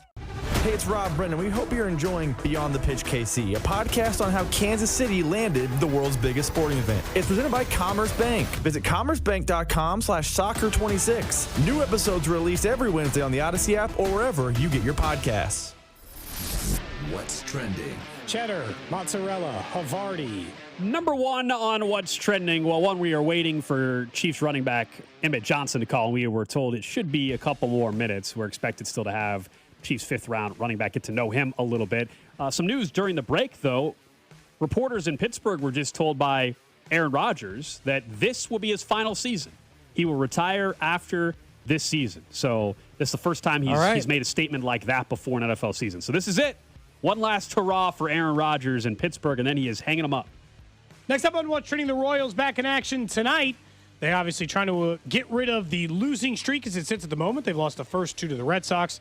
Will attempt to avoid the sweep this evening against Boston with Alex in attendance. Company to be determined. Might just be me and a buddy at this point in time, you know? Yeah. We'll see. We had some opportunities on the text line. That is an abbreviated What's Trending here on Cody and Gold as we go out to the hotline and welcome in Chiefs rookie running back Emmett Johnson. He's joining us here on Cody and Gold. Emmett, it's great to have you on the show, man. I was just saying, I thought I saw you were I don't know if it was out in LA or wherever for the NFLPA premiere day. How is that? Exactly what goes on at that thing? Yes, sir, man. It was a great experience, man, just being out there. A lot of networking going on, signatures, a lot of autograph signing, things of that. Get to meet some of the other rookies, get to meet some of the vets. You know, the NFLPA, it was a great experience overall. We got to, just kind of connect and network the whole time. So it was a blessing. Are you into the trading card stuff? Because I know that's a big deal. You probably signed your first rookie cards or whatever out there. Yeah, honestly, I wasn't, big into it, but then now, seeing the value of different cards and how much a card costs, it's kind of cool to see that. And just, like I said, it was just cool being out there and learning about all that stuff. Do they ask you? Do you ask them? How do you get the invite originally? How does it all come together that way? Yeah, my agent just told me that I got the invite, but I don't think it's something that we ask. I think they just select certain players to go out there and do it. It's a blessing, obviously, out of 400 or whatever players that are rookies, just having the opportunity to go out there and represent not just myself, but also the Chiefs. I saw some social media videos from that, and I don't know if you were part of it where they had you guys stick your hand in a random box or whatever, and you didn't know what it was. Did you do that? And if so, what was that like, and what did the item end up being? Yeah, I did that, and mine was actually a mini piñata, and I got it on the first try, which is crazy because I honestly didn't know what I was feeling at first, and I did some brainstorming, and I was like, ain't no way it's going to be a mini piñata, but it actually was. So you just flat out guessed it? Because I saw some of your other guys that were out there. They were freaking out touching the piñata or whatever. Yeah, because at first it was super hard cardboard, then I thought to myself, I'm like, yeah, this feels just like a piñata, but a smaller version because a big version couldn't fit in the box, so. When you look at some of the stuff, I saw you repost what Andy Reid had said about you and LaShawn McCoy. Is there anybody you ever tried to, make your game look like? I understand people want to be their individual, but are there styles of running backs you followed over the years that you think fit your own? Yeah, I just feel like I do a good job of studying a lot of the greats. I would say just not in today's game, but even Barry Sanders is somebody who I study, LaDainian Tomlinson. Also, just in today's game, when I was in college, I got a lot of McCaffrey comparisons. So just being able to do different things like receive, I feel like my game's a mixture of a lot of great backs and not just one. But I study receivers and also running backs. So I'll say just a mixture of a lot of them. But growing up, I watched Adrian Peterson, and that's where I got my downhill physical running the ball ability from is him. So yeah. We're talking to Emmett Johnson, Chiefs rookie running back. You mentioned watching, maybe some of the wide receivers. I believe you went to the same high school as Larry Fitzgerald Jr. Is that right? Did you, have you interacted with him at all? Or if so, I guess what were those interactions like? Yeah, man. Larry's a great guy. I connected with him throughout high school and, now in the NFL. He's just been a good mentor to me. Going to my high school, obviously, that's one of the greatest receivers to ever play the game. So he's constantly just checking in and making sure that I'm good and kind of telling me how the transition was for him going into the NFL, things to look out for. So it's just good having him in my corner for sure. Did he, I guess when you go back through and you're the guy reaching out and helping you with that transition, is that because you guys grew over that time or just because people who went to the same high school just trying to support each other in the NFL? Yeah, I think, the support of high school part, but also just him knowing and seeing my ability. I feel like he really, has a lot of belief in me. And so I think that's the reason why he's, constantly just, checking in and making sure that I'm good. So I think it's definitely good. I always try to learn from the greats and learn from people who came before me. So that's something that I made sure I did was reach out to him, initially, and then we just kind of got that bond going. Much like you, I think he was a high school basketball player. We saw that you had played quite a bit. How hard, I guess, is it when you are a multi-sport guy to just start focusing on one? How much basketball do you still get to play? Were you close to going to college for that? All that. How was it transitioning, I guess, just to football? Yeah, it was tough, man, because, obviously I was a 1,000-point scorer. I was big on, basketball growing up. It was just kind of a hard transition at first, but I just realized I can just focus on one sport now, and it just makes my job a lot easier. Even when I was in high school, I played throughout my senior year. I played point guard, shooting guard, different things of that nature. I got recruited for it also, so it was really hard, but I wouldn't say, now looking back on it, it's I get to focus on just football now, and even at this level. In high school, I played both ways, but now I'm just focusing on the running back position, so it just makes it a lot easier. What was the best basketball offer you got? Do you remember?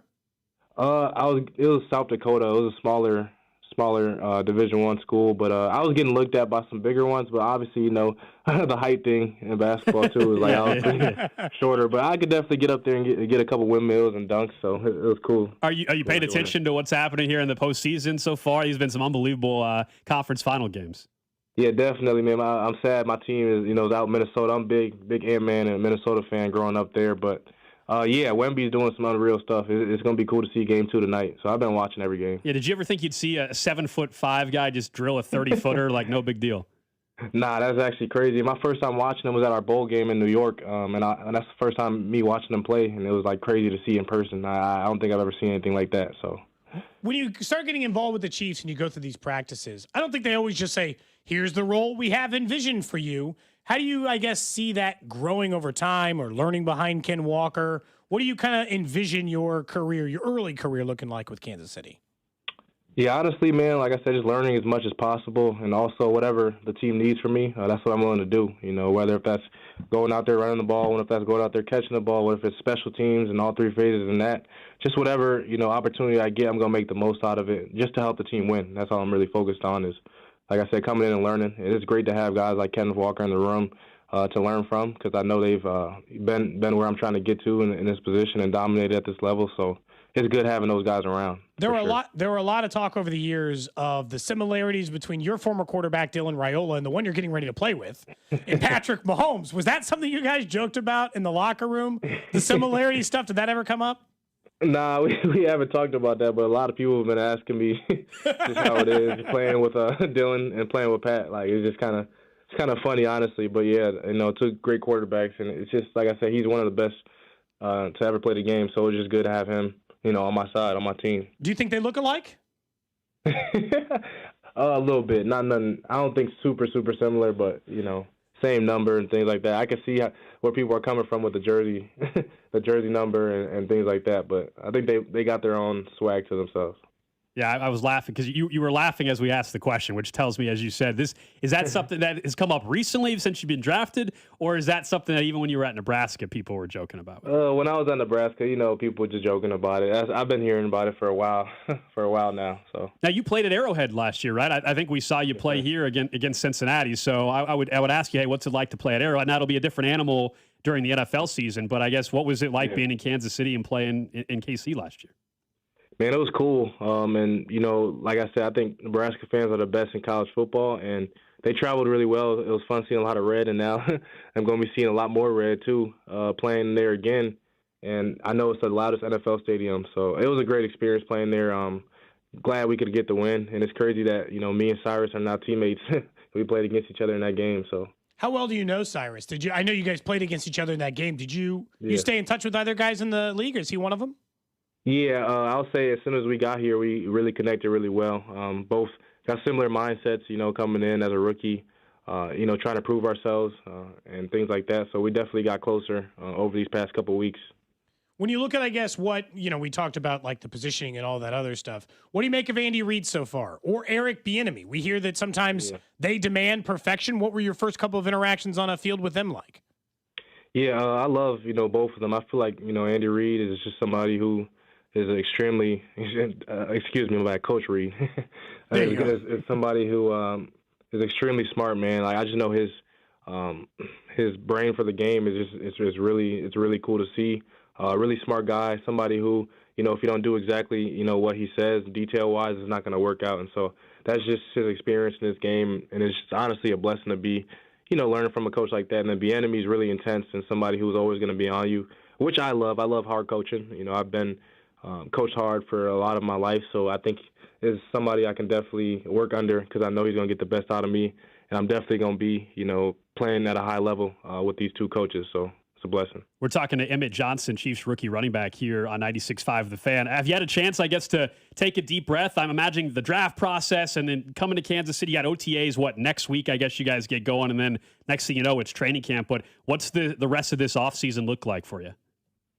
Yeah, man, just taking it one day at a time. Honestly, we talked about in one of our meetings the other day, controlling the controllables, one of our rookie meetings. So I'm just going to control what I can and focus on just getting better every single day, studying the playbook, making sure I'm learning that, and then just growing as a player and asking the questions that I need to And then, when like I said, we got training camp and all those things coming up, but I'm just focused on right now and getting better. And then when that time comes, I'll be ready. Sometimes we hear about like the different purchases or anything else that takes place. I think I had read that you were a first generation, or your parents are immigrants from the country, so you're first generation outside of it. Did you do something special for them? Did they want something like that? I guess, how did you handle that, that initial contract signing and doing anything for your folks?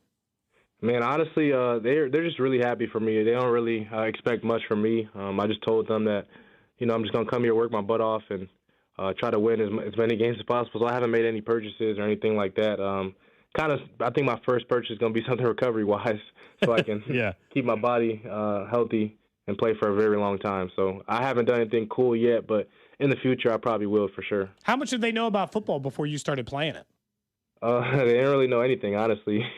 They're still learning the game now, but my mom is really she really started learning it really well. But it was kind of crazy that me and my brothers started playing like nobody really taught us how to play football. We kind of just got into it at a young age. So, now I'm here. So it was just a lot of hard work paying off. Emmett Johnson, appreciate the time, man. Enjoy, I guess, acclimating to Kansas City, and then we'll probably see you up in St. Joe here in a couple weeks. Yes, sir. Appreciate it. Go Chiefs. There you go. Chiefs rookie running back Emmett Johnson with us here on 96.5 The Fan, currently number 10 for the Kansas City Chiefs. And Pacheco's old number, Tyreek's old number. There's been some notable players, obviously. Good performances in that number. Yeah, Trent, right? I mean, that's a pretty well-known, I guess, Kansas City number. Also, just entertaining, good to talk to, and obviously hope he does big things in Kansas City. 5th-round picks at running back, sometimes you find real hits. Now, I like that he's like, essentially, I'm a do-everything back. It's like the comps I used to get were Christian McCaffrey. I just kind of want to do everything right, run, pass, catch, those things. And he gets to learn behind Ken Walker.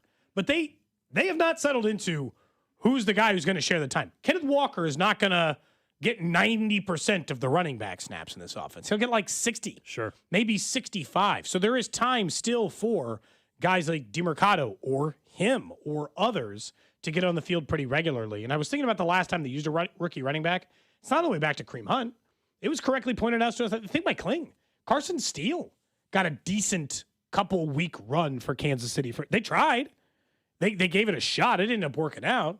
Hold on to the football, pass protect, keep Emmett Johnson on the field a long time. I'll tell him that much. For sure. And something tells me when we're up in St. Joe for training camp, he's going to be one of the storylines that we talk about throughout camp, and wondering what kind of role he's going to have. And I'm sure there will be some flashes there where people get pretty excited about what he might be able to bring to the table. But as you said, in past history would say sometimes it takes time for them to allow said rookie to get the opportunity early in the season. We'll see if that's the case here. But a couple times have gone the other way. And I know there's, Chiefs fans, of course, are going to be rooting for him for obvious reasons, but there's also a lot of Nebraska fans that are Chiefs fans. And so that made a lot of people excited. Heck, our boss is a Nebraska fan. I know he was excited about Emmett Johnson being on the station today, too. He was. Well, if we ever get him up at training camp, we'll make sure to get him an auto for his Nebraska fandom. When we look at what you'd mentioned before, and we can talk more about Emmett Johnson tomorrow. Yeah, the news that came out. Oh, sorry. Go ahead. No, I say people are right though. Like you can tell EB already has instilled some things in the short period of time. The control the controllables quote. That's like the top tier EB quote. And he very quickly said, Coach Reed. Sorry, let me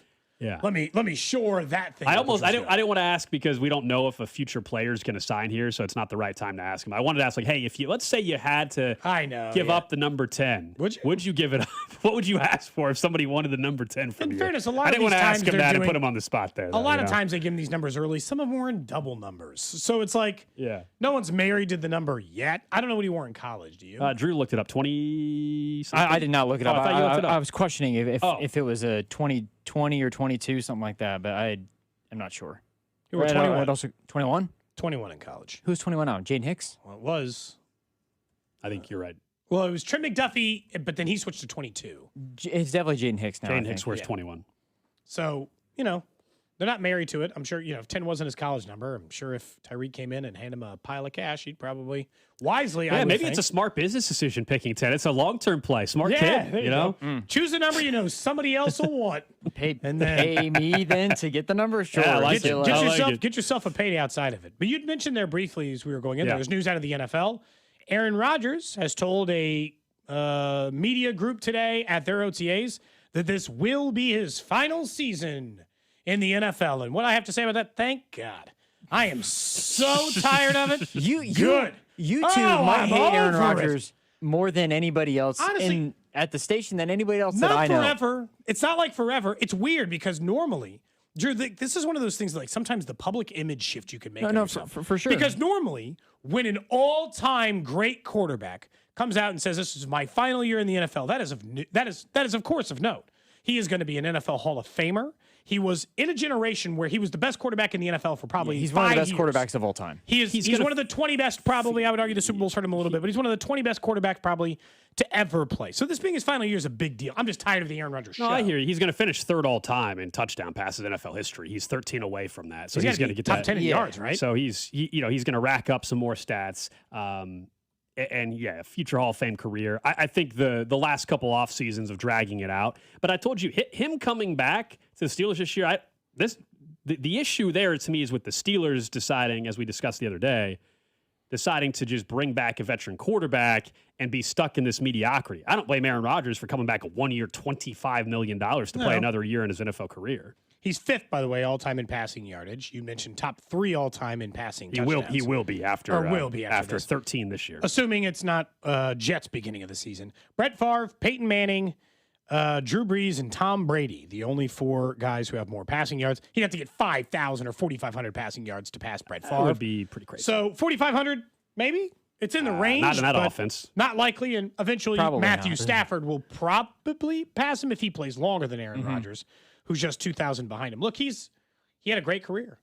I think he will end up having one of those careers that we will say what if about sometimes. How did he only get 1? Why wasn't he on more winning teams? How did the Packers not get more out of his career? It's why I'm thankful they've already gotten 3 rings out of Mahomes. And I'll still do the what if game if it finishes with 3. I'll say, how did you only get 3? You had 3 in the bag and a decade to go.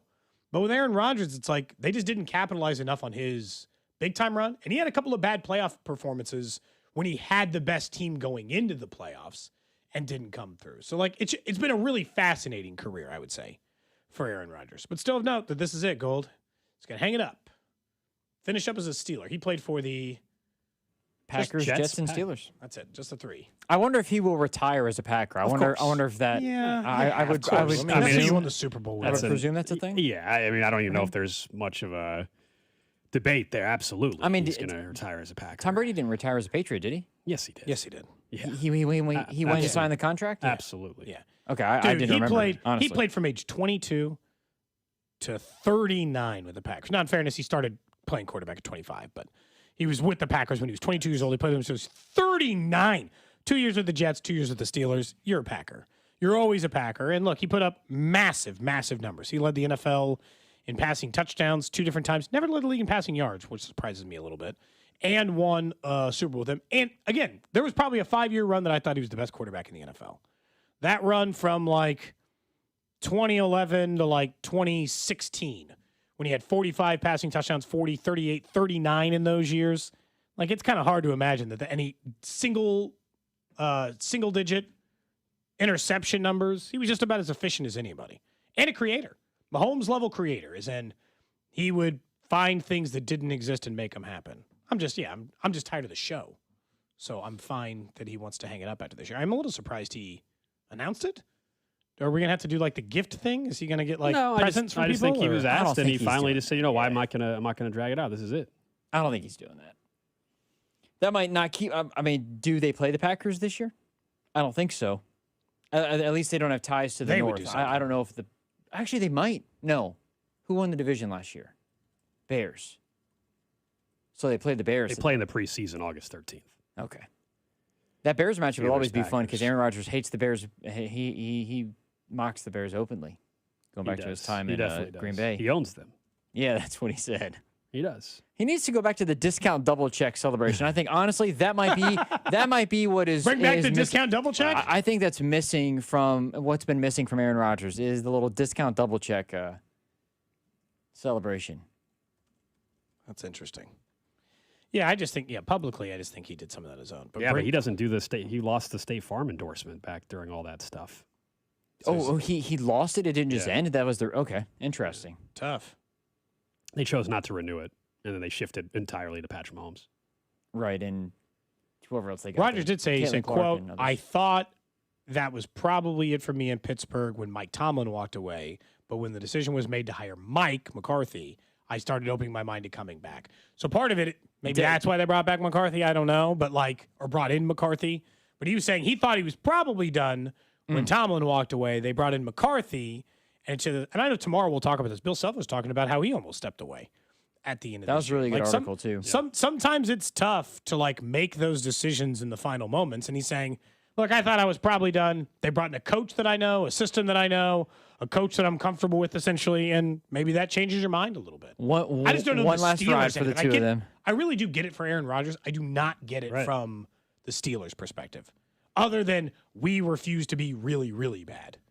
We're never going to be that bad. We're not going to let ourselves fall into that kind of depth, which makes me think they won't even take a quarterback next year, or they'll take another one late, or they'll try to find a veteran to pair with Drew Aller or something to thing for open them, up though, a competition, I guess. I don't know. The good thing for them, though, I think, is just that if the draft class is what we think it can be, there will be options where they would have to mortgage the future, essentially, to move up to do it. But there's, and we say this every year, I suppose, with college, but if it pans out to be the way that we think the class could be, then they might be able to reset things even while trying to win. 22 years in the NFL. That's a run. In a sport that does not support longevity at any position, even it's quarterback. more than half of his life at this point. It's exactly half. I think he's going to be 44 when the season starts, and he's been in the league for 22 years. I mean, yeah, it's kind of crazy to think about. Yeah, I mean, I'm sure it'll be hard to step away. I imagine all these guys, they talk about it. That post-playing career, that initial post-playing career, it's a weird time. It has been, because it's not just been his identity for 22 years.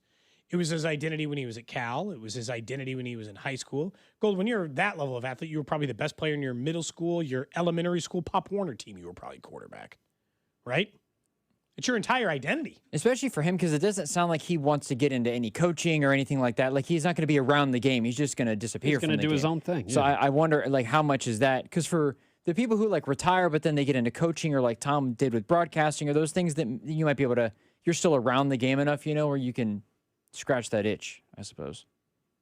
There you go. Aaron Rodgers hanging it up. How long is Mike McCarthy signed for? How long is his deal? I mean, it doesn't really matter, does it? Well, I'm just saying. 4 years, probably. They don't fire fire in a year, but I don't know. I was just curious, just if they I don't know what run it back one more time, and then they wouldn't do that, but they're not going to run him out. They're not. Yeah, that would be. It's a 5-year contract, but it'd be anti-Steelers to do that. 5-year contract, but they can fire him after 2 years. Literally, they just hired him to get Aaron Rodgers, and then when they're done, they could be done with it. My guess is he'll be there for 3 years, at least. Someone says, do you think he will hold hands with his wife while walking into the sunset? Yes. Is that when we're gonna know? Never seen? Is that when we're gonna know who she is? Yeah. No, we'll see Aaron Rodgers. Honestly, here's the thing, though. People say he'll just ride off into the sunset and disappear. He won't disappear. He likes his own voice too much. He does like the attention. He's not disappearing. He won't do he's not going to do an NFL panel show on CBS, but he's not going to disappear. He'll be, I don't know, maybe he'll do the Ricky Williams thing. He'll just run his own line of ayahuasca adventure trips or something. I don't know. But is that what Ricky Williams is doing now? He's got his own. He runs his own weed farm. Yeah. Yeah, he absolutely did. He made good money off of it. My guess is Rodgers will end up doing his own type of podcast about stuff. All right. He owns his own brand, Drew. Oh, does he? Ricky Williams, yeah. I mean, you might as well. I don't know why you wouldn't. Yeah, sure, of course. Heisman. That's what it's called. It's called Heisman? What? Yeah, Highsman. Heisman. Heisman weed. Which is an incredible name. I'm sorry. Heisman is pretty Did damn they not good. have it trademarked? No, of course it is trademarked. That's very Heisman. well. Spark greatness. Premium cannabis for the high performance lifestyle. I didn't realize that was a name. That's an incredible name. Genuinely, kudos. Here's and one of the tabs on the site says ground game, premium indoor grown flag. Get it? Ground game. Oh yeah. I mean, they're not messing around. They're not messing around. Apparently not. He got in really early, Drew. He got, here's the strain. Right when it was legalizing, he got into the Here's the names of some of the strains that they have because it's Ricky Williams. Touchdown Tango Mango. Okay. Blueberry Blitz.